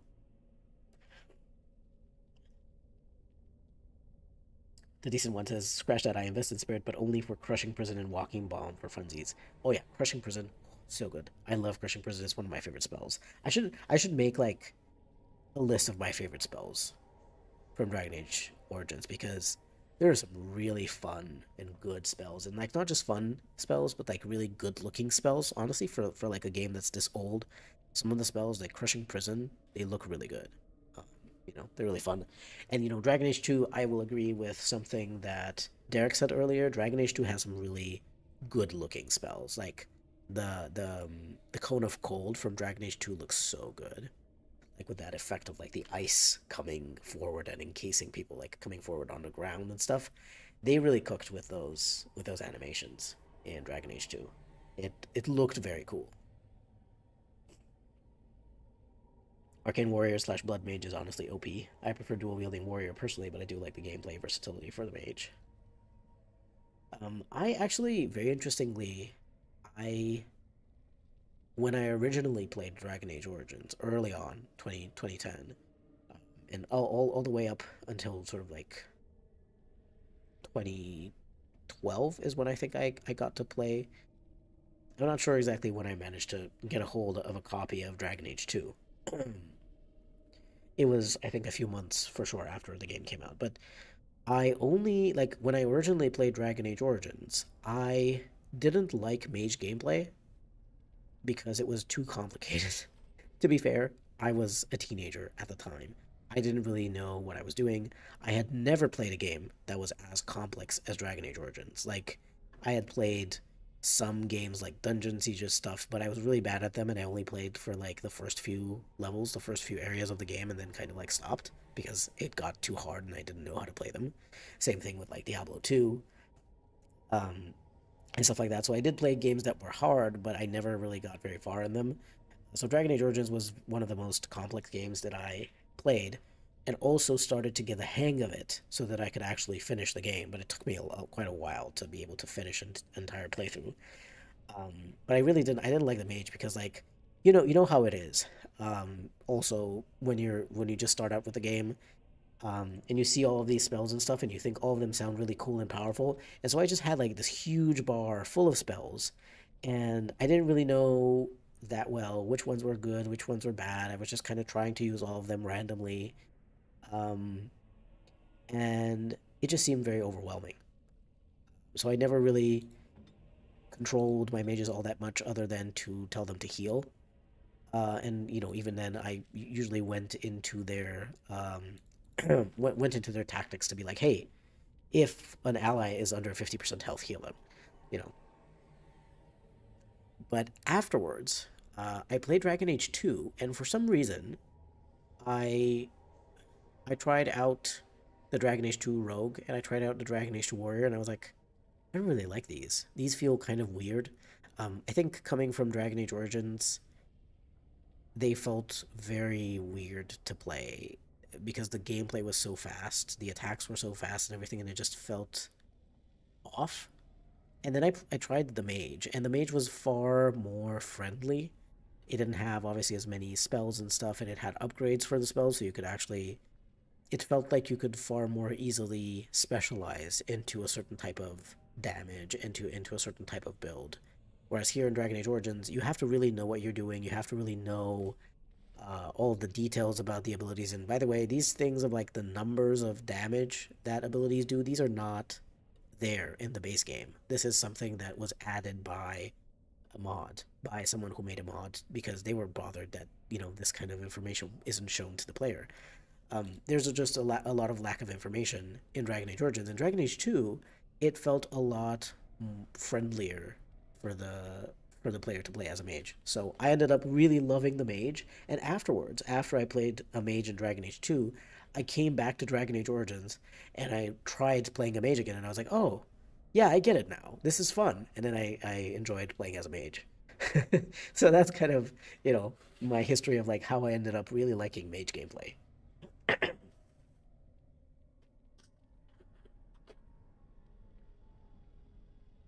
Beginner mage gameplay is dumping all points into primal for fireballs. Oh yeah, I put all the points here. In most of my points went into primal.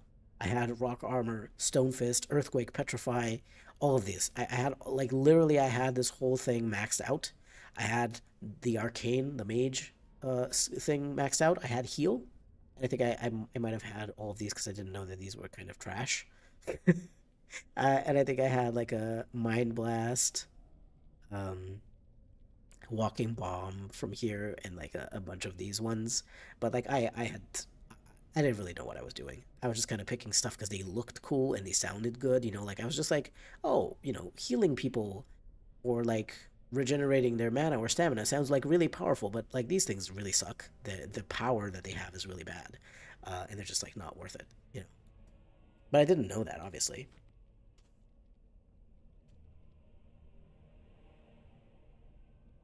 The best advertisement for Fireball as a spell is getting fireballed by an enemy mage. Absolutely, and it happens very early in the game too. It happens in the Korcari Wilds when you go and you fight to that Herlock emissary on the bridge, and like I think it's a bridge, yeah, in the Korcari Wilds, and then you also get possibly fireballed again by a Janlock emissary in the Tower of Vishal. So you get two of those fireballing you in the face, and you're like, huh, I think I should get this fireball thing. It seems pretty powerful. Yeah, exactly. That Darkspawn emissary in the Tower of Vishal just kind of happens. And luckily, I had Morgan and Wynn to resurrect my Warden because of friendly fire on Nightmare. Oh yeah, resurrection, absolutely. Like Spirit Healer is a must-have for me in every single playthrough. I mean, where I'm allowed to have it, obviously.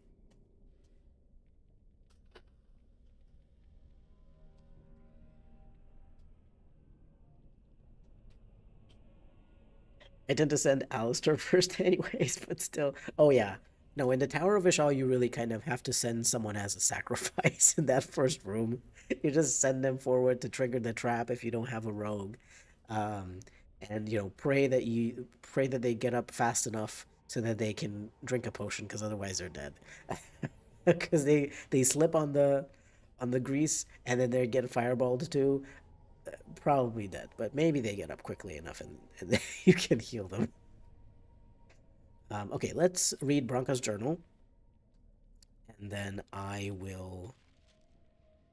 I didn't mean to like cast a spell. Um, let's read Bronca's journal. Let's. I kind of wonder, can I go back from here, or like, will this just take me to the next area? I don't recall whether. Yeah, like this just takes me to the dead trenches directly, right? Okay, I'm gonna save here, and I'm gonna say Orton buy potions. So that next time, when I stream the next time, the next part of this challenge, I'm going to look at the save file here, and it's going to tell me to buy potions. Because we're going to need to go back to Orzammar, essentially. I didn't want to go, but I mean, this is pathetic. 9 lesser health poultices, 7 health poultices, 1 greater and 1 potent. That's not going to get us through the Brood Mother fight, and frankly, some of the other fights as well before that can be quite difficult. So we're gonna have to go back to Orzammar to, and I think I might even have to go somewhere else where someone has flasks for sale and stuff to be able to buy some ingredients for the lesser health poultices and then buy some of the higher tier ones. But I think we made a decent dent. We got to the end of Ortine Tig. Um, and also did some side quests before the and killed Jarvia and the Carter hideout and everything. So we got some a decent amount of stuff done, considering the fact that I also kind of just like paused sometimes to just talk. I wonder, why did Bronca leave her journal in the middle of nowhere? Is she not worried that someone might steal her research?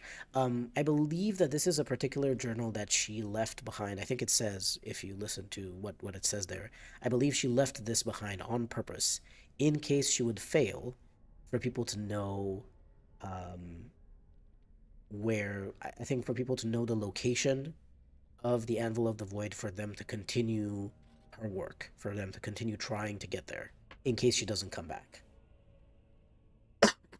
So it was more left as a note for future researchers in case she failed. Because, like, even though she was absolutely obsessed with this anvil, she probably did realize that it was going to be extremely difficult and possibly not actually possible for her to get past all of the traps and everything, and all of the darkspawn, of course. Um, so she left that behind for other people to maybe continue her work if they wanted to, or at least to know what she was doing, to know where she was. At least that's what I got out of it um, when I listened to the notes from her journal.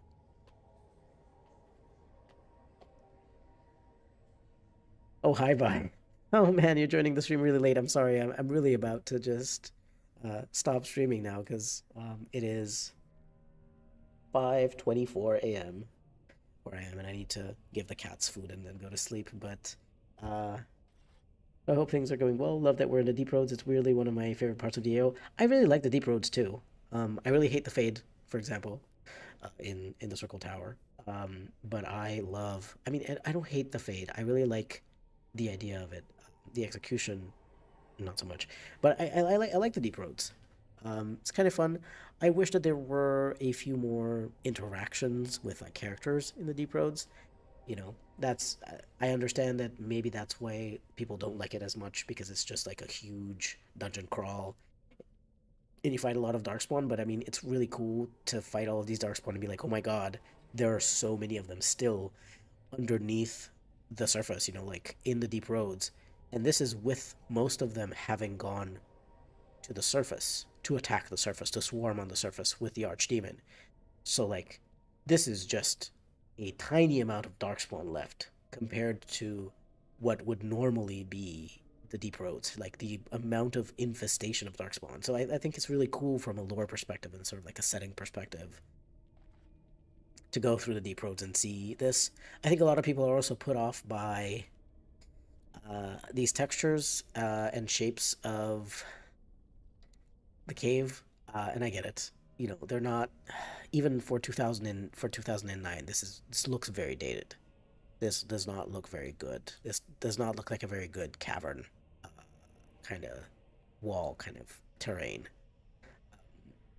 And I think a lot of people when they heard deep roads probably expected to see more of the actual taigs, not just rocks, to see more dwarven architecture and dwarven stuff, objects and relics and that kind of stuff.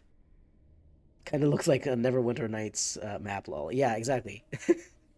It looks exactly like one of those older Bioware games, and like I get it. Reuse place things where you can, but for a 2009 game, the other uh, environments, the dwarven environments, the elven environments, the forest even, they look a lot better. And then the cave just looks like this, and it's kind of sad. Well, happy to be able to pop in at the tail end, give your kitty some head scratches for us. Absolutely will do.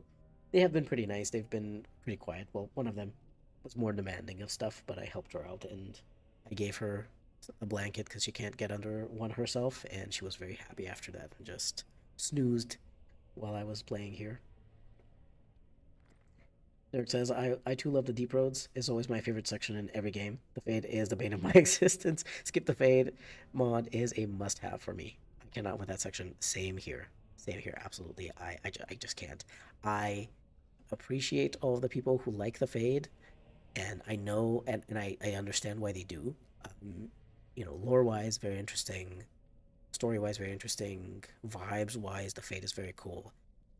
But I cannot with puzzle-like gameplay in an RPG. Especially with me having played that specific section multiple times over and over again. At some point, it just becomes something that I just don't want to play. I just don't want to play anymore.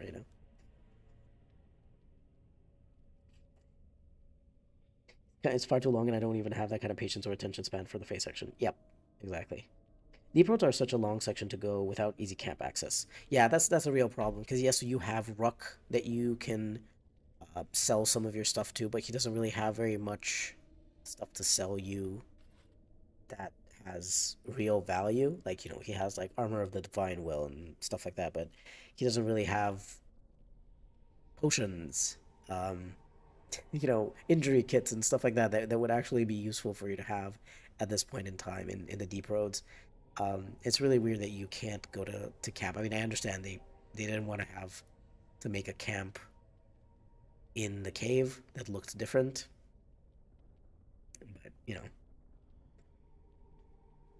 but it's really weird to not have access to an actual merchant and like some actual resources for crafting and other stuff like healing and whatnot.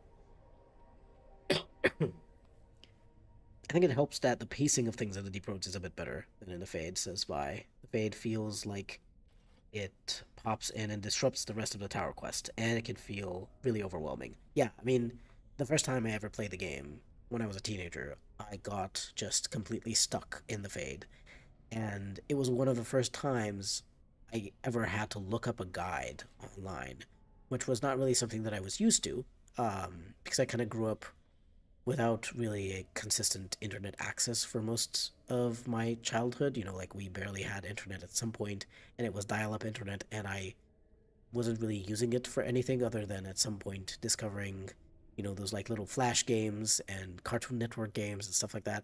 So I wasn't really used to using the internet to search for stuff, but I had to look up a guide for how to get through the fade because I was completely stuck. Because as a teenager, like I knew English, but there are certain words in fantasy settings specifically that I hadn't encountered yet, and I didn't know what they meant. So I was kind of lost, you know.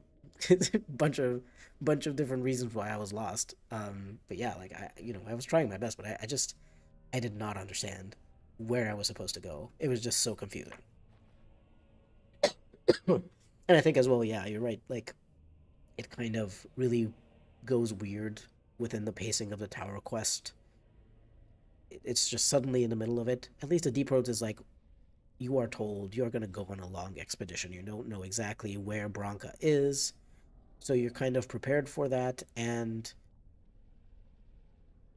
um, at some point, a lot of people would have probably had their inventories full and would have gone back to sell stuff, probably even before meeting Ruck. So that would also help. But there's some weird choices, about not being able to camp here and just say you have Bodan with you in the deep roads. Because why not? I don't know. The Fate section is hard enough for someone who natively speaks English too. Yeah, I it's just very hard.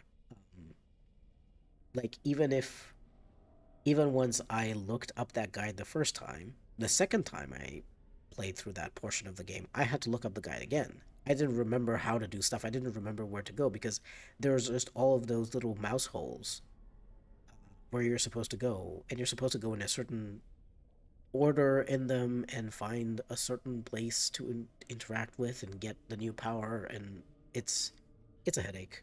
I am so happy I discovered in like 2013 or 2014. I don't even remember when Skip the Fade appeared, but I discovered it at some point and I never looked back.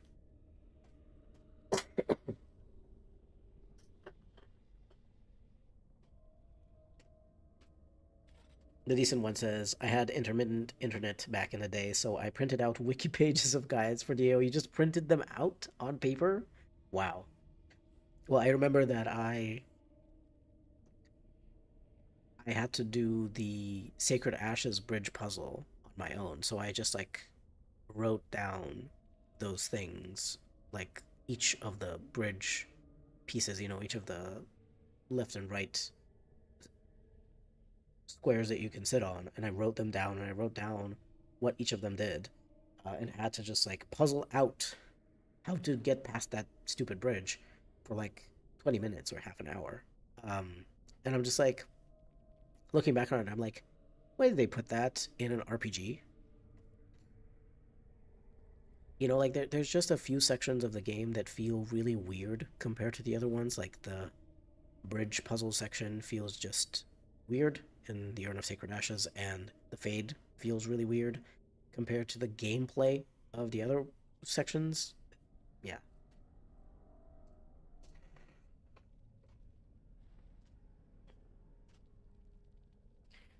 Derek says, back in the day, my English was atrocious. It's my fourth language, so I found it quite hard. Wow.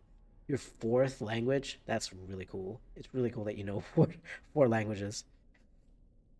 I still found it hard when my English was better, so it made no difference. Yeah, I mean, I guess the gameplay is just kind of difficult, and the navigation of the place is made to be very confusing. And in terms of lore, it works because it's the Fade, but in terms of gameplay experience for the player, yeah, a lot of people hate it for a good reason. Wow, four languages. I really only know two: my native language, Romanian, and English, because those are the two languages that I learned as essentially first languages together when I was a little baby. Um, so I don't, I technically speaking, I did French classes in school and high school.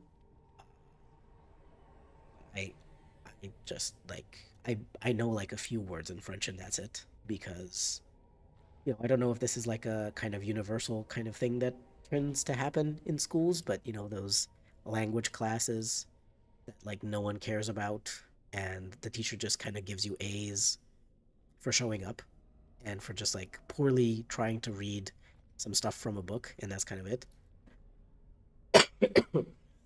So,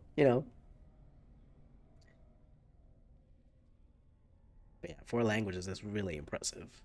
Um, I also kind of learned a tiny bit of Hungarian when I was little because one of my like part of my family also spoke a bit of Hungarian, but it apparently gave me a really weird accent in both Romanian and English. And my mom was like, "Hey, chill with that, chill with that, because it's making you sound really weird." And I agree, it did. I know that it did make me sound kind of weird, so I'm glad that I stopped. But at the same time, I'm like, well, I don't really remember much of that language either. So I don't really know much of that language either. Technically speaking, yes, I should also kind of know four languages, but I don't. I only know two. I have to look up the puzzle for Shale's DLC every time. Oh yeah, I don't. Here's the, I don't even bother with Shale's puzzle. I just kill the demon. I'm just like, nope, I don't have time for this. So many times I have accidentally stepped on one of those fiery plates and my character started burning and taking damage, and I was just like, I don't have time for that. I don't have the patience for that. Vi says the first time I played Neo way back when I had terrible internet, I printed out a 12-page dialogue approval guide for Sevron's romance. Vi has priorities and what I like. Oh yeah, that's so good. I love that so much. I'm like, I didn't even think to myself that I could print out those things because like I now I realize, I could have printed out some of these guides for like the puzzle, the bridge puzzle in the Urn of Sacred Ashes the and the puzzle, the weird fade thing. Puzzles in general feel weird in Dragon Age though. Yeah, I really they do feel really weird because it's just like it's not really the kind of game that you think of puzzles, and like you don't really think of it in relation to puzzles. It doesn't feel right. You think of it in, like if you ask me what Dragon Age is, I'm just like it's dark fantasy with gray morality, um, interesting companions and relationship with companions, and party-based tactical combat. Like that's what it is. I'm just like puzzles don't really fit the vibe. So you could tell, that some people on the project who were designing these levels weren't really on the same page with everyone else. Mary says, I wish I knew more than one language. I've taken classes in three, but haven't retained that much. Didn't learn them young enough or long enough. Yeah, I think that's the main problem, um, for me as well. I I think other people at least who have learned like English as a second language, um, learned how to learn a language as a second language. I was taught both Romanian and English kind of naturally, natively, um, since I was a baby. People spoke to me in both Romanian and English, and I watched a lot of cartoons in English. I had like old VCR tapes, with like the old Disney classic animated films and the later ones as well. Like I had Sleeping Beauty and Snow White and Cinderella, Lion King and Mulan and Hercules and a bunch of these. And I just watched them religiously because, very normal things for a totally neurodivergent child to do. Obviously, my autistic special interest was showing. I was obsessed with Mulan as a kid. Mulan and Lion King. I just watched those so much. I had certain, I think a certain phase where I think for like half a year or something like that, I just watched Mulan every single day, and I would also kind of ask my parents to watch it with me. Um, so you can imagine the kind of torture that I inflicted upon my parents, asking them to watch Mulan with me every single day for like 6 months. But yeah, like my point was that I learned language. I learned like both Romanian and English very naturally at home. By the time I was in school and we started learning English as a second language in the way that people teach stuff with grammar and all of that, I already knew English so well that I couldn't really get anything out of those classes. Like all the rules with the verbs and stuff, I didn't understand the need for people to teach them because I was like, well, yeah, that just makes sense. That's just how English is. I didn't really understand, people need to learn that kind of stuff if they don't already know the language. So I never really learned the process of learning a new language, you know, not as a child, not as a super young child, as a baby. So it's kind of, it's really difficult to learn new languages. And I've tried over the years, I've tried to learn a couple of languages because I was like, it would be really helpful to learn, to at least know a little bit, sort of like conversationally, to be able to understand slightly what people are saying if they're speaking slower, and to be able to just like ask them for stuff and, just basic conversation. But I was just never able to do it.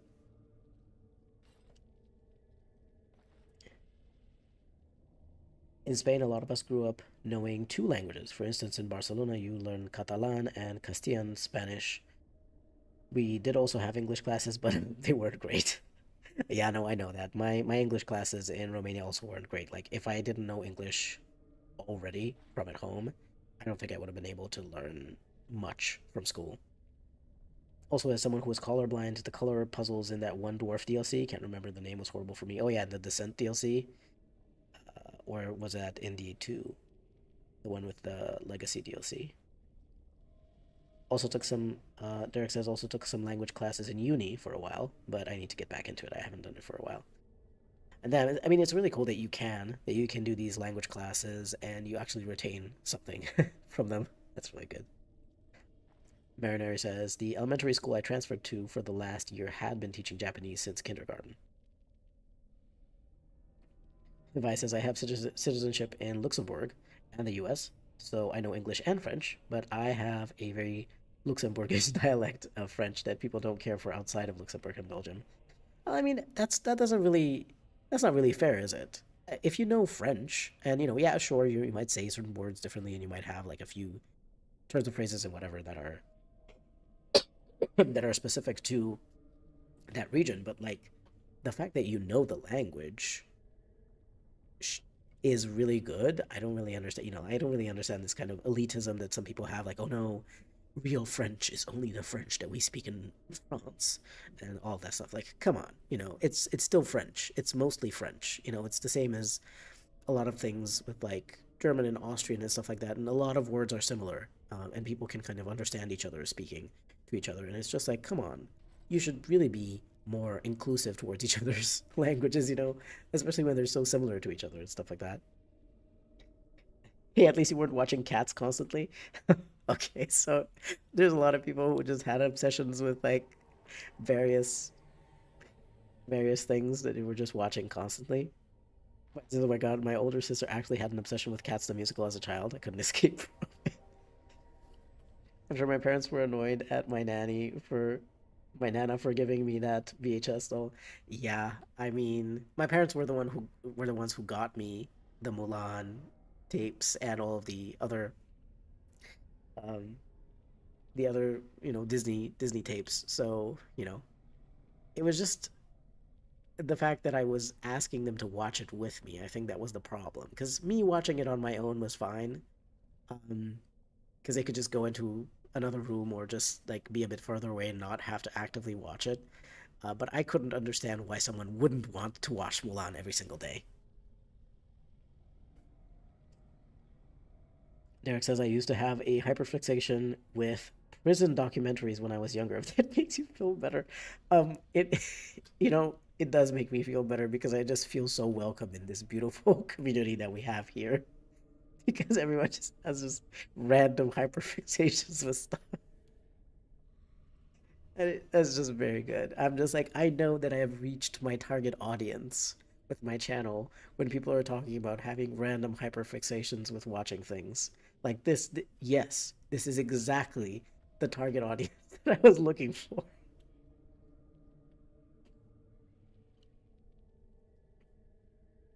Mariner says, "Kid I babysat wanted me to watch Frozen with her every night."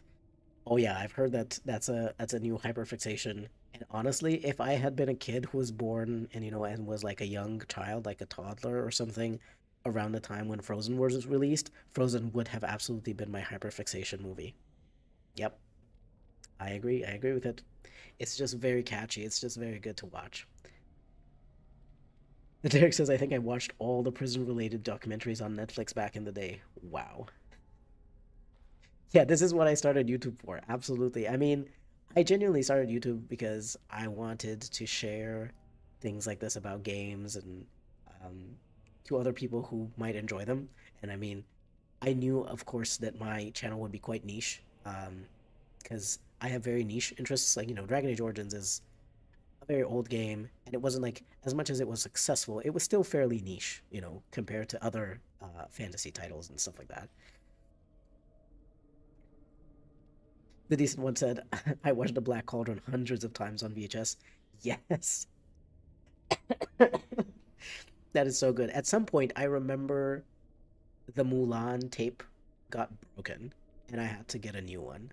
My parents managed to find a new one eventually, but I watched it so many times that it just broke. It stopped like being able to like turn properly the little wheels inside there.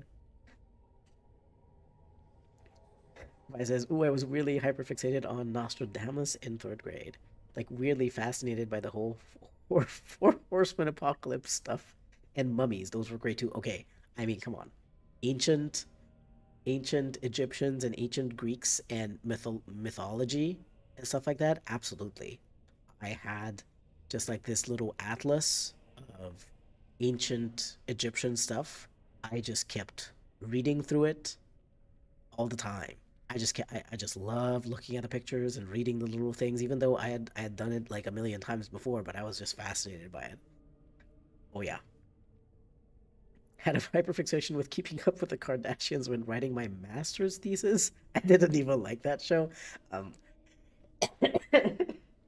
okay, I mean that tends to happen though when you're doing a really hard thing like that.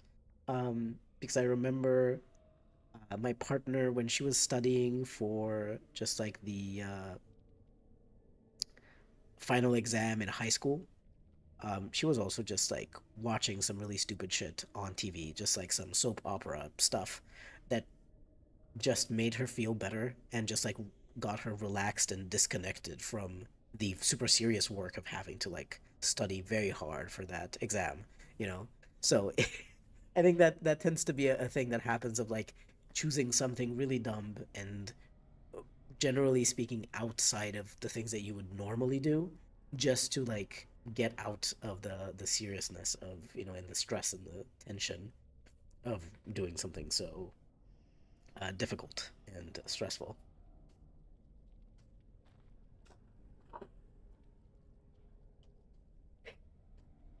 A guy who plays Dragon Age and constantly posts pictures of his cats is absolutely someone I'm happy sharing Ganesh with. Oh yeah. I mean, I just wasn't sure, that I would be able to find my niche with my videos, but I did. I absolutely did. Like, look at what we're talking about. Like, this is absolutely it. Yes. Mine says, I feel like no one can explain their hyperfixations during the master thesis. We're all a little unhinged and coping. Yes, 100%.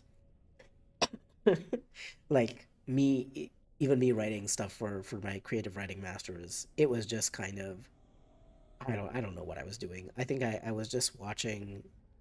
I think I had found like some random YouTube channel and I was just like binging their content on YouTube and I don't even remember what that channel was. But it was something that I usually didn't do, and once I was done with my master's uh project for creative writing, I stopped watching that channel too. Because that's why I don't remember what it was because I stopped. Suddenly I was just like, "Oh, I'm not interested in this anymore. I don't know why I watched all of these videos." So, yeah, that's just kind of what happens. Derek watched all the episodes.